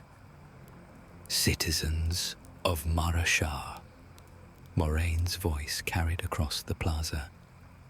"Tonight, we celebrate the Twilight Concordance, when Solara and Luminara share the sky in perfect harmony. When the energies that divide us also unite us," Vessa continued, her melodious voice contrasting with Moraine's deeper tones. "For this brief time, all of Eden's children stand equal in power and purpose." As the elders spoke, Kaeldin noticed Lyrian separating from Marek and moving along the perimeter of the crowd. Their eyes met briefly, and she tilted her head slightly toward a quieter alcove near the western arcade. The invitation was clear. "I'll find you before the demonstration," Kaeldin whispered to Thana, who rolled her eyes but nodded. He made his way through the crowd, careful not to draw attention, as the elders continued their ceremonial speech. By the time he reached the alcove, Lyrian was already waiting, her silver-green eyes luminous in the growing moonlight. "Kaeldin Eramor," she said, his name flowing from her lips like water over stones. "I was beginning to think you wouldn't notice my invitation." "I noticed," he replied, finding his voice steadier than expected, "though I'm surprised you extended it, given the company you keep." A slight smile curved her lips. "Marek? He's my cousin, recently arrived from North Haven. He's intense, but family nonetheless. I heard he's seeking a dangerous third bond." Lyrian's expression shifted, concern briefly replacing amusement. "You've heard correctly. He believes Solarans have tipped the balance of power in Marashar. He came here to..." She hesitated. "To make a statement." Alarm rippled through Kaeldin. "What kind of statement?" "Nothing violent," she assured him quickly, "but provocative. He wants to showcase Luminaran potential at its peak. He thinks too many festivals cater to Solaran traditions. And what do you think?" She studied him for a moment. "I think there's wisdom in balance, in understanding both sides." Her eyes flicked to the pendant at his throat. "You're considering your third bond tonight. How did you know?" "The pendant, the way the elders watch you, the nervous energy in your movements." She stepped closer, and Kaeldin caught the scent of night blossoms. "Have you decided?" "No," he admitted.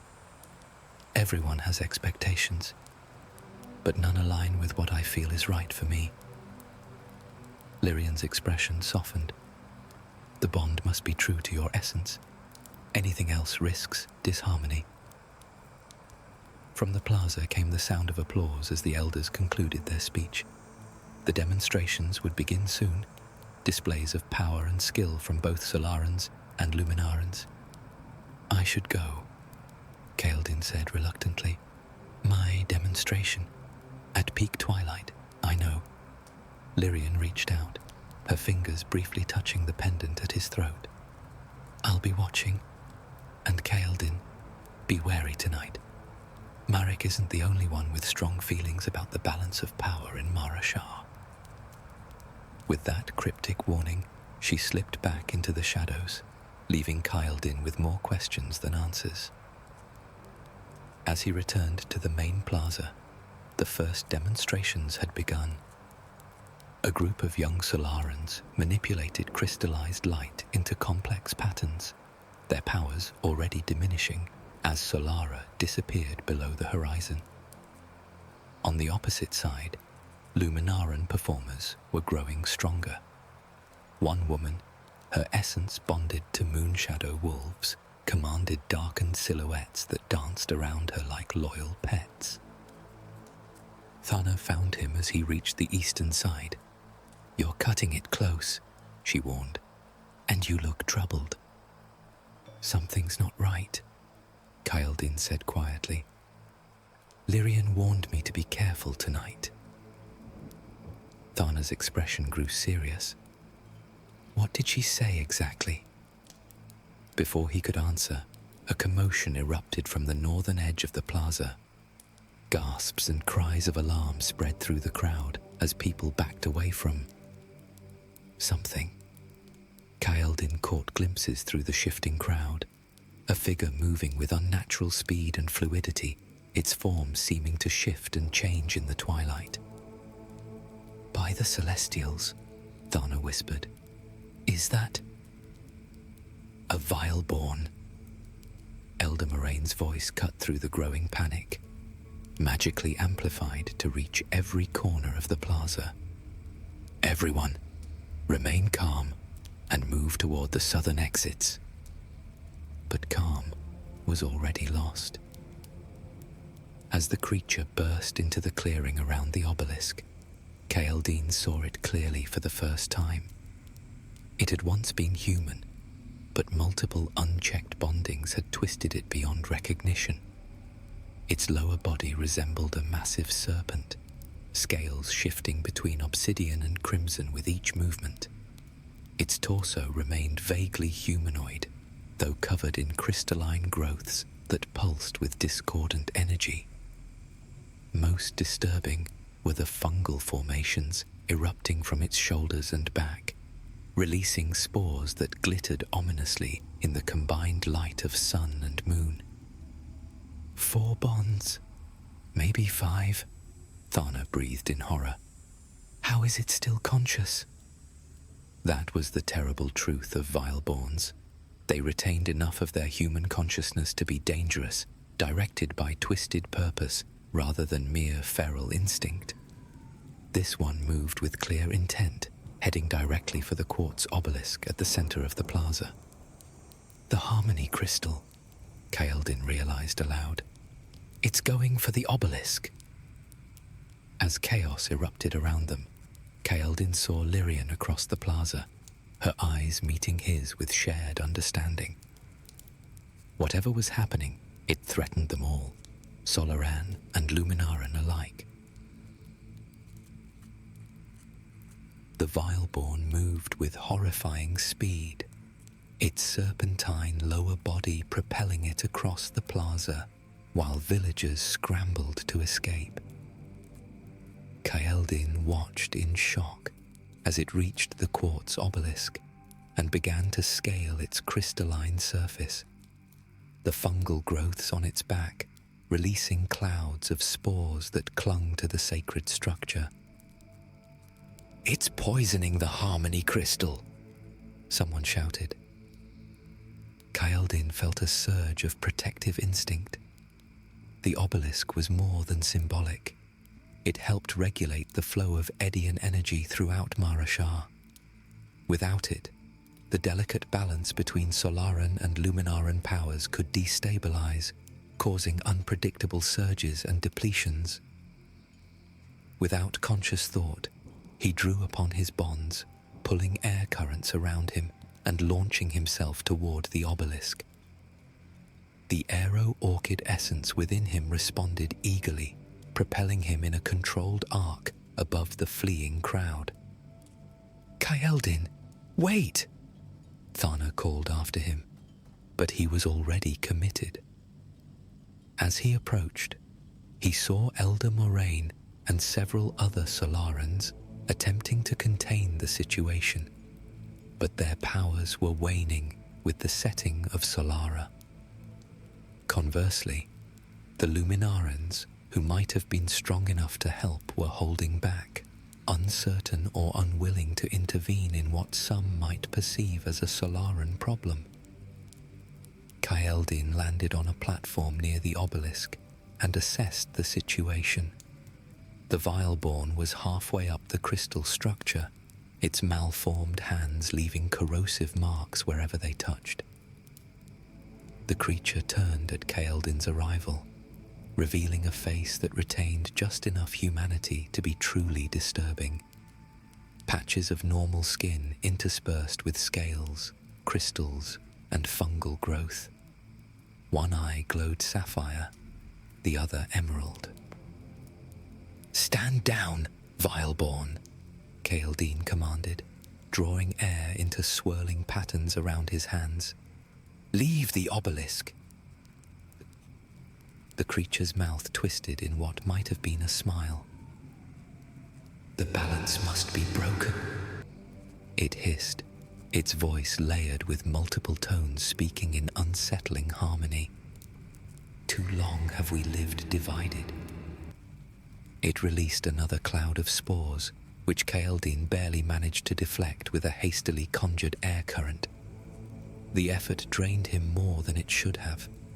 Solara's influence was fading faster than usual. From the corner of his eye, Kaeldin caught movement, a fluid shadow leaping onto the platform beside him. Lyrian materialized from the darkness, her bond with the Shade Stalker, allowing her to move through shadows as if they were doorways. "This is no random attack," she said, her silver-green eyes fixed on the Vileborn. "It's targeting the energy flow deliberately." Kaeldin spared her a quick glance. "Can you help? My powers are diminishing with the sunset." "While mine grow stronger," she acknowledged, the star-lace vines in her hair beginning to glow with absorbed moonlight. "But I'll need your insight. The creature bears both Solaran and Luminaran bonds." The Vileborn launched itself from the obelisk, landing heavily on their platform. Up close, the horror of its transformation was even more apparent. What had once been a person was now a patchwork of misaligned bondings fighting for dominance within one tortured form. Lyrian moved first, her Shade Stalker reflexes allowing her to dodge the creature's initial lunge. The starlace in her hair extended, weaving a pattern of light that momentarily confused the Vileborn. Kaeldin followed her lead, using his fading aerokinetic abilities to create a funnel that cleared the toxic spores from the air around them. Working together, they established a rhythm, Lyrian using her growing Luminaran strength to distract and contain the creature, while Kaeldin employed tactical bursts of his dwindling power. He condensed air currents into solid platforms that Lyrian used to gain height advantage, while she bent light to create momentary blind spots in the Vileborn's vision that Kaeldin exploited. "We need to drive it away from the obelisk," he urged as they momentarily gained the upper hand. "No," Lyrian countered. "We need to understand its purpose. Something isn't right." Before Kaeldin could argue, a new figure leaped onto the platform. Marek Shadowstone, his crystalline arms fully formed into wicked blades that caught Luminara's light in fractured patterns. "Stand aside," he commanded. "This abomination must be destroyed." The Vileborn hissed at Marek's arrival, its focus shifting from the obelisk to the newcomer.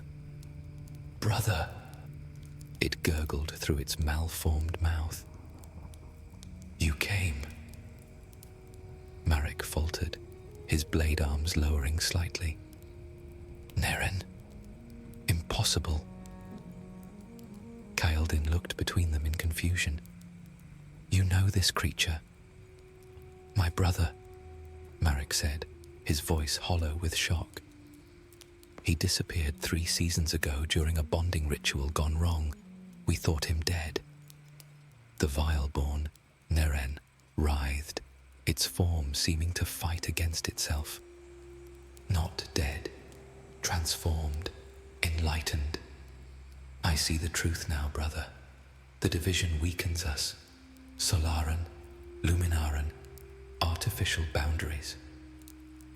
Understanding dawned on Lyrian's face. "He's trying to corrupt the harmony crystal to break down the natural separation between Solaran and Luminaran energies."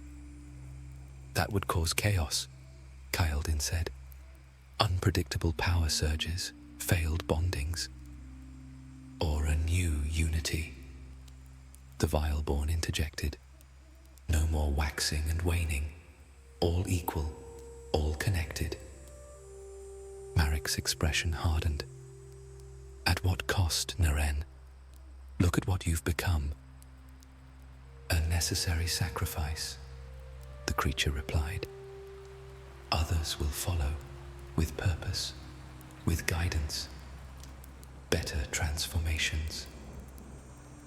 As they spoke, Kaeldin noticed more villagers gathering below, no longer fleeing, but watching the confrontation with growing interest.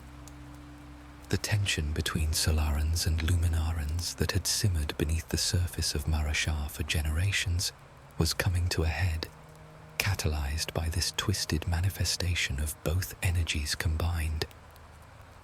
The Vileborn sensed the shift in attention and lunged suddenly toward the obelisk again. Kaeldin reacted instinctively, drawing upon his remaining power to create a solid air barrier. But his strength was fading too quickly. The barrier wavered, and the creature broke through, slamming into the crystal surface with enough force to crack its outer layer. "No!" Lyrian cried, the starlace in her hair extending to create a net of light that ensnared the hybrid creature. Marek moved with cold precision, his crystalline blades slashing at the creature that had once been his brother. "Forgive me, Neren," he whispered. The Vileborn howled, a sound of rage and pain that resonated with discordant energy. As Marek's attack connected, something unexpected happened. Instead of wounding the creature, the crystalline blades seemed to sink into its form, creating a momentary connection between them. Energy flowed visibly between Marek and the Vileborn, causing both to convulse. "It's drawing on his energy!" Kaeldin shouted. "Break contact!" Lyrian moved without hesitation, using her feline agility to tackle Marek away from the creature. They tumbled across the platform as the Vileborn reeled back, momentarily disoriented by the interrupted connection, but somehow strengthened by the brief energy transfer. Kaeldin saw his opportunity. Gathering the last reserves of his Solaran power and drawing on the stored energy in his sky dust bracers, he created a vortex of compressed air. With precise control, He directed it at the creature, not to wound, but to contain, encapsulating the Vileborn in a sphere of solidified air currents. "I can't hold this long," he gasped, the effort draining him rapidly as Solara's influence continued to wane. Lyrian was at his side instantly. "Then let me augment it with mine." She placed her hands alongside his, the starlace vines from her hair extending to intertwine with his arms. Where Solaran and Luminaran energies met, a strange harmony formed, neither sapphire nor emerald, but a balanced teal that strengthened the containment sphere around Naren. "This shouldn't be possible," Kaeldin whispered in awe. "Yet, here we are," Lyrian replied, a small smile touching her lips despite the dire situation. From below, gasps and murmurs rose from the gathered villagers. The sight of a Solaran and Luminaran combining their powers, something many believed impossible or forbidden, was as shocking as the Vileborn itself. Marek recovered from his fall, watching them with a complex mix of emotions crossing his face. "The energy patterns," he said finally. "They're stabilizing." Indeed, the chaotic fluctuations in the Vileborn's form seemed to calm within their combined containment sphere, though the creature itself continued to struggle against its prison. "We need to move it away from the obelisk," Kaeldin said through gritted teeth. The strain of maintaining the sphere was immense, even with Lyrian's help. "To where?" Marek demanded. "That's my brother, or what remains of him." "The sanctum beneath the Elder's Hall," Lyrian suggested. "It has containment chambers designed for unstable bondings." Working together, they began to move the sphere with its trapped Vileborn away from the obelisk. The creature fought against its confinement, but the balanced energy of their combined power seemed to inhibit its strength. As they made slow progress across the plaza, Kaeldin noticed the villagers parting to make way. Solarans and Luminarans standing side by side, their usual divisions momentarily forgotten in the face of this common threat. Among them, he spotted Thana coordinating with a Luminaran healer, tending to those affected by the Vileborn's toxic spores. For a brief, hopeful moment, Kaeldin thought they might succeed without further incident. Then, without warning, the cracked surface of the obelisk began to emanate pulses of discordant energy, the damage from the Vileborn's attack destabilizing the Harmony Crystal's core. "The obelisk is fracturing," someone shouted. "The energies are misaligning." Throughout the plaza, chaos erupted anew. Solarans, who had been weakening with sunset, suddenly surged with renewed power as raw, unfiltered energy from Solara leaked through the damaged crystal. Simultaneously, Luminarans experienced painful fluctuations in their connection to Luminara. The sudden energy surge hit Kaeldin like a physical blow, disrupting his control of the containment sphere. The carefully balanced teal energy wavered, fractures appearing in the solidified air. "Hold on," Lyrian urged, her voice strained as she poured more of her Luminaran power into maintaining the sphere. But it was too late. With a sound like shattering glass, the containment field collapsed, releasing the Vileborn. The creature seemed momentarily disoriented, then focused on Marek with terrible intent. "Brother," it hissed, its voice resonating with multiple tones. "Join me and become more." Before anyone could react, the Vileborn lunged at Marek, its fungal growths extending toward him like seeking tendrils. Kaeldin tried to intervene, but his control over his powers was compromised by the energy fluctuations from the damaged obelisk. Marek stood his ground, his crystalline arms reforming into shields rather than blades. "Niren, stop! This isn't the way!" The Vileborn paused, something like recognition flickering in its mismatched eyes. For a heartbeat, it seemed as if some fragment of Niren's original consciousness had surfaced through the chaos of its multiple bonds. Then, from the crowd below, a voice rang out. "For Marasha! For unity!" A figure leapt toward the platform, trailing fire and shadow. A young Solaran woman Kaeldin recognized as Elin, one of the village's most promising bonding candidates. She had always been outspoken about bridging the divide between Solarans and Luminarans. "Elin, no!" Kaeldin shouted, but she was already mid-leap, determination etched on her face. As she landed on the platform, Kaeldin saw with horror what she held: a containment vessel bearing the unmistakable glow of a freshly harvested essence from the blighted hollows. "I can stop this," she declared. "I can balance the energies." With terrible certainty, Kaeldin realized what she intended. "Elin, you've already bonded 3 times. A 4th will save us all," she finished for him, her eyes blazing with conviction. "Sometimes we must sacrifice for the greater good." Before anyone could stop her, Elin shattered the containment vessel against her chest, embracing the corrupted essence within. The effect was immediate and horrifying. Her body contorted as the new bond formed, fighting with her existing 3 bonds for dominance. The Vileborn that had been Niren recoiled, as if recognizing the tragic path Elin had chosen, the same one it had walked before.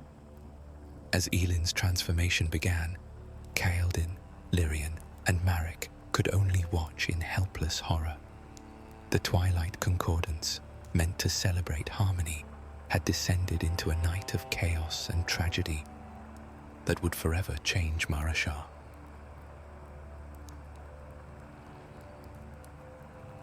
The plaza erupted in screams as Elin's body contorted. Her existing bonds, fire moss, shadow fern, and crystal hawk, fighting against the corrupted essence from the blighted hollows. Unlike Niren's transformation, which had occurred in isolation, Elin's was happening before the entire village, a horrifying spectacle of good intentions gone catastrophically wrong. "We have to help her," Kaeldin shouted, moving toward Elin despite the danger. Lyrian caught his arm. "There's no reversing a 4th bond once it's begun. We need to focus on containment, for everyone's safety, including hers." The chaotic energy emanating from the fractured obelisk was intensifying the transformation. Raw, unfiltered power from both Solara and Luminara flowed unchecked, accelerating Elin's metamorphosis. Her skin rippled between crystal formations and organic matter, while flames danced across her body, alternating between natural fire and corrupted shadow flame. Niren seemed transfixed by Elin's transformation. "Sister," it murmured, its multiple-toned voice almost gentle. "Not alone now." Marek stepped forward, his crystalline arms morphing back into shadow blades. "We need to contain them both before they bond with each other. A Vileborn pair could devastate the entire village." The implication struck Kaeldin like a physical blow. 2 Vileborn, drawing on both Solaran and Luminaran energy, could potentially merge their essences into something even more dangerous, a possibility no one in recorded history had encountered. Below, the elders were attempting to organize an evacuation, but the damaged obelisk's energy fluctuations were affecting everyone's abilities unpredictably. Some Solarans found themselves suddenly powerless as their connection to Solara was severed, while others experienced dangerous power surges. Luminarans faced similar chaos in their connection to Luminara. "The obelisk is the key," Lyrian said, her eyes fixed on the fractured crystal. "Its disruption is feeding their transformation and preventing us from using our abilities reliably." "Can it be repaired?" Kaeldin asked. Marek shook his head. "Not quickly. The harmony crystal at its core would need to be rebalanced, which typically requires a full lunar cycle.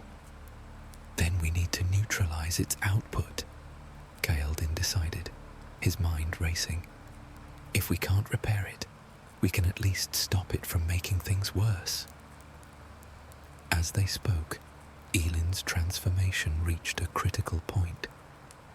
Her humanoid form bulged and shifted, taking on aspects of her multiple bonds in a discordant arrangement that mirrored Neren's monstrous appearance.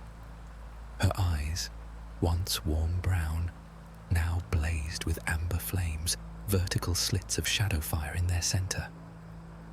She turned those unsettling eyes toward Neren, and a wordless communication seemed to pass between them.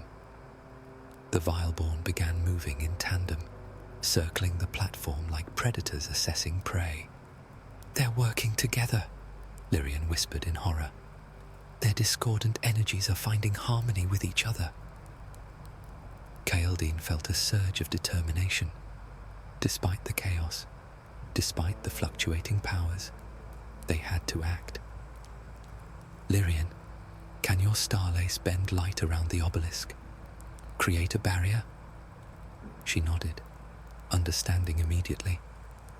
"To isolate it from the celestial bodies, cutting off the influx of raw energy." "I can try, but not alone. The disruptions are too severe." "Marek," Kaeldin turned to the Luminaran man. "Your crystal manipulation, can you create a resonance that stabilizes rather than amplifies?" Marek's expression shifted from skepticism to thoughtful consideration. "Possibly. My deep-water stone bond allows for energy dampening, but I've never attempted it on this scale." "And I can use my air manipulation to create a containment field," Kaeldin continued, the plan forming rapidly. "Not to trap the Vileborn, but to isolate the obelisk while you two work." It was a desperate plan, requiring 3 people with different abilities, Solaran and Luminaran, to work in perfect coordination. Under normal circumstances, such cooperation would be challenging enough. With the erratic energy fluctuations from the damaged harmony crystal, it seemed nearly impossible. But they had no choice. The 2 hybrids were growing stronger by the moment, feeding off the discordant energy and each other's presence. "We need to move now," Kaeldin urged, "before they fully synchronize." With unspoken agreement, they split up to take positions around the obelisk. The Vileborn sensed their intent and moved to intercept, but were momentarily distracted when Thana and a group of villagers created a diversion on the far side of the plaza. Kaeldin reached the base of the obelisk first, placing his hands against the fractured crystal surface. He could feel the chaotic energies pulsing within, Solara and Luminara's essences clashing where they should be harmonizing. Drawing on his aero-orchid bond, he began to spin air currents around the structure, creating a cylinder of rapidly moving air that would serve as the foundation for their containment effort. Lyrian positioned herself to catch maximum exposure to Luminara's light, the star lace in her hair absorbing the emerald glow greedily. With balletic sweeps of her hands, she began to bend the light around Kaeldin's air cylinder, creating a shimmering barrier that distorted visual perception of the obelisk. Marek completed their triangle, his crystalline arms pressed against the ground as he channeled his deep water stone bond. Blue-black energy rippled outward from his touch, creating a dampening field that began to counteract the wild fluctuations from the harmony crystal. For a moment, Kaeldin allowed himself to hope. The combined effect of their efforts was visible. The erratic pulses of energy from the obelisk becoming less frequent, less intense. Throughout the plaza, villagers paused in their panic as their connections to their respective celestial bodies began to stabilize. Then, the Vileborn attacked in unison, Niran targeting his brother while Elin launched herself at Lyrian. "Hold the barrier!" Kaeldin shouted, unable to assist without abandoning his own crucial role.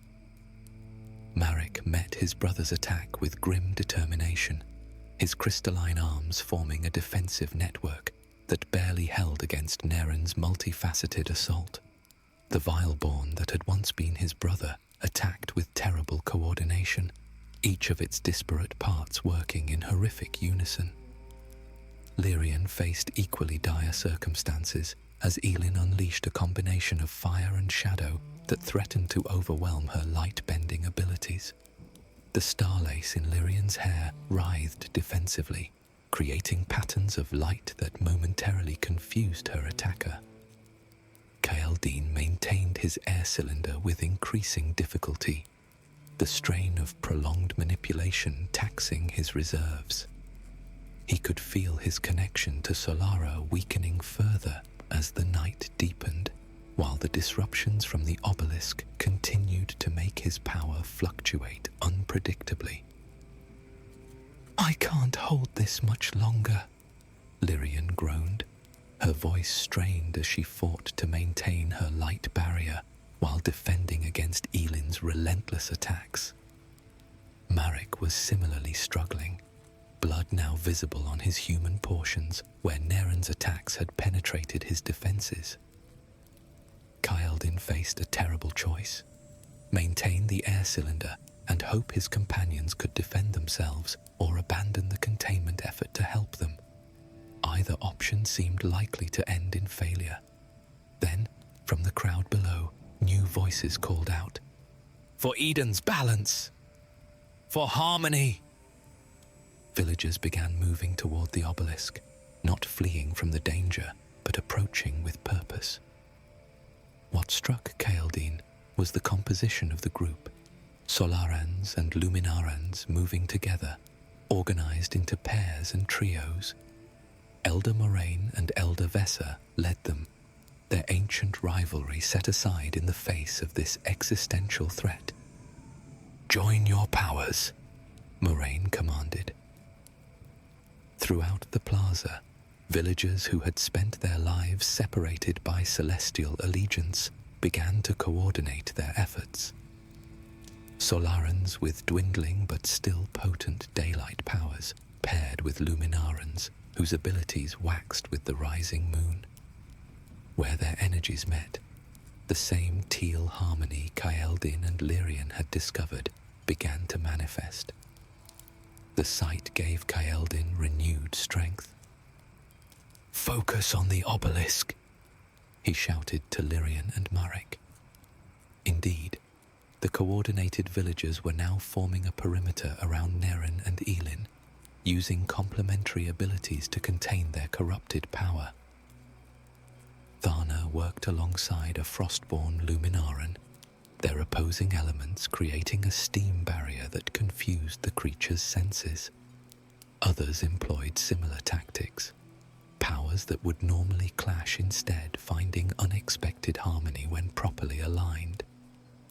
With the immediate threat to their positions reduced, the trio worked on the obelisk. Their combined technique, Air containment, light bending, and energy dampening began to take effect more powerfully. The wild fluctuations from the harmony crystal slowed, then steadied, and finally began to harmonize once more. As the obelisk's energies stabilized, so too did everyone's connection to their celestial power sources. Solarans still experienced the natural waning of their abilities, but without the chaotic surges and failures. Luminarans similarly found their growing power more controllable, more focused. The Vileborn sensed the shift in the energy field and reacted with desperate fury. Niren and Elin redoubled their efforts to break free from the villagers' containment, their discordant forms pulsing with dual essence. "They're weakening," Marek called out, his aqua stone bond allowing him to sense the energy patterns. "Without the obelisk's chaos feeding them, their forms are becoming unstable."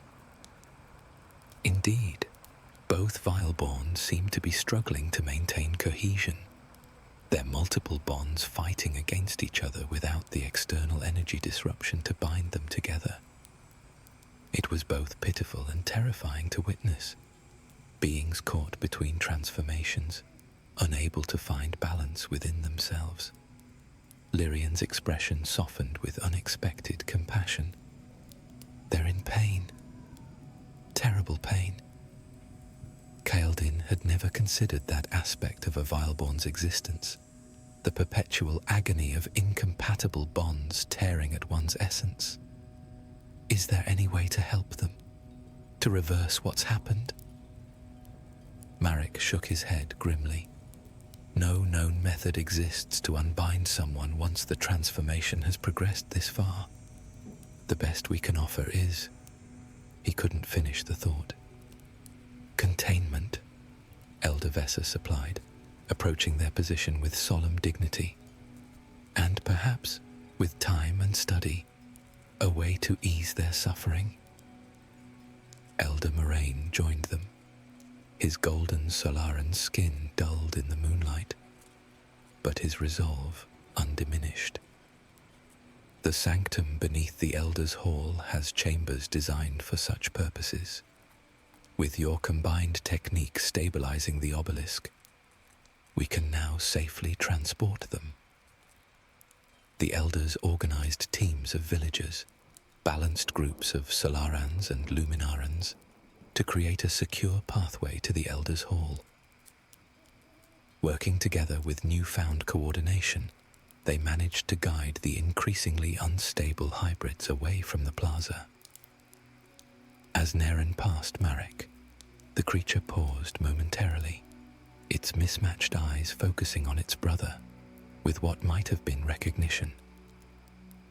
"Remember me," it gurgled, the words barely comprehensible through its malformed mouth. Marek's crystalline arms softened slightly, reaching out to briefly touch what remained of his brother's shoulder. "Always," he promised, his voice thick with emotion. Similarly, as Elin was led away, her gaze found Kaeldin. "Worth it," she managed to communicate, her voice a discordant chorus of her multiple essences. "Unity, possible." Kaeldin wanted to tell her she was wrong, that her sacrifice had been unnecessary, that there had to have been another way. But looking around at the plaza, where Solarans and Luminarans continued to work together with unprecedented cooperation, he wasn't certain she was entirely mistaken.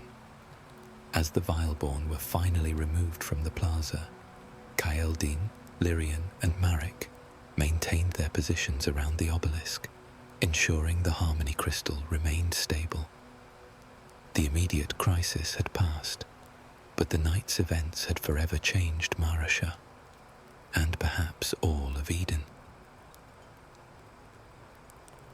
Dawn approached Marasha with tentative fingers of light, as if Solara herself was uncertain of her welcome after the previous night's chaos. The emerald glow of Luminara still lingered on the western horizon, creating an extended twilight that bathed the village in the same teal harmony that had manifested during the crisis. Kaeldin sat on the steps of the Elders' Hall, exhaustion etched in every line of his body. He and others had worked through the night, first stabilizing the obelisk, then securing the Vileborn in the sanctum's containment chambers. The village was quiet now, most residents having returned to their homes to rest, but Kaeldin found himself unable to seek his own bed. "You look terrible," Lyrian observed, settling beside him with 2 steaming mugs of spiced tea. She offered him one, which he accepted gratefully. "You don't look much better," he replied with a tired smile, noting the shadows under her vibrant eyes. They sat in comfortable silence for a moment, watching as early rising villagers began to venture into the central plaza. What struck Kaeldin was how they moved, no longer segregating themselves to east and west based on their celestial allegiances, but mingling freely, sharing quiet conversations about the night's events. "Everything's changed, hasn't it?" he finally said. Lyrian nodded, her star-lace vines moving gently in her hair despite the absence of wind. "The question is whether the change will last beyond this crisis." "It has to," Kaeldin said with sudden conviction. "What we accomplished last night, Solarans and Luminarans working together, it proved what's possible. At a terrible cost," Lyrian reminded him gently. 2 lives transformed beyond recovery. Kaeldin's thoughts turned to Elin and Nerin, now confined in the sanctum below. The Bond Sages had administered calming essences to ease their suffering, but there was no cure for their condition. They would remain as they were, tragic examples of power sought without sufficient wisdom. "Marek hasn't left his brother's chamber," Lyrian continued. "He believes there might be a way to establish communication, to reach whatever remains of Naren's consciousness. Do you think that's possible?" She shrugged, the movement causing ripples of light to dance through her starlace. "I don't know, but hope is a powerful force, perhaps as powerful as celestial energy itself." The eastern sky brightened further as Solara began her ascent. Kaeldin felt the familiar warmth of connection as his Solaran essence responded to the sapphire light. After a night of fluctuating powers, the steady renewal of his strength was reassuring. "The elders are gathering the village council at midday," he said. "They want to discuss what happened and what comes next." "And what do you think should come next?" Lyrian asked, studying his face. Kaeldin considered the question carefully. "I think Mara Shah needs to reconsider many things. The separation of Solarans and Luminarans has been based on practical considerations. Our powers wax and wane with our celestial sources. But that doesn't mean we need to live such divided lives."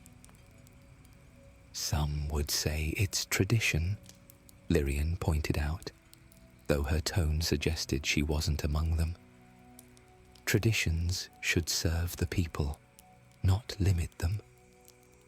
Kaeldin's gaze drifted to the obelisk, now surrounded by Bond Sages who were conducting a more thorough examination of the damage. What we discovered last night, the harmony that forms when our powers combine, that feels like knowledge we've overlooked or forgotten. Or deliberately ignored, Lyrian suggested. Power is often jealously guarded. They lapsed into silence again, each contemplating the implications. The question of Kaeldin's third bonding still lingered unresolved, the pendant at his throat catching the first rays of Solara's light. Thana approached, her fire-touched skin gleaming in the morning sun. "The elders are asking for you both. They've started examining the obelisk, and they're finding something unexpected." At the central plaza, a small crowd had gathered around the quartz structure. Kaeldin's father stood among them, a proud smile crossing Varin's features as he caught his son's gaze. At the center, the High Elders Moraine and Vessa stood side by side, their hands placed on the crystal's surface. Where the Vileborn's corruption had damaged the obelisk, a new pattern was forming, veins of teal energy that matched the harmony Kaeldin and Lyrian had created. "The harmony crystal is healing itself," Elder Vessa announced, wonder in her voice. "It's integrating both energies rather than simply channeling them separately." "Like the village must do," Kaeldin said, the realization crystallizing within him. He reached for his pendant, understanding finally what his third bond should be. "I've made my decision," he announced. All eyes turned to him. "My third bond will be with neither Solara nor Luminara essence alone, but something between." He looked to Lyrian. "If you're willing to help me." She stepped forward, understanding immediately. A shared bonding. It's never been attempted. "Many things we thought impossible have happened in the past day," Kaeldin replied. Over the next few days, as Marashar rebuilt and reorganized eastern and western quarters, gradually integrating as villagers chose homes based on preference rather than celestial allegiance, preparations were made for a historic ceremony. Under the guidance of bond sages from both traditions, Kaeldin and Lyrian would attempt to bond simultaneously with twilight orchids, rare flora that bloomed only during the brief moments when Solara and Luminara shared the sky. In the sanctum beneath the Elders' Hall, Marek continued his vigil beside the containment chambers. Sometimes, in moments of perfect stillness, the Vileborn seemed to find brief periods of lucidity. Through these fleeting connections, the bond sages began compiling knowledge about the danger and potential of multiple bondings. 1 week after the Twilight Concordance, villagers gathered once more in the central plaza. The damaged obelisk now pulsed with teal energy, stronger than before. As Kaeldin and Lyrian knelt before it, twilight orchids cradled between them, he felt not fear, but profound certainty. "This won't end in corruption," Lyrian whispered as their hands met around the shimmering blossoms. "No," Kaeldin agreed, watching as tendrils of sapphire and emerald energy began to weave together around their joined hands. "It will mark a beginning of unity." As twilight descended upon Marashar once more, the first of a new kind of bond formed, neither solely Solaran nor purely Luminaran, but something beautifully, powerfully, in between. And in that moment, Eden's future shifted toward harmony, even as new challenges waited beyond the horizon.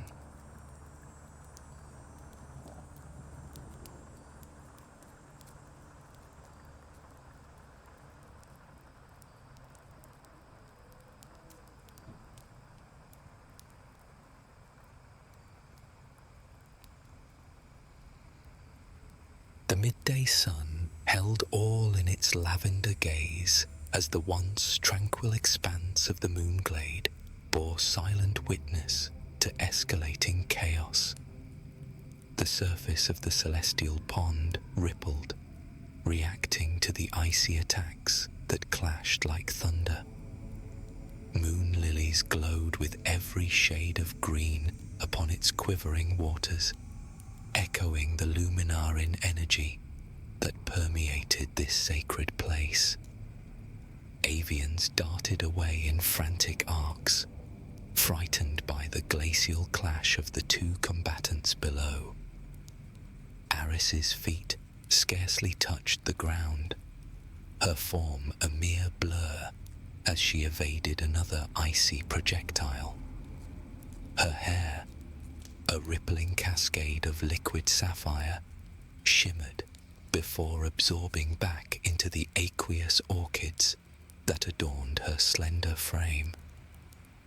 The warmth of the air buffeted her exposed azure flesh, draining its luster and her vitality. "Steady yourself, Aris," Celestrea's voice rang out. "You must pace yourself during the day. The moonglade will only help so much," she stated, while casually leaning away from an attack.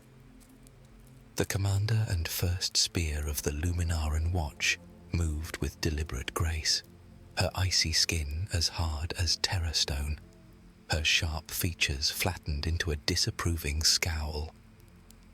"If you're going to waste all your energy, at least attack," she remarked bluntly. "If you think age has something to do with endurance, then you have a lot to learn about harnessing Luminaran energy." Frost swirled around the fingertips of the seasoned Frostborn woman, coiling like serpents before launching forward with alarming speed. Aris twisted her torso with impressive agility, narrowly avoiding the attack. Her fingers twitched as she guided the watery strands of her hair, forming a whip that solidified into ice just in time to deflect another projectile. Channeling her energy, she spun towards the glade, her proximity amplifying her strength. Celestrea's eyes briefly flicked with approval as they maintained their formidable pace. Aris felt a surge of vitality. She shifted her stance, drawing deeply on the reserves of Luminaran energy that shimmered around the pond. With resolve filling her gaze, she fired an icy lance towards Celestrea, only for it to betray her, finding purchase in her mentor's more commanding hands. Using it to smash through her continued assault, Celestrea spun the icy staff around her like an impenetrable wall. Each impact scattered shards through the air like shimmering confetti. "Reckless attacks will get you killed." Celestrea's voice cut through the air, and an icy blast to the gut painfully cemented her point. Aris fell to one knee, her breath coming in shallow, ragged gasps. "Get up," Celestrea commanded, crossing her arms. "You must remain focused if you hope to join the watch." Aris clenched her fists, fighting the fatigue that gnawed at her muscles. "Don't tell me the light of Solara has drained you already," Nixelia's voice interrupted with teasing levity as she and her daughter approached from the sidelines. Her emerald armor seamlessly melded with crystalline flesh, both resplendent and impenetrable. "Perhaps you need a dip in the Luminaran waters to replenish your fleeting energy," Capricia chided with a smirk, her presence as intimidating as her mother's. Celestrea strode closer, the intense gaze of her silver eyes pressing down on Aris. "Do you want to join the watch?" she asked bluntly. "Yes, first spear," Aris muttered under shallow breath. "Then prove to me you can face the coming trials," she demanded. "Now, get up." "Don't waste your time with this one," Capricia jeered. "She won't even pass the trials." A faint smile formed on the ebony cheeks of the shade-born recruit. "I've been bred to be a Luminaran knight. This one," Capricia nodded to Aris, was bred for failure. Aris grunted, her features tightening with frustration. She spun, sweeping the ground with her leg. Celestrea easily stepped over the attack, but succumbed to the grass that froze beneath her lone support leg. Aris didn't relent, charging forward with balletic sweeps of her hands, pulling up icy blades of grass in rapid succession. "Better. That's more like it," Celestrea declared before launching forward, her frost spear cleaving the air in a brutal arch as the match continued.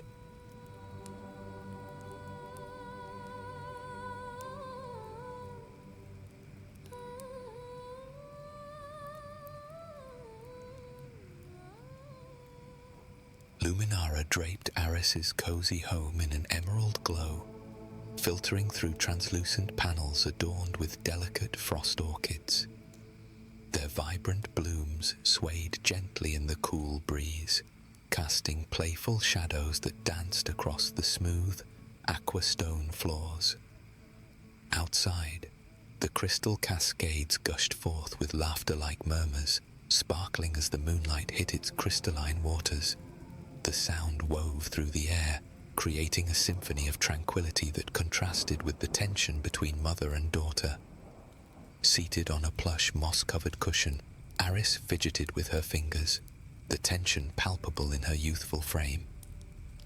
Her gaze drifted toward the cascading waters, each droplet reminiscent of fleeting memories, the echoes of laughter shared and love lost. 3 years had passed since that fateful day when darkness surged forth from the shadows, claiming her father in an instant. Since then, a heaviness had settled within her heart. "I don't want to feel helpless anymore, Mother." Her voice trembled as she turned to face Eleni.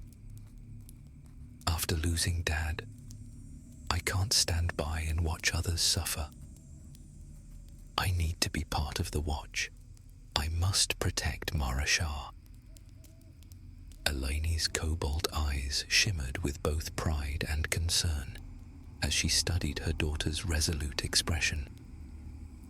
She brushed back a few strands of dark hair that danced in sync with the gentle breeze flowing through their home. "I understand your heart, Aris," she replied softly, her voice steady like the water flowing nearby. "Your father would be proud of you. But remember, strength is not about power alone. It's also knowing when to lean on others." Aris nodded slowly, but felt fear flutter within her chest like a caged bird. She could feel her mother's watchful gaze upon her, a mixture of encouragement and worry woven into every glance. "I'm scared," she admitted quietly, "but I can't let that stop me from passing the recruitment process." The soothing sounds of cascading water filled the space as Eleni remained silent, allowing her daughter's words to linger. With a heavy heart, Eleni reluctantly extended her blessing for her to join the Luminaran watch, a flicker of pride mingling with her concern.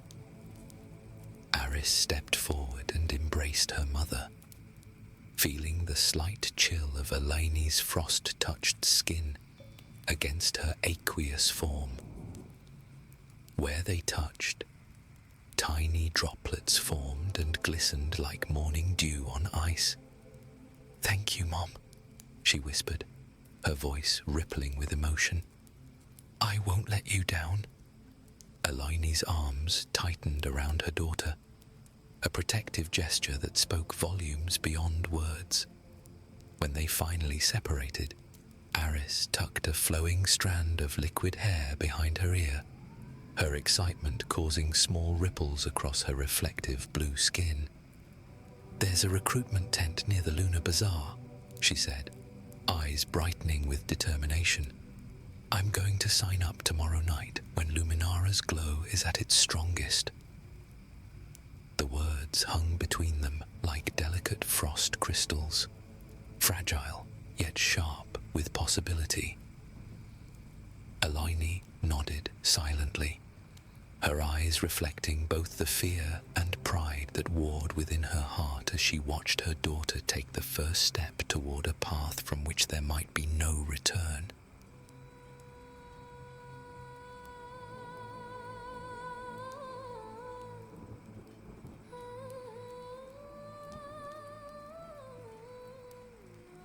The lunar bazaar buzzed with life as the sapphire sun dipped below the horizon, casting long shadows across the terra-stone streets. Lanterns crafted from glimmer vines swayed gently in the evening breeze, their soft glows mingling with laughter and chatter that filled the air. Colourful stalls lined every corner, offering an array of exotic produce, fleshy fruits glistening under twilight, vibrant flowers bursting with hues unseen, and elemental shards crackling with untamed energy.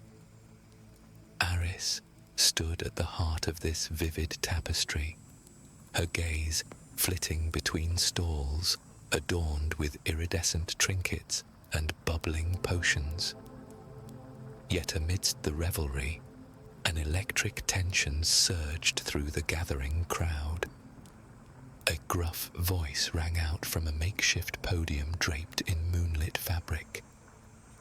"Join the Luminaran Watch. Prove your strength and honor the legacy of our knightly guardians." A recruiter stood proudly beneath a canopy of glimmering orbs, his arms outstretched as if embracing all who dared to dream. Aris breathed deeply as she stepped closer, her resolve beginning to crystallize within her. This was what she'd been waiting for, a chance to prove herself among the legendary knights whose tales echoed throughout Marashar.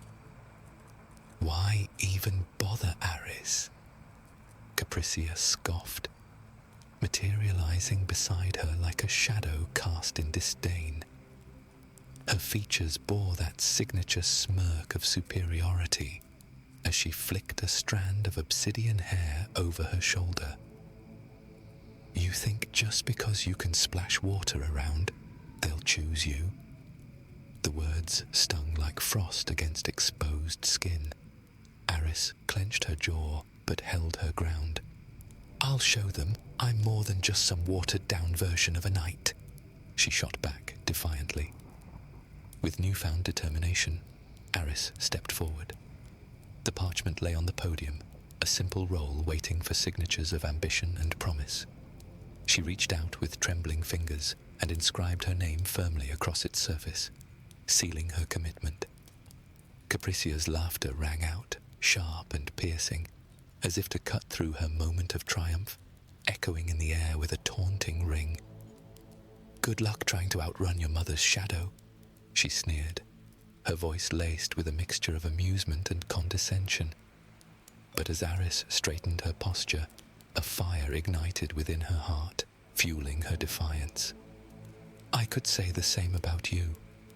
Nixilia is second spear, is she not?" Capricia's expression shifted, her features tightening as she dismissed the implication with a wave of her hand. "Oh, please. You think I'm just some shadow waiting to be eclipsed. I have my own path to carve." Her eyes narrowed. A flicker of challenge ignited as she stepped closer. "And when we pit our skills against each other, I will show you exactly how I plan to carve that path." Aris took a step back as Capricia's crystalline flesh began to shimmer like a shade shard. She raised her arm and grinned menacingly as a shadow blade slowly emerged from her flesh. The sharp appendage shimmered ominously, reflecting the glow of the nearby lanterns as she loomed closer. "Enough!" The recruiter's voice boomed, slicing through the tension like a knife. He stepped forward, a robust figure draped in fabric adorned with the insignia of the Luminaran watch. "Save it for the combat trials ahead," he commanded, eyes flicking between the two young women. "You'll need every ounce of energy and focus when facing the challenges that await you." His gaze swept between them before resting on Capricia. "And that goes for you as well. I'd hate to have to report to your mother that you started a fight with another recruit." Her eyes constricted to slits, but she withdrew the blade, her poise recovering its elegant bearing, if barely. "Of course," Capricia muttered with feigned nonchalance. "Wouldn't want to ruin my chances by wasting energy on someone who won't make it past the first trial anyway." "Let's see how far that bravado takes you when we face off," Aris replied coolly, a smile playing at the corners of her lips as she shifted into a more relaxed stance. The moonlight shimmered above, casting an emerald glow that seemed to strengthen their resolve. With a shared glance that spoke volumes, they readied themselves for the trials ahead, each determined to carve their own path as a protector of Eden.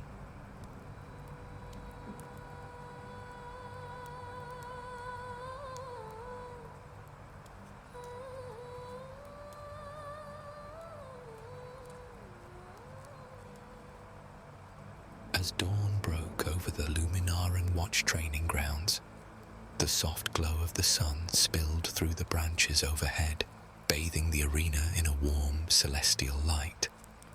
The air was thick with anticipation as new recruits gathered, their hearts pounding with eagerness and trepidation. Ancient stones, worn by the passage of time and the echoes of battles once fought, marked the space where aspirations of guardianship flickered like stars just out of reach. Nyxelia stood at the forefront, her crystalline flesh shimmering in shades of ebony and emerald, like the elemental shard she'd bonded with. Taking a deep breath, she conjured a shade spear, which coalesced into existence like liquid smoke. The weapon absorbed the surrounding light, an embodiment of her mastery over shadow magic. "Today, we will train in the art of the shade spear," she declared, her voice commanding, yet calm. "It requires focus, precision, and the willingness to embrace the shadows." Capricia, her pride evident, flashed a confident smile as she deftly formed her own shade blades from her arms. "I'll show you how it's done, Water Girl," she teased, casting a contemptuous grin at Aris. A tentative voice emerged from the group of recruits, breaking the tension that hung in the air. "What about the rest of us? We're not all shade crafters." Nyxelia, with a commanding presence that seemed to draw the very shadows closer, extended her arm gracefully. With a flick of her fingers, dark shade shards erupted from her skin, shimmering like stars against the backdrop of twilight. They shot forth with purpose, piercing the ground in front of each recruit, where they landed with a soft thud. Moments later, the dark crystals transformed, bursting into formidable spears. "Now, arm yourselves," Nyxelia instructed, her voice resonating with authority. As the recruits hesitated, eyes wide with awe and uncertainty, Aris felt a swell of excitement within her. Nyxelia elegantly showcased a series of intricate motions with the spear, her movements fluid and precise, like a dance woven from the very fabric of night. As she demonstrated the combinations, her voice resonated with an authority that demanded attention. Each flourish of her spear a lesson in both technique and grace. The recruits, eager yet apprehensive, mirrored her actions with varying degrees of success. Some grappled with the complexities of the drills, Aris among them, her focus unwavering as she sought to absorb the nuances of each movement. The spear felt foreign in her hands, a challenge that ignited both determination and frustration within her. In stark contrast, Capricia shone brightly, her natural affinity for shadow magic allowing her to execute the combinations with a finesse that left others in awe. The ease with which she maneuvered the spear seemed almost effortless, a testament to her training and lineage. As Aris watched Capricia glide through the motions, she couldn't help but feel a mix of admiration and envy. Nyxelia called for the recruits to break into pairs and face each other in mock battles.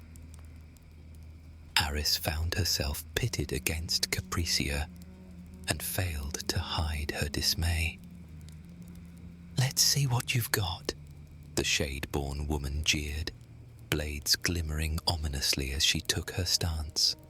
With Nyxelia's encouraging gaze locking them in place, Aris responded with determination. "Here goes nothing," she murmured, lunging forward. But Capricia was faster, sidestepping and retaliating with a swift slice of her shade blade, catching Aris off guard. "Oops, too slow," she teased, her confidence booming as she danced around Aris, tantalizingly out of reach. She tried to regain her footing, swinging her spear. However, Capricia ducked and weaved, easily avoiding the attacks, like a shadow taunting its caster. Aris's frustration mounted, each failed strike fanning the flames of her embarrassment. The other recruits watched, amusement on their faces. "Come on, it's just a bit of shadow play," Capricia teased, landing a quick slap with her blade that knocked her back. With deep breaths, Aris steadied herself, eyes narrowing in concentration. This isn't over," she declared, attempting to gather her momentum for one grand move. Just as she was about to swing again, Capricia exploited the opening, wrapping her free arm around her spear and yanking it away with stunning ease, sending her sprawling onto the grass. The onlookers erupted into laughter, and Aris's cheeks flushed with humiliation as she lay on the ground, her spirit dampened but not broken. "Maybe you're not cut out for this after all," Capricia cooed mockingly, standing victoriously over her fallen opponent. Nyxelia stepped forward, empathy evident in her gaze. "Every night has endured defeat, Aris," she said, gently offering a hand to help her up. "What matters is how you rise from it." With a sigh, Aris accepted her hand, determination rekindling within her as she stood. "I won't give up. Just wait, Capricia. Next time, I'll show you what I can really do." The challenge hung between them like an unspoken pact, delicate yet binding as gossamer moonlight threading through the emerald-tinged night air. Aris could feel the weight of it pressing against her chest, mingling with the residual sting of her earlier defeat and the quiet determination that had begun to simmer beneath her skin. Capricia's smirk still lingered in her peripheral vision, a constant reminder of the gap in their abilities, a gap that Aris was desperate to close.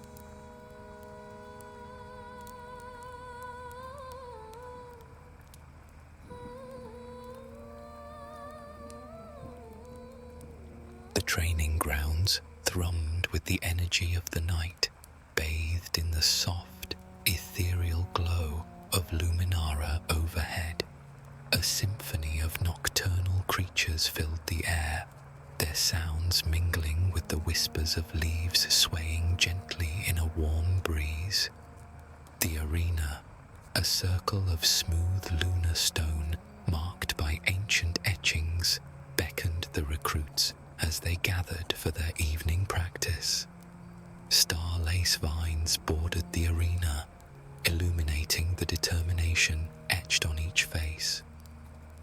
Aris stood among her peers, heart racing with both anticipation and apprehension. Beside her, Capricia paced like a restless shadow, confidence flickering in her dark eyes as she adjusted her stance. Their recent sparring session had ignited a spark of rivalry, but tonight would demand something different. A melding of their abilities against Nixilia's prowess. Stay focused, Aris reminded herself, mentally rehearsing every fluid movement she had practiced. Nixilia approached, her lithe form looming over them. The Luminara night radiated an aura of mastery. Her crystalline form shimmered in the moonlight as she wielded a shade spear with ease. Pair up, Nixilia commanded, her voice cutting through the excitement like frost through summer air. Aris and Capricia exchanged glances. An unspoken agreement passed between them. They stepped forward together, ready to confront Nixilia as a team. But as their match commenced, hesitation crept into their movements. Aris focused on evasion and fluidity. Capricia sought to land precise strikes with her blades. Instead of synchronizing their efforts, they fell into disarray, striking out at one another more than at Nixilia. "Are you even trying?" Capricia snapped during one misstep that nearly sent Aris sprawling. "I'm trying to avoid your blades," Aris retorted, frustration mounting beneath the surface. Nixilia watched with narrowed eyes as they faltered under the weight of their discord. But then something shifted within Aris.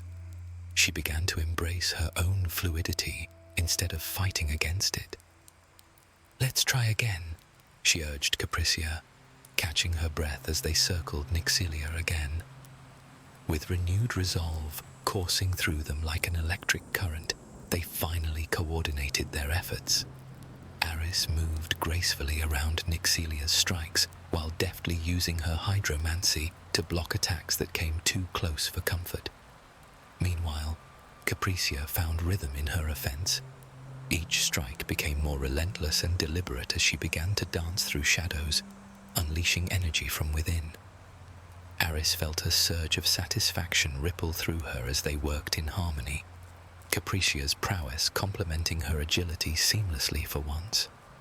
As they bested Nixilia's flurry of attacks together for those brief moments under Luminara's watchful gaze, a newfound respect flickered between them, a fragile bond forming amidst shared victory and tension alike. But just as victory appeared within reach, their focus broken by camaraderie, an urgent figure rushed onto the training grounds, Celestria herself, breathless and serious. "The last patrol into the Shadow Veil never returned," she announced gravely. Aris exchanged quick glances with Capricia, an undercurrent of excitement mingling with dread ignited within them both at the mention of adventure and danger ahead. "All right, time for some on-the-job training. You'll join my search party," Nixilia commanded, pointing toward the duo. And just like that, uncertainty hung heavily in the air. A new challenge awaited them beyond their sparring match, and this time it carried stakes far greater than mere pride or rivalry.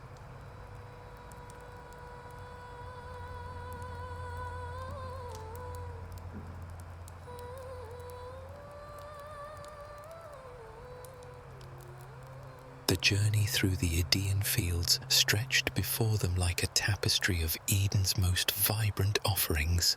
Luminous pollen drifted lazily through the air, catching the purple rays of Solara that filtered through the canopy of massive celestial oaks. Their gnarled branches reached skyward, as if in perpetual worship of the celestial bodies that granted them life. The party moved with purpose, following a winding path that cut through fields of glimmer grass, each blade shimmering with tiny droplets that refracted light into miniature rainbows. Aris kept pace behind Nyxelia, her aqueous form struggling against the harsh daylight. Her skin's usual luster had dulled to a matte blue, and she could feel her energy ebbing with each step. Still, determination pushed her forward, even as Capricia's shadow fell beside her. "Getting tired already?" Capricia taunted, her crystalline flesh unmarred by the journey. "Maybe you should have stayed home with your mother. The Shadow Vale isn't exactly a place for fragile water droplets." Aris clenched her jaw, refusing to give Capricia the satisfaction of seeing her irritation. "I'm fine," she replied evenly, "though I'm surprised you can see anything beyond your own ego." Capricia scoffed, her fingers absently forming small shadow daggers that dissolved into the air. "My ego is well earned. I've been training for the watch since I could walk. You're just playing at being a knight because you have nowhere else to fit in." "At least I earned my place," Aris shot back, her voice rippling with emotion. "I didn't rely on my mother's position to secure mine." The words struck a nerve. Capricia's eyes narrowed dangerously, shadow energy crackling at her fingertips. "You know nothing about enough." Nyxelia's voice cut through their argument like a blade. She turned, her imposing figure halting both young women in their tracks. "Capricia, I expected better from you. The daughter of a Luminaran knight does not waste energy on petty squabbles." Aris watched as Capricia's posture stiffened, her confidence faltering under her mother's disapproving gaze. "Your lineage demands excellence," Nyxelia continued, her voice softening slightly.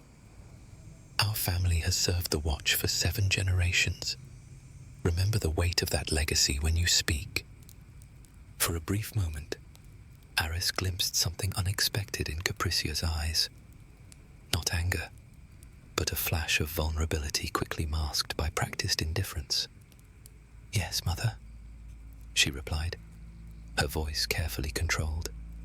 The pressure Capricia faced was evident to Aris, the weight of generations of excellence bearing down on her shoulders. Yet sympathy came reluctantly. The arrogance that Capricia wore like armor made it difficult for Aris to see past her cutting remarks and condescension. As they continued their trek, they passed through a grove of whisper willows, their translucent leaves carrying hushed conversations on the breeze. Nyxelia paused, gesturing toward a cluster of vibrant blue flowers growing at the base of one tree. "Memory blooms," she explained, her tone shifting to that of a teacher. "They absorb the emotions of those who pass by. In ancient times, our ancestors used them to record important events." She knelt, gently touching one of the petals. The Shadow Vale wasn't always as it is now.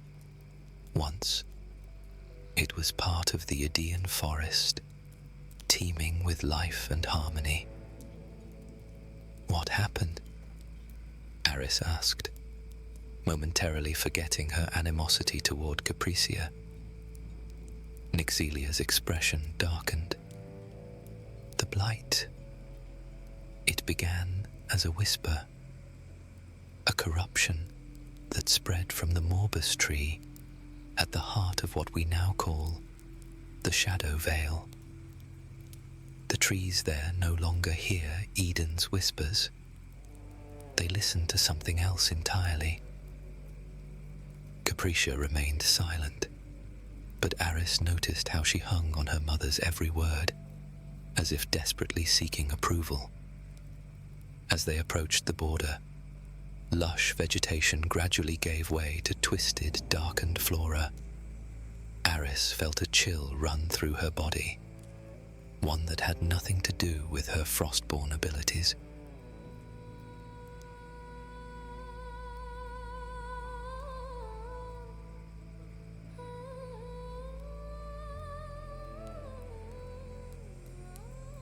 The heart of the Shadow Vale thrummed with a palpable unease, the air thick with an oppressive darkness that seemed to whisper secrets long buried. Gnarled trees twisted into grotesque shapes, their branches reaching out like skeletal fingers, while shadows clung to every corner as if reluctant to let go of their dark embrace. Aris stood at the forefront, her light blue skin glistening faintly under the ghostly glow of Luminara above, contrasting starkly with the menacing blackness that enveloped them. Beside her, Capricia moved with practiced grace, her deep-set eyes scanning the dim surroundings.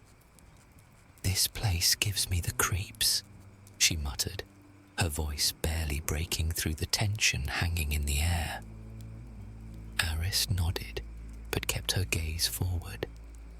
They had ventured into this forsaken realm searching for their missing comrades, seasoned knights whose absence weighed heavily on their hearts.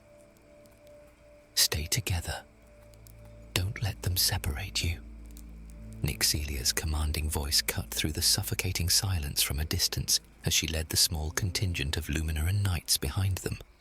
Each knight bore their weapons with resolute determination. They were not about to succumb to fear. Just as Aris felt a flicker of hope swell within her chest, chaos erupted around them. Shadows morphed and twisted, revealing monstrous forms that slithered from the depths of night. Shade spawn emerged like liquid darkness given shape. The ground trembled beneath their feet as grotesque hybrid creatures advanced alongside them. One monstrous figure stood taller than the rest, a creature that bore features reminiscent of both shadow and spider. Capricia's eyes widened at its horrifying form. "I don't need you slowing me down. Focus on the shade spawn. I'll handle the spiders and their disgusting queen." She lunged forward without hesitation, her blades shimmering ominously in the half-light. Aris clenched her fists and grounded herself in fluid motion. This was no time for hesitation. As shade spawn lunged toward them, she summoned torrents of water from nearby pools, letting it dance between her fingers before unleashing it in a cascading wave that transformed into frost under Luminara's influence. The defensive walls shimmered as it rose high before crashing down against advancing foes. "Now!" Nixelia commanded as they regrouped behind Aris's barrier, readying themselves for another wave of attacks. The seasoned knights pressed forth with renewed vigor against their adversaries, while Capricia danced around spider-like appendages, moving towards her mother. As Aris fought alongside them, coordinating with Capricia against the grotesque hybrid queen that commanded its monstrous minions, she felt an unexpected camaraderie blossom, a grudging respect forged through necessity amidst adversity. The tide shifted as their combined efforts forced back both shade spawn and hybrid alike, until finally retreating into the shadows from whence they came. But just when victory seemed sweet upon their lips, an overwhelming silence settled over the vale once more. A heaviness draped over them like a shroud as they stumbled upon what remained of the Luminaran patrol they had set out to find. Lifeless bodies sprawled across damp ground, dead to the last night.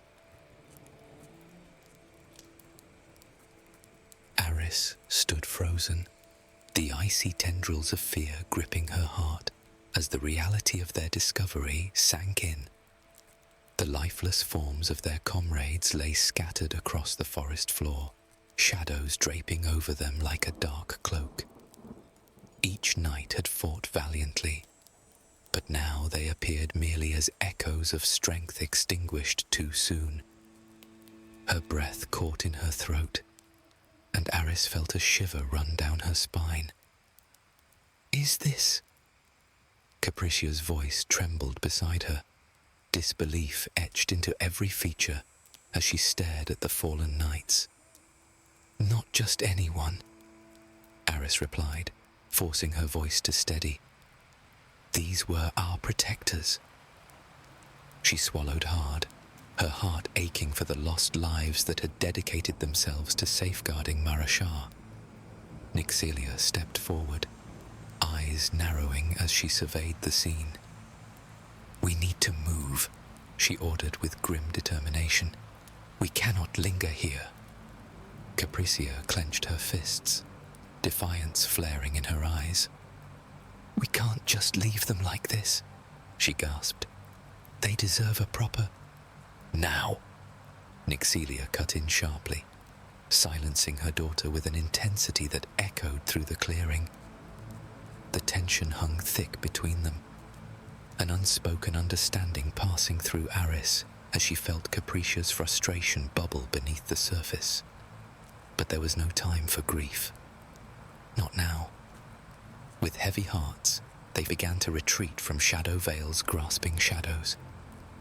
As they moved deeper into the woods towards safer territory, Aris kept glancing back at the figures lying still amidst twisted roots and creeping vines.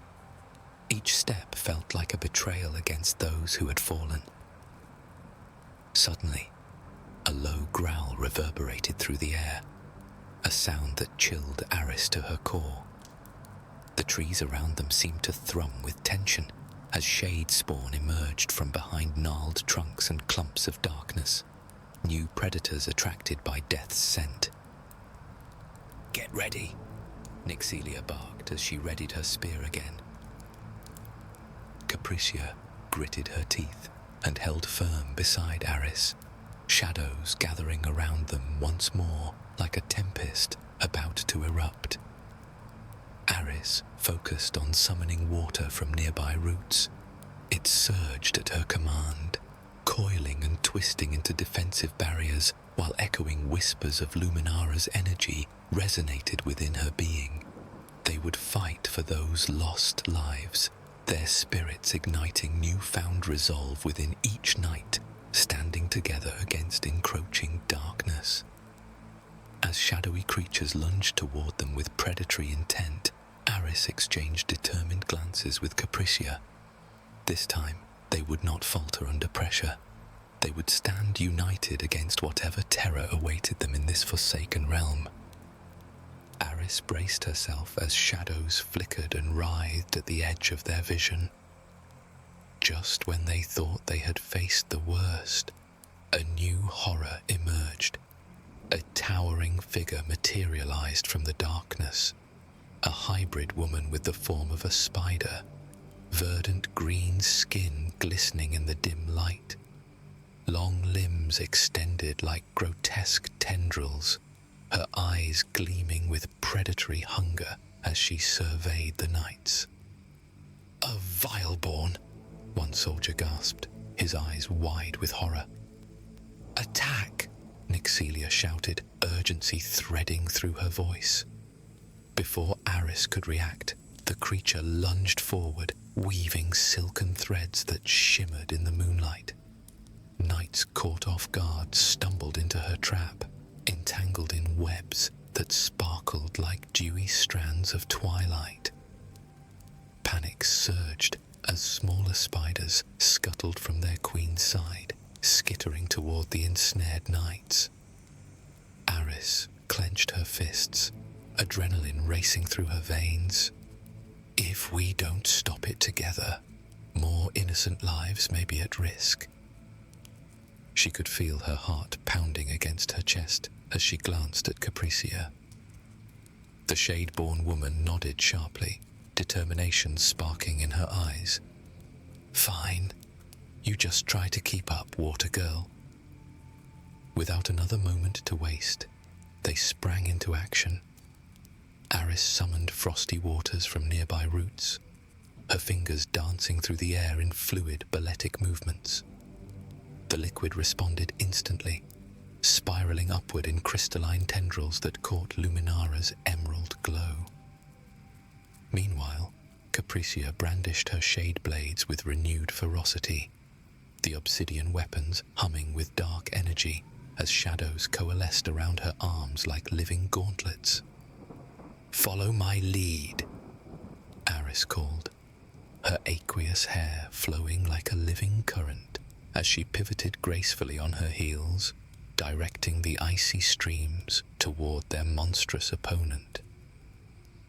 Capricia nodded, her eyes narrowing in concentration as she wove her shadow magic into Aris's watery assault. "Just don't slow me down." Together they created something neither could accomplish alone. Aris wove icy tendrils around Capricia's shadowy strikes, the contrasting energies merging into a swirling vortex that danced and glimmered ominously in the darkness. Frost-rimmed shadows spiraled outward, crackling with power as they expanded, cutting through the hybrid's silk defenses like they were nothing more than morning mist. "Now!" Capricia shouted, her voice carrying over the rushing waters and whispering shadows. She lunged forward, her body arcing through the air with predatory grace as they unleashed their combined power toward the hybrid queen.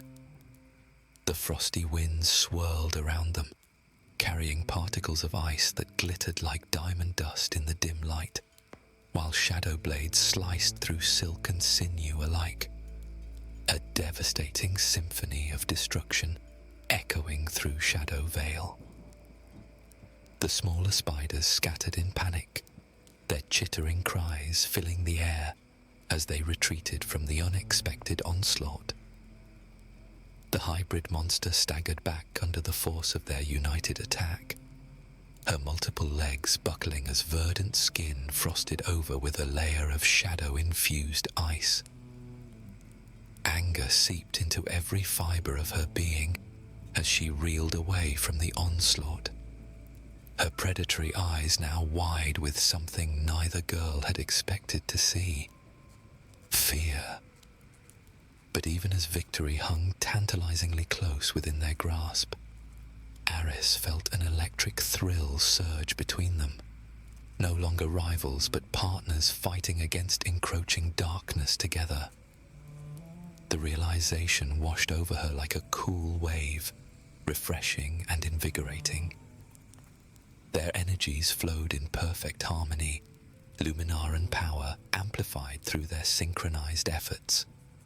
With each successful strike against their foe, a bond was forged through shared resolve. Aris's watery attacks became more precise as Capricia's shadows grew more substantial. Together, they pushed forward, driving the hybrid queen back step by trembling step until she let out a piercing shriek of defeat. As the Vileborn and her minions finally retreated into the deepest shadows of the Vale, Aris knew this battle would forever change them both and strengthen their place within the Watch, not as competitors, but as sisters in arms, whose complementary powers could overcome even the darkest of threats.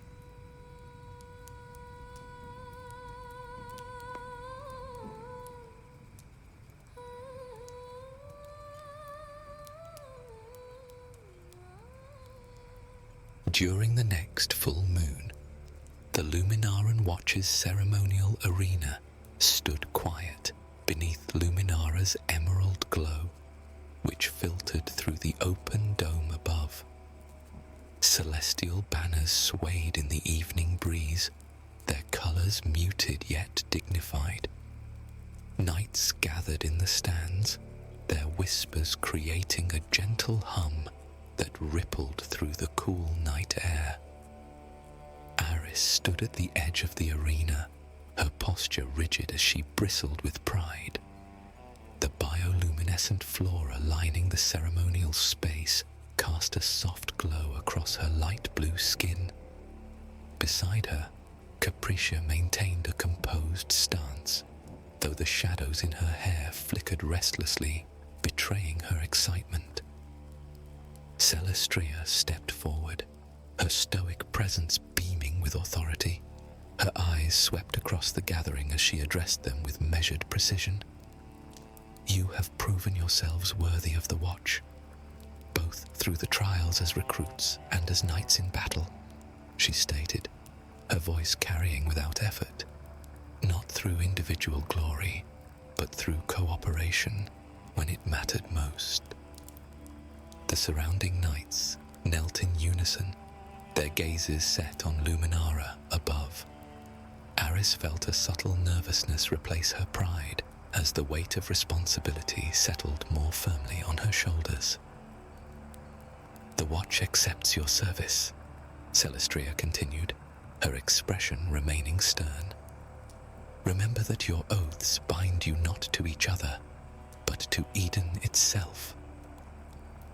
Aris and Capricia stepped forward in unison, raising their hands toward Celestria and the council members seated above, a formal gesture of acceptance that carried centuries of tradition.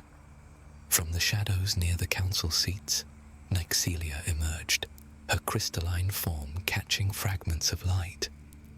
She approached Capricia, her expression unreadable. "You did well," Nyxelia said, her voice carrying just enough for those nearby to hear, "though your technique still needs refinement." Capricia's posture stiffened. "I will continue to improve, Mother." "See that you do," Nyxelia replied, then added with the faintest softening of her features, "Our family's legacy now rests with you." As the formal proceedings concluded, Aris felt a familiar presence approach. Eleni moved through the dispersing crowd, her translucent blue skin almost ghostly in the dim light. "Mom," Aris whispered, emotion catching in her throat. Eleni embraced her daughter, the slight chill of her frost-touched skin a comforting familiarity. "Your father would have been proud," she said quietly. "As am I." Aris blinked back unexpected tears. "I wish he could have seen this." "He sees," Eleni assured her, pulling back to meet her daughter's gaze. "But do not mistake pride for safety. The path you've chosen carries dangers he would have wished to spare you from." Across the arena, Capricia caught Aris's eye and offered a curt nod. Not quite friendship, but acknowledgement of their shared purpose. The rivalry remained, tempered now by mutual respect forged in combat. As the emerald moonlight intensified overhead, Aris understood that tonight marked not an ending, but a beginning. The darkness beyond Marashar's borders still grew, and the Shadow Veil's secrets remained largely unknown. Their victory had been small, perhaps even temporary, but for now, it was enough.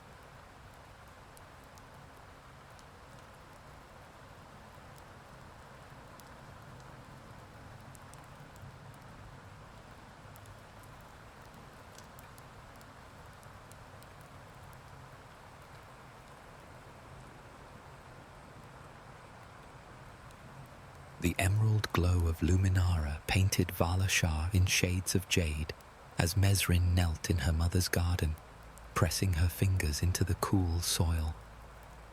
The village settled into its evening rhythms around her. Luminaran shopkeepers opening their stalls as Solaran merchants closed theirs, children playing on the terra-stone streets. Mesrin closed her eyes and felt the familiar tingle in her fingertips. The skin there had taken on a subtle bark-like texture since she'd bonded with the whisper vines 3 seasons ago, absorbing the delicate flora into her essence. When she concentrated, her fingers could now extend into delicate roots, pale and seeking. She breathed in the night air, drawing strength from Luminara's steady presence above, and let her roots slip into the earth. The connection came slowly at first, a gentle hum of awareness, like voices heard through water. The moonbell flowers along the garden path murmured their contentment at the cool evening. The silverleaf herbs near the fence shared their satisfaction with recent rain. Mesrin smiled. This was why she'd bonded with the whisper vines.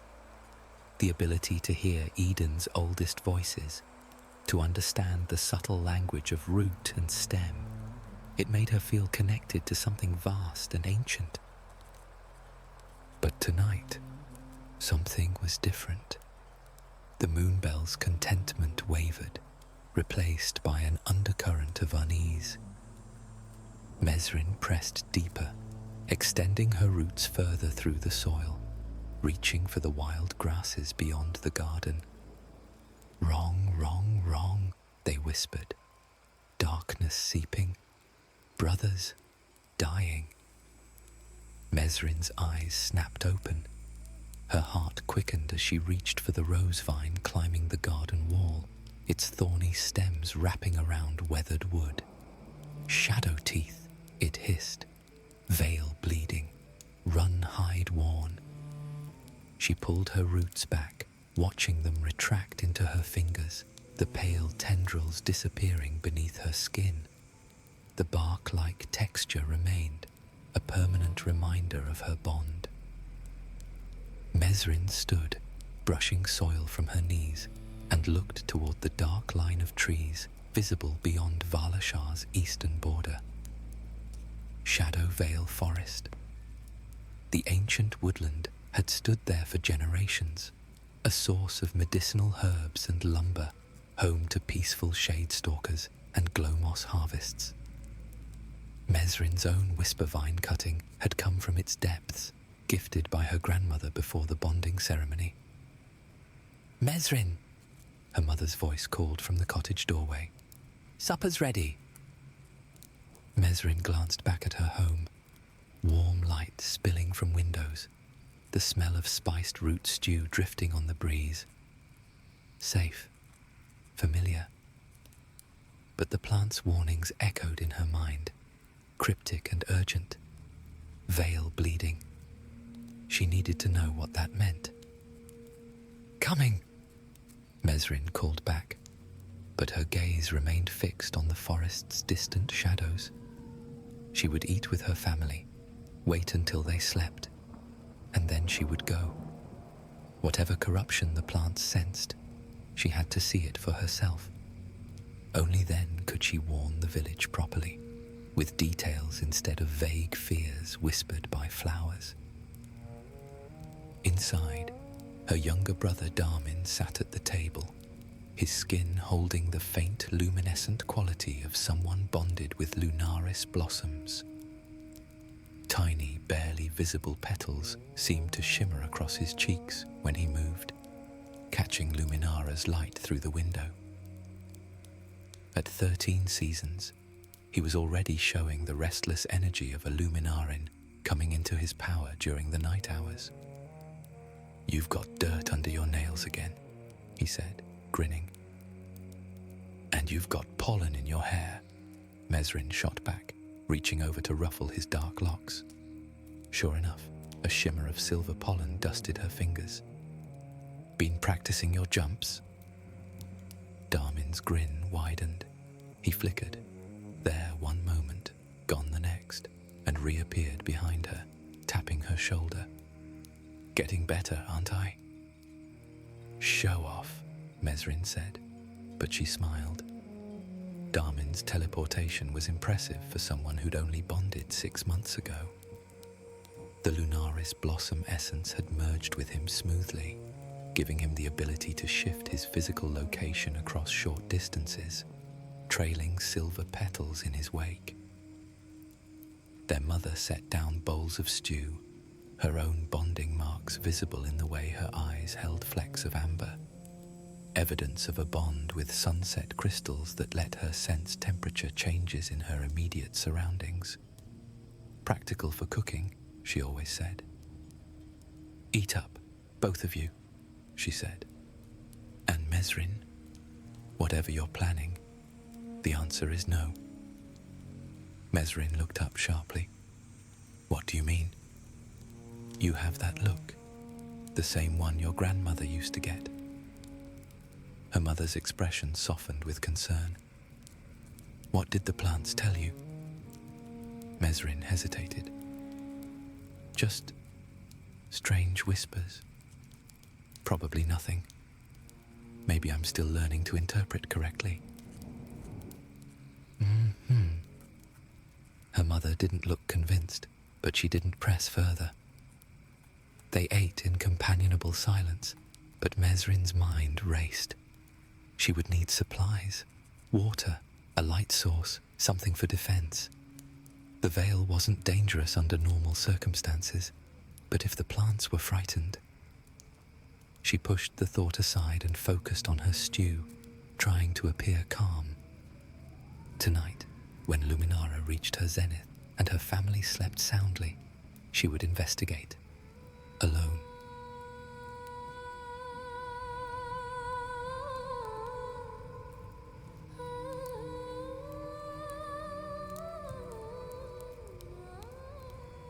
The forest welcomed Mesrin with the scent of damp earth and lunar jasmine. She'd slipped from her cottage when Luminara hung full and bright overhead, her emerald light filtering through the canopy in shifting patterns.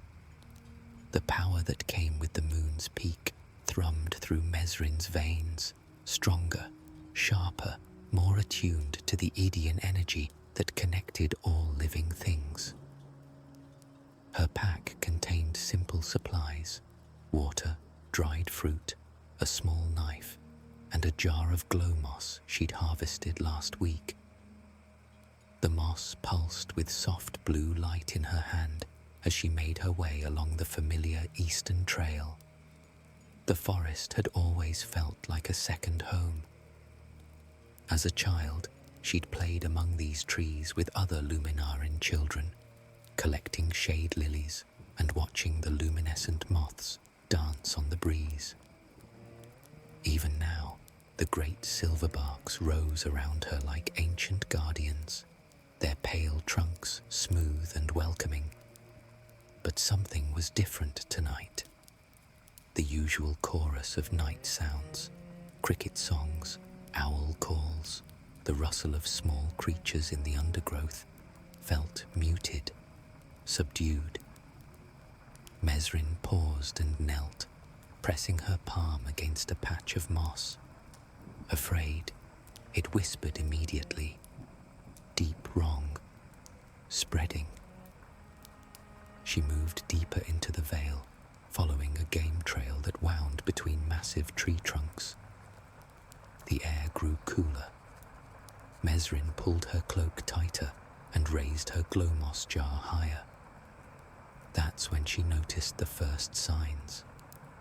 A patch of ferns to her left had turned an unhealthy grey, their fronds withered and brittle. Mesrin approached carefully, setting down her jar to free both hands. She extended her fingers, watching her roots emerge, pale, seeking tendrils that reached toward the dying plants. The connection hit her like a slap as the sickly flora all but cried out. Pain, dying, corruption, spreading. Mesrin gasped and jerked her roots back. The ferns weren't just sick, They were being consumed by something, transformed into vessels for... A twig snapped behind her. Mesrin spun, her heart hammering. In the emerald-tinted shadows, a figure stood frozen on the trail. Small, familiar. Darmin. Mesrin's shock gave way to anger. What are you doing here? Her brother stepped forward, his face sheepish in Luminara's light. The subtle glow of his lunaris blossom bond made the petals shimmer on his skin more visible at night. Tiny luminescent points that traced his cheekbones and jawline. I heard you leave, he said. I wanted to help. Help! Darmin, this could be dangerous. I told you. Mesrin stopped herself. She hadn't told him anything. She'd tried to keep her investigation secret. You should have stayed home. You were going to go alone into a forest that has the plants scared enough to warn you. Darmin crossed his arms. That's not brave, sis. That's stupid. She wanted to argue, but he had a point. Fine, but you stay close to me, and if I tell you to run, you jump straight back to the village. Promise me. I promise. Darmin moved to her side, peering at the blighted ferns. Is that what they warned you about? Part of it. Mesrin picked up her glow moss jar and gestured deeper into the forest. The whispers said something about the veil bleeding, about darkness and shadow teeth. I need to find the source. Then let's find it together. Darmin's hand found hers, his skin warm despite the cool night air. They walked in tandem, sister and brother, two Luminarin drawing strength from their celestial mother above. Mesrin couldn't deny the comfort of his presence, even if his safety was now another weight on her shoulders.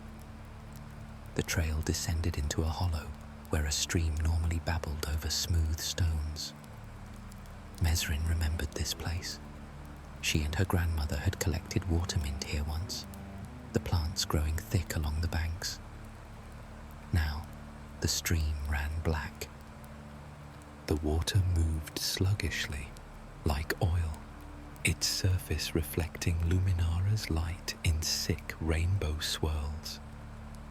Along the banks, the watermint had transformed into something else entirely.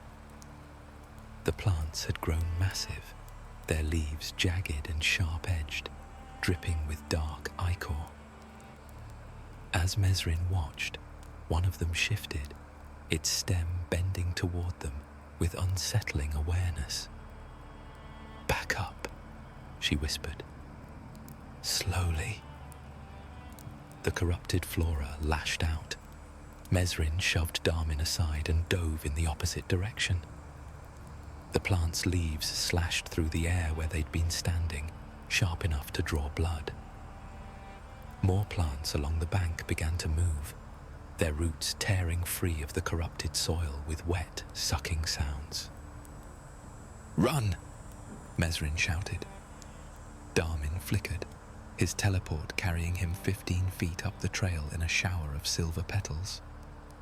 Mesrin scrambled after him, but another plant lashed out, its vine-like stem wrapping around her ankle.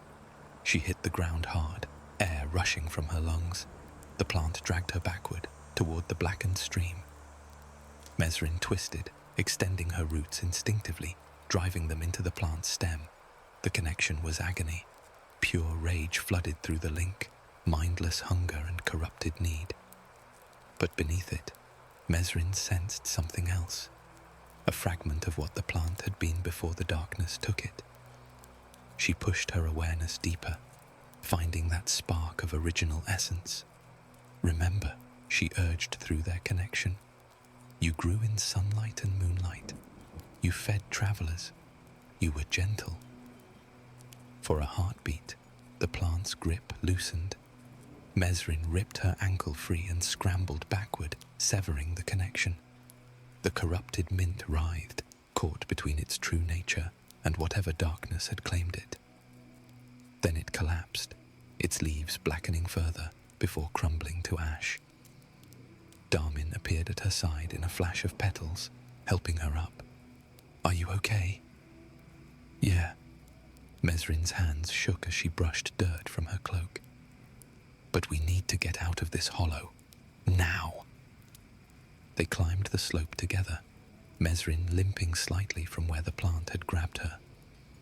Behind them, the corrupted vegetation continued to shift and writhe, but none pursued beyond the stream's edge. When they reached higher ground, Mesrin paused to catch her breath. Luminara had shifted slightly westward, her emerald glow painting everything in shades of deep green and shadow.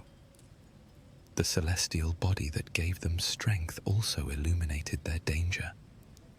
"What was that?" Darmin asked, his voice tight with fear. "Corruption," Mesrin said. "Something is transforming the Vale's flora into monsters." She looked at her brother, seeing her own fear reflected in his eyes. "We should go back, warn the village council." "But you haven't found the source yet." "I know, but if we leave now, they'll ask questions we can't answer. What's causing it? How far has it spread? Is it just plants, or has it affected the fauna too?" Darmin straightened his shoulders, trying to look brave. "We came this far. Let's find out what's really happening." Mesrin wanted to refuse, to grab him and force him back to safety, but she knew her brother. If she tried to send him home, he'd just teleport back to follow her again. At least together, she could try to protect him. "Okay," she said finally. "But we're careful, and the first sign of something we can't handle, we run." "I know." Darmin managed a shaky smile.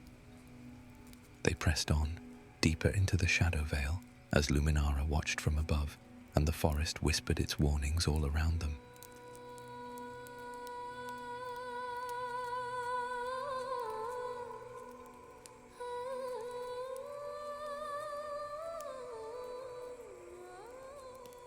The corruption spread like veins through the forest floor. Mesrin tracked the dark patterns in the soil as they moved deeper into the veil, each step taking them further from the village and safety. The trails she'd known since childhood had become unrecognizable, familiar landmarks twisted into strange new forms. A boulder where she'd once sat to rest now pulsed with dark energy, its surface slick with shadow that seemed to breathe. The old lightning-struck oak had become a hollow shell, its interior filled with writhing darkness. "Do you feel that?" Darmin whispered beside her. Mesrin nodded. The Edian energy that normally connected all life on Eden felt wrong here, like a dissonant note. Instead of the usual harmonious resonance between Luminara above and the living things below, something discordant thrummed through the air. It made her skin prickle and her roots ache to retreat into her fingers. They rounded a bend in the trail and stopped short. A clearing opened before them, one she recognized. This was where the village held its bonding ceremonies during the full moon, where candidates came to commune with potential essence partners. Sacred ground, her grandmother had called it. A place where the barrier between living beings grew thin, where flora, fauna, and minerals offered themselves to those seeking to bond. Now, it looked like a battlefield. The ceremonial circle, usually marked by blooming nightshade and moon moss, had become a crater of corrupted earth. Black roots burst from the ground like grasping fingers, some as thick as Mesrin's arm. In the center of the clearing, a massive tree that hadn't existed before twisted skyward, its bark the color of midnight, its branches ending in sharp points instead of leaves. And at its base, something moved. "Is that a shade stalker?" Darmin's voice barely reached her ears. Mesrin's breath caught. The creature had the general shape of a shade stalker, the cat-like predator native to Shadow Vale, known for its stealth and gentle disposition toward those who respected the forest. But this was wrong. Its sleek fur had been replaced by segments of dark bark, growing in patches across its body. Where there should have been soft paws, crystalline claws extended, sharp and gleaming with the same oily rainbow sheen as the corrupted stream. One of its eyes glowed an unnatural crimson, while the other had been overtaken entirely by what looked like dark fungal growth. The creature hadn't bonded with Flora. Flora had bonded with it, forcing a merger that violated the natural order of Edian energy. "We need to leave," Mesrin breathed, taking a slow step backward. The corrupted stalker's head snapped toward them. Its functional eye locked onto Mesrin, and a low growl rumbled from its throat, a sound that held notes of both animal rage and the creaking of tormented wood. It pounced. Mesrin barely had time to shout before Darmin flickered. He reappeared 20 feet to the left, silver petals scattering. The stalker landed where they'd been standing, its crystalline claws gouging deep furrows in the earth.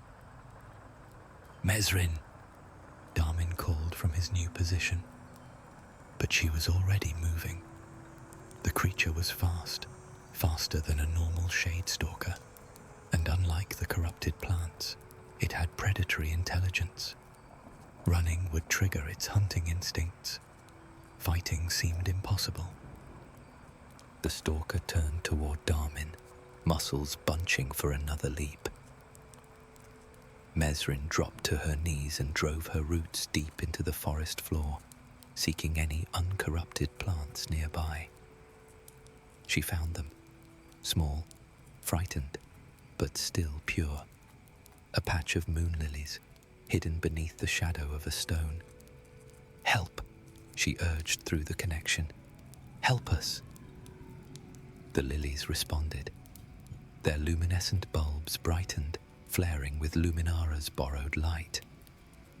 The sudden brilliance cut through the clearing like a knife, washing everything in pure emerald radiance. The corrupted stalker recoiled, hissing. Where the light touched its corrupted flesh, smoke rose. It was hurt by Luminara's pure energy. The celestial force it had once drawn strength from now burned away at the darkness within it. "Darmin, move!" Mesrin shouted, pointing toward the trail on the clearing's far side. Her brother needed no further encouragement. He flickered again, teleporting in stages, 5 feet, 10 feet, 15, eating up distance in bursts of silver petals. Mesrin pulled her roots back and ran after him, her legs pumping as the moon lily's glow began to fade behind her. The stalker's roar of frustration followed them into the forest. They crashed through undergrowth, branches whipping at their faces. Mesrin's lungs burned as she pushed herself harder, faster. Behind them, she could hear the stalker giving chase, its corrupted body smashing through bushes with terrifying ease. "There!" Darmin pointed ahead. A fallen log created a natural tunnel through dense brambles, too small for the massive stalker to follow. They dove through, thorns catching at their clothes and skin. Mesrin felt something tear her sleeve, felt blood well up from a scratch along her arm. but she didn't stop. They emerged on the other side into a grove of ancient silverbarks. Mesrin grabbed Darmin's hand and pulled him behind one of the massive trunks, pressing them both flat against the bark. She could feel the tree's awareness through her palm, old, patient, uncorrupted. The stalker crashed into the brambles behind them. They heard it snarling, trying to force its way through. Wood splintered, thorns snapped. Mesrin held her breath, one hand clamped over Darmin's mouth. Her brother's heart hammered against her arm where she held him. Above them, Luminara continued her slow arc across the sky, blessing them with her emerald glow even as they hid in terror. After what felt like an eternity, the sounds of pursuit faded. The stalker had given up, or perhaps found other prey. "Is it gone?" Darmin whispered. Mesrin pressed her palm harder against the bark, extending a single root into its ancient structure. The tree's awareness washed over her, calm, knowing, but also sad. It showed her images through their connection, more corrupted creatures moving through the veil, more plants turning dark, and at the center of it all, Source. "There," the tree whispered, "heart of the veil, bleeding wound." Mesrin pulled back, her heart sinking. The forest's center, where the most ancient trees grew, and the Edian energy ran strongest.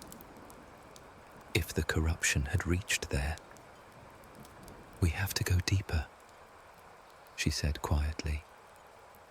"What? Mesrin, we almost died." "I know, but the source is in the heart of Vale. We need to see it, understand what we're dealing with before we can warn anyone properly." She looked at her brother, seeing the fear in his eyes. "I won't force you to come. You can teleport back to the village from here. Tell them what we've seen." Darmin was quiet for a long moment. Then he squared his shoulders, and Mesrin saw their grandmother's stubbornness flash across his face. "No, we're in this together." She nodded, trying not to show how grateful she was that he didn't leave her.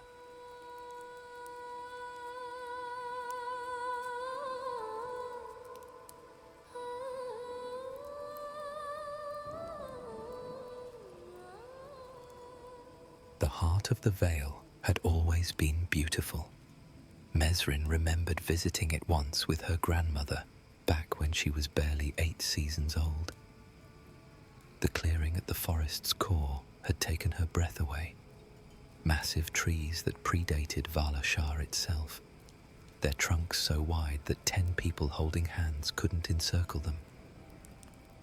Luminescent vines had draped from their branches like curtains of living light, and the air had thrummed with pure Edian energy, so strong that even unbonded children could feel it singing through their bones. Now, that beauty had become a nightmare. Mesrin and Darmin stood at the clearing's edge, hidden behind a moss-covered stone. Before them, the forest pulsed with corrupted life. The ancient trees still stood, but their bark had turned black as pitch, weeping thick ichor that pooled at their roots. The luminescent vines had become something else, thick, writhing tendrils that snapped at the air like whips, their bioluminescence transformed from gentle blue-green to sickly purple. Where they touched the ground, the earth itself seemed to die, turning to ash. But worst of all was what grew at the clearing's center.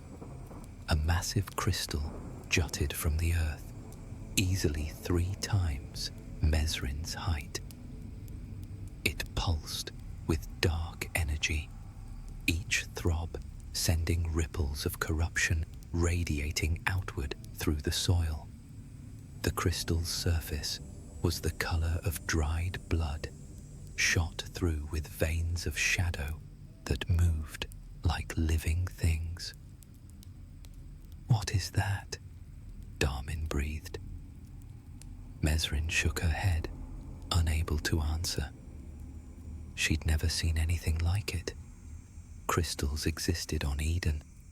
Shade shards, sunset crystals, moon opals, but they were natural formations, part of the planet's mineral ecosystem. They could be bonded with, yes, but they were balanced, harmonious parts of the world. This thing was wrong. It didn't belong here. As they watched, one of the corrupted vines lashed out and struck a smaller tree at the clearing's edge.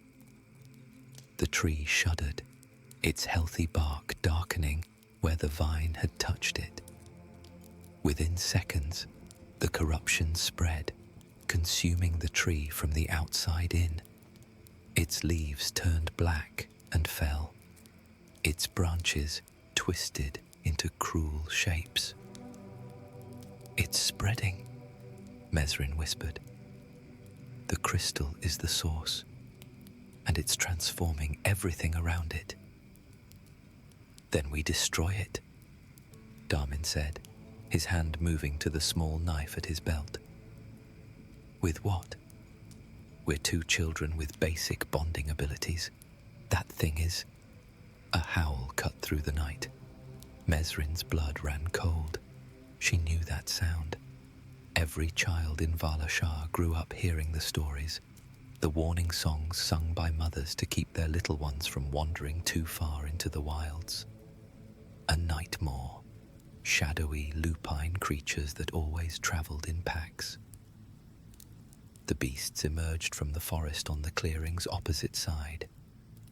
5 of them, each larger than a horse, their bodies rippling with powerful muscle. Under normal circumstances, nightmares were dangerous, but avoidable. They hunted in packs, yes, but they respected those who showed no fear and offered no challenge. These nightmares had been corrupted. Their dark fur had been replaced in patches by sharp crystalline growths that jutted from their bodies like armor. Their eyes glowed the same sickly purple as the corrupted vines. Dark ichor dripped from their fangs, sizzling where it hit the ground.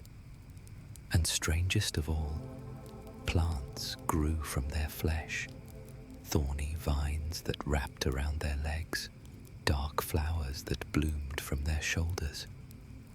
They had become living hybrids of flora and fauna, the natural order shattered by whatever power emanated from that cursed crystal. "Mesrin." Darmin's voice was tight with fear. "We need to leave. Now." But before Mesrin could respond, one of the nightmares raised its head and sniffed the air. Its glowing eyes fixed on their hiding spot. It charged. The massive creature barreled across the clearing, its packmates following. Mesrin grabbed Darmin's arm and ran, pulling him back into the forest.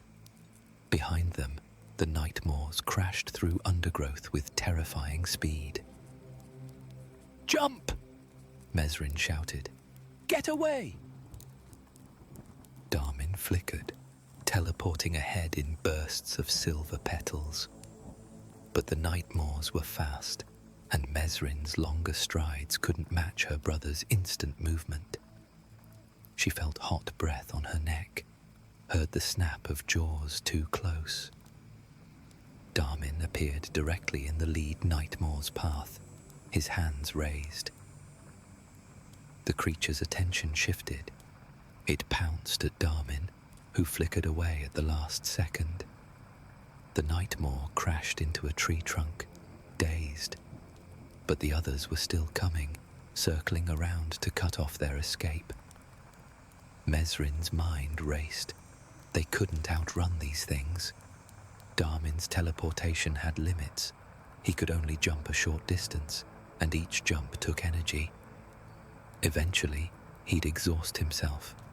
And then, a thought occurred to her. Dangerous, possibly suicidal, but it might be their only chance. "Darmin," she called. "Keep them busy. Just for a minute." "What are you? Trust me."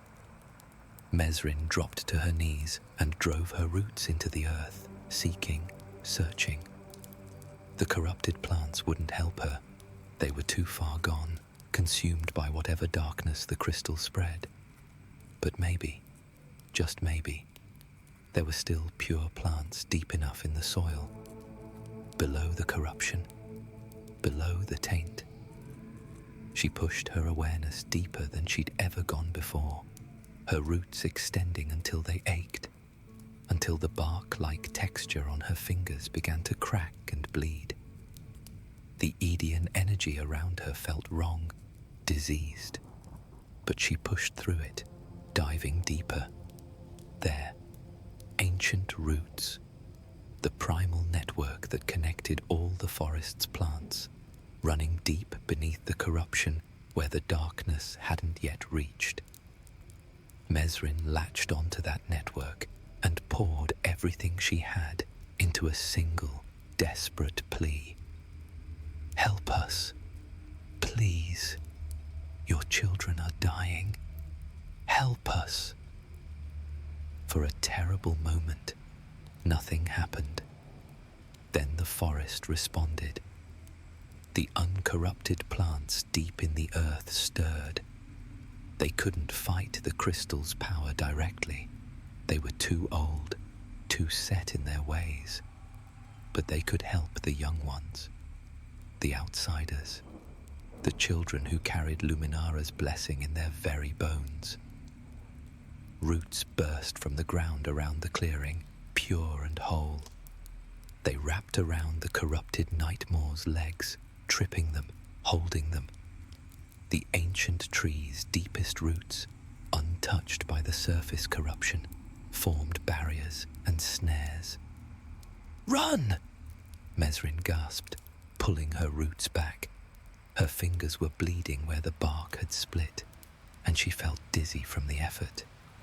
But Darmin was already there, grabbing her arm and hauling her to her feet.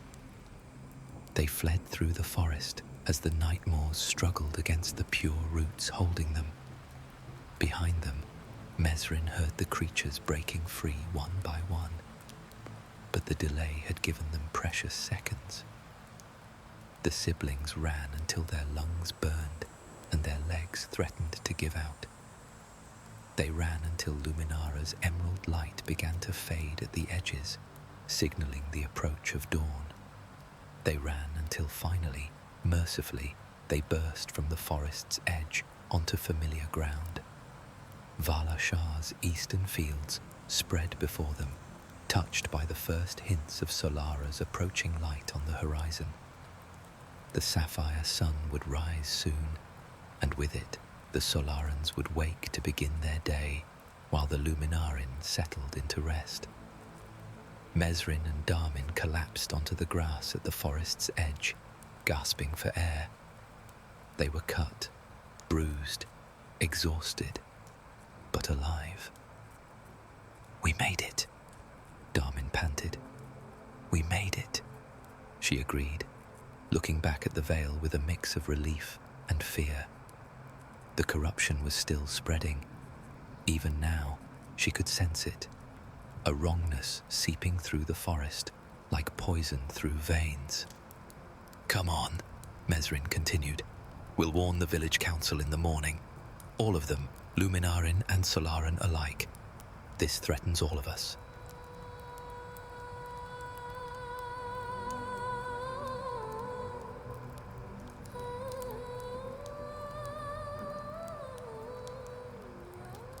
The village council chamber sat at Vala Shah's center, built deliberately at the junction point, where Solara's light and Luminara's glow overlapped during twilight hours.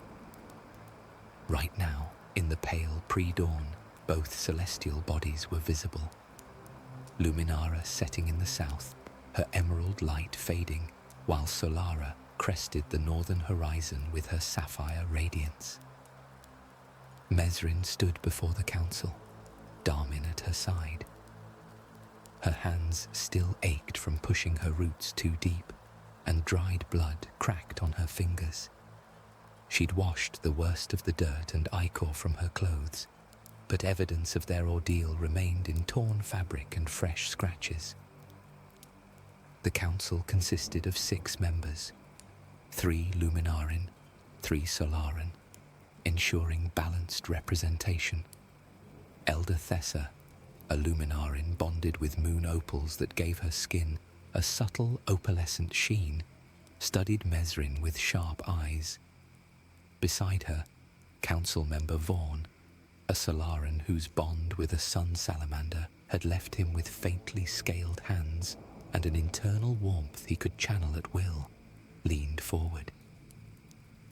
"A corrupted crystal," Vaughn said slowly, "in the heart of Vale." "Yes," Mesrin replied. She'd already told them everything, the warnings from the plants, their journey into the forest, the transformed creatures and vegetation, the pulsing crystal at the clearing's center. It's spreading corruption through the entire forest. Everything it touches becomes twisted, violent. Plants and animals are merging against their will, becoming abominations. Elder Thessa finished quietly. "What you're describing sounds like forced bonding. The crystal is somehow compelling flora and fauna to merge without consent, without the proper harmonic resonance." Another council member, a young Solaran woman named Kyra, spoke up. She'd bonded with ironwood bark and flame lilies, giving her skin a dark wood grain pattern and the ability to generate heat through her palms. "If what these children say is true, we're looking at a threat that could consume not just Valashar, but potentially spread through Eden itself." "Then we need to act," Vaughn said. "Gather our best bonded fighters, those with 3 bonds who can face this corruption." "No!" The word came from Mesrin before she could stop herself. The council turned to her in surprise. "Explain," Elder Thessa said. Mesrin took a breath, choosing her words carefully. "The corruption takes advantage of bonding. It forces connections that shouldn't exist. I think those with multiple bonds might be more vulnerable to it, more targets for the crystal to latch onto." She thought of the corrupted Nightmaws, their bodies hosting both fauna essence and forced plant growth. Thought of how the Shadestalker's natural bonding instincts had been twisted into something monstrous. "Mesrin's right," Kira said. "We can't send our most powerful bonded into a situation where their very strength might be turned against them. We need a different approach." "Containment first," suggested another council member. "Evacuate the eastern farmsteads. Set watch posts around the forest perimeter. Try to slow the corruption's spread while we seek a solution." "And the crystal itself?" Vaughn asked. Silence fell over the chamber. Mesrin could see the question in their eyes, the one nobody wanted to ask. How do you destroy something that corrupts the very power they'd use to fight it? "We need to study it," Elder Thessa said finally. "Learn its nature. Perhaps there are scholars in other villages, other settlements, who've encountered similar phenomena." "That could take weeks," Vaughn protested. "Months, even. How much will the corruption spread in that time?" "Then we move quickly." Elder Thessa stood, her opalescent skin catching the shifting light. Send messengers to the neighboring villages. Dispatch scouts to monitor the Vale's borders. And Mesrin? Mesrin straightened. You've shown great courage and wisdom tonight. Both of you have. The elder's gaze included Darmin as well. You went into danger, discovered the threat, and returned with valuable information. But I didn't solve anything, Mesrin said quietly. I didn't find a cure. The corruption is still spreading. True, Elder Thessa acknowledged. But you gave us warning, time to prepare, and you demonstrated that fighting the corruption doesn't require becoming corrupted ourselves. She moved closer, placing a gentle hand on Mesrin's shoulder. Sometimes the greatest strength is knowing when not to act, when to pull back rather than push forward. The council will handle things from here, Vaughn interjected. You two should rest. You've been up all night, and dawn is upon us. Indeed, Solara's sapphire light now dominated the northern sky, painting the council chamber in shades of blue and gold. Mesrin felt the subtle shift in her energy, not weakening exactly, but settling. The night was Luminara's domain, and with her celestial mother setting, Mesrin's connection to the moon's power faded to a background hum. Darmin yawned despite trying to stifle it. The petals that shimmer marked his cheeks had dulled with Luminara's departure. Come on, Mesrin said to her brother. Let's go home. They left the council chamber to the sound of urgent planning, stepped out into a village beginning its day shift. Solaran merchants were opening their stalls, children running to dawn lessons, bakers pulling fresh bread from ovens heated by Solara's blessing. Normal life continuing despite the darkness lurking just beyond the forest's edge. Mesrin and Darmin walked through Valashah's streets in comfortable silence, their ordeal creating a bond between them that needed no words. When they reached their cottage, their mother stood in the doorway, her sunset crystal bond allowing her to sense their approach. I know you went into the forest, she said quietly. I know you faced danger. We had to, Mesrin replied. Their mother pulled them both into a tight embrace. I know. You have your grandmother's heart, brave and stubborn in equal measure. She held them at arm's length, studying their faces. You're not children anymore, are you? Mesrin thought about the corrupted nightmares, the twisted plants, the terrible crystal pulsing with dark energy. Thought about the choice she'd almost made to bond a third time and the strength it had taken to refuse.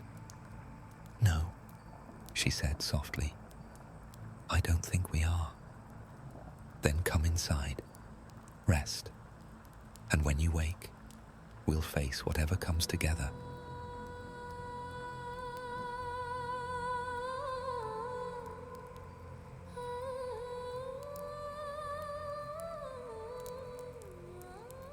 Three days passed.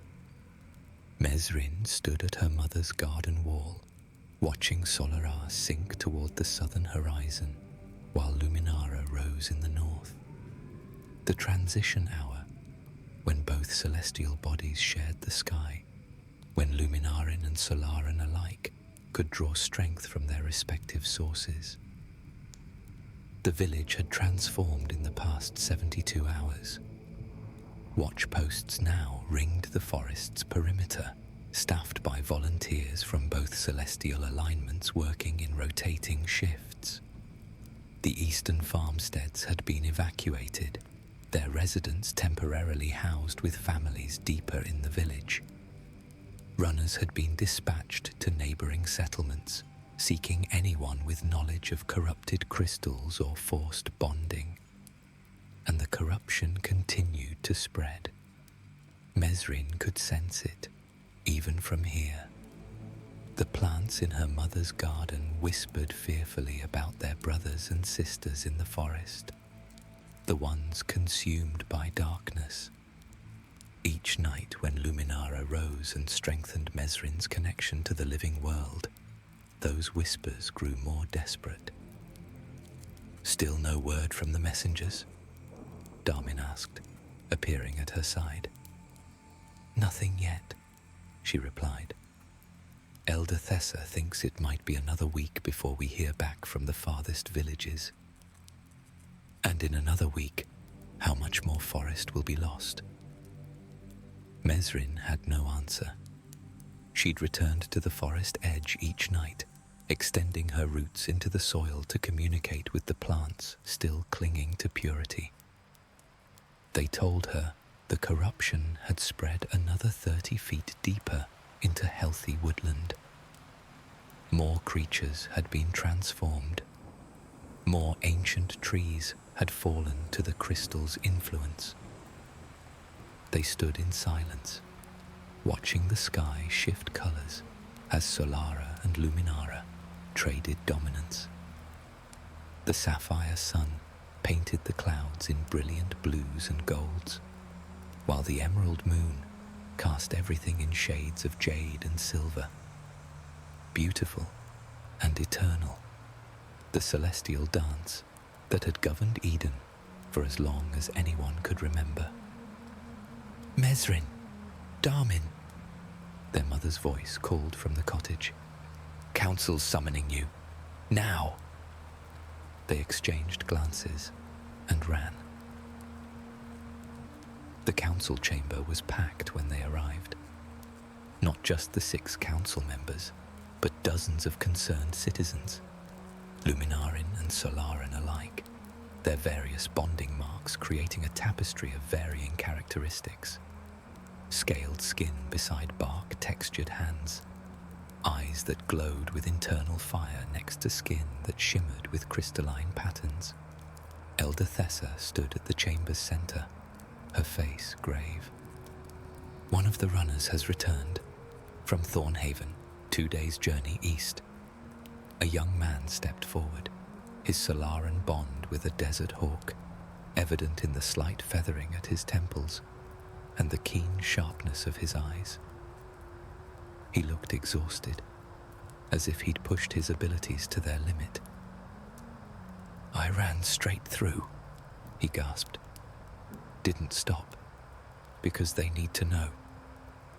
Thornhaven has records, ancient ones, about corrupted crystals." The crowd murmured, a mix of hope and fear. "Tell them," Elder Thessa said gently. The runner took a deep breath. 300 years ago, a crystal like the one in Shadow Vale appeared in the Ash-Grey Mountains. It corrupted everything around it, created an army of twisted creatures, and nearly destroyed 3 villages before they found a way to stop it. "How?" Vaughn demanded. "How did they stop it?" "They didn't destroy it," the runner said. "They couldn't. The crystal fed on Edian energy itself. Any attempt to attack it directly just made it stronger. Instead, they starved it." "Explain," Elder Thessa commanded. "They evacuated the entire region, left the crystal with nothing to corrupt, nothing to feed on. Without new sources of energy to transform, the crystal went dormant. Eventually, it crumbled to dust." Silence fell over the chamber. Mesrin felt the implications sink in like stones. "You're saying we need to abandon Valashar?" "Not forever," the man said quickly. "The records say it took a year for the crystal to die. After that, the survivors returned and rebuilt." "A year," someone in the crowd said. "Where would we go? How would we survive?" "The other villages would take us in," Kira said. "We'd be refugees, but we'd be alive." Arguments broke out across the chamber. Some advocated for fighting, for finding a way to destroy the crystal through force. Others supported evacuation immediately. Still others wanted to wait longer, hope for a different solution. Mesrin listened to it all, her mind spinning. A year of exile from their home, a year of hoping the crystal would starve. And even then, no guarantee it would work. The records from Thornhaven were 3 centuries old. Who knew what had been lost or misremembered in that time? But what was the alternative? Send their people against a corruption that turned their own power against them? There might be another way. Darmin's voice cut through the arguments. The crowd fell silent, turning to the young boy. What if we didn't evacuate everyone? Darmin continued, his voice gaining confidence. What if we just evacuated the forest? Drove out every creature, every plant we could save, relocated them beyond the corruption's reach. Then the crystal would only have the already corrupted things to feed on. It might not starve completely, but it would be contained, limited. Elder Thessa's eyes brightened. And give us time to research, to seek other solutions without the threat spreading to the village itself. It would take tremendous effort, Vaughan said, coordinating an evacuation of an entire forest's ecosystem. But it's possible, Kira interrupted. Those of us bonded with flora could communicate with plants, help them understand the need to relocate. Those bonded with fauna could guide the animals to safety. We'd need volunteers, Elder Thessa said. People willing to venture close to the corruption's edge, to make contact with the creatures and plants still clinging to purity. I'll do it. Mesrin stepped forward before she could second-guess herself. I can communicate with the plants. I'll help evacuate them. As will I, said a Solaran man bonded with a sun serpent. I can speak to the reptiles. And I can coordinate the birds, the man from Thornhaven added. More voices joined in.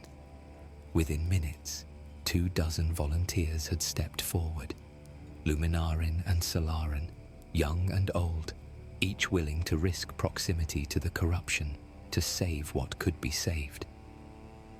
Elder Thessa looked at them all, her opalescent skin shimmering with pride. Then we have our plan. We contain the crystal by denying it new sources to corrupt. We evacuate Shadow Vale's pure residents, and we buy ourselves time to find a permanent solution. And if we can't find one? Someone asked. Then we accept that Shadow Vale may be lost to us, the elder said quietly. But Valashar will survive. Our people will endure. Sometimes that's the best we can hope for. The council adjourned to begin organizing the effort. Mesrin found herself swept up in plans and preparations, which sections of forest to evacuate first, how to transport delicate plants without damaging their roots, where to relocate creatures whose territorial instincts made them resistant to change. It wasn't a solution. Not really. The corruption still existed, still threatened to spread if given the chance. But it was action based on restraint rather than force. Strategy instead of brute power. Later that night, as Luminara rose to her zenith and blessed the world with emerald light, Mesrin stood once more at the forest's edge. This time, she wasn't alone. Dozens of volunteers worked alongside her, Luminarin and Solaran, each using their unique bonds to communicate with the forest's residents, explaining the danger, offering sanctuary. Mesrin pressed her roots into the soil, and reached out to a cluster of moon lilies still growing in pure earth. "We're leaving," she told them gently. "There's darkness here, spreading, but we're going to a safe place. Will you come with us?" The lilies hesitated, their roots deep in soil that had nurtured them for years. But they could sense the corruption creeping closer, the wrongness in the soil. "Yes," they whispered finally, "we will follow." Mesrin carried the moon lilies to safety, Darmin teleporting ahead to mark the path. Around them, Valashar's people worked together, Luminarin and Solaran, both united in a common purpose. The corruption wasn't defeated. The crystal still pulsed in Shadow Veil's heart, a wound in the world that might never fully heal. But Valashar endured, and its people faced the future together, with power balanced by restraint, action tempered by wisdom, and strength found in knowing when not to push beyond their limits. That, in the end, was the greatest magic of all.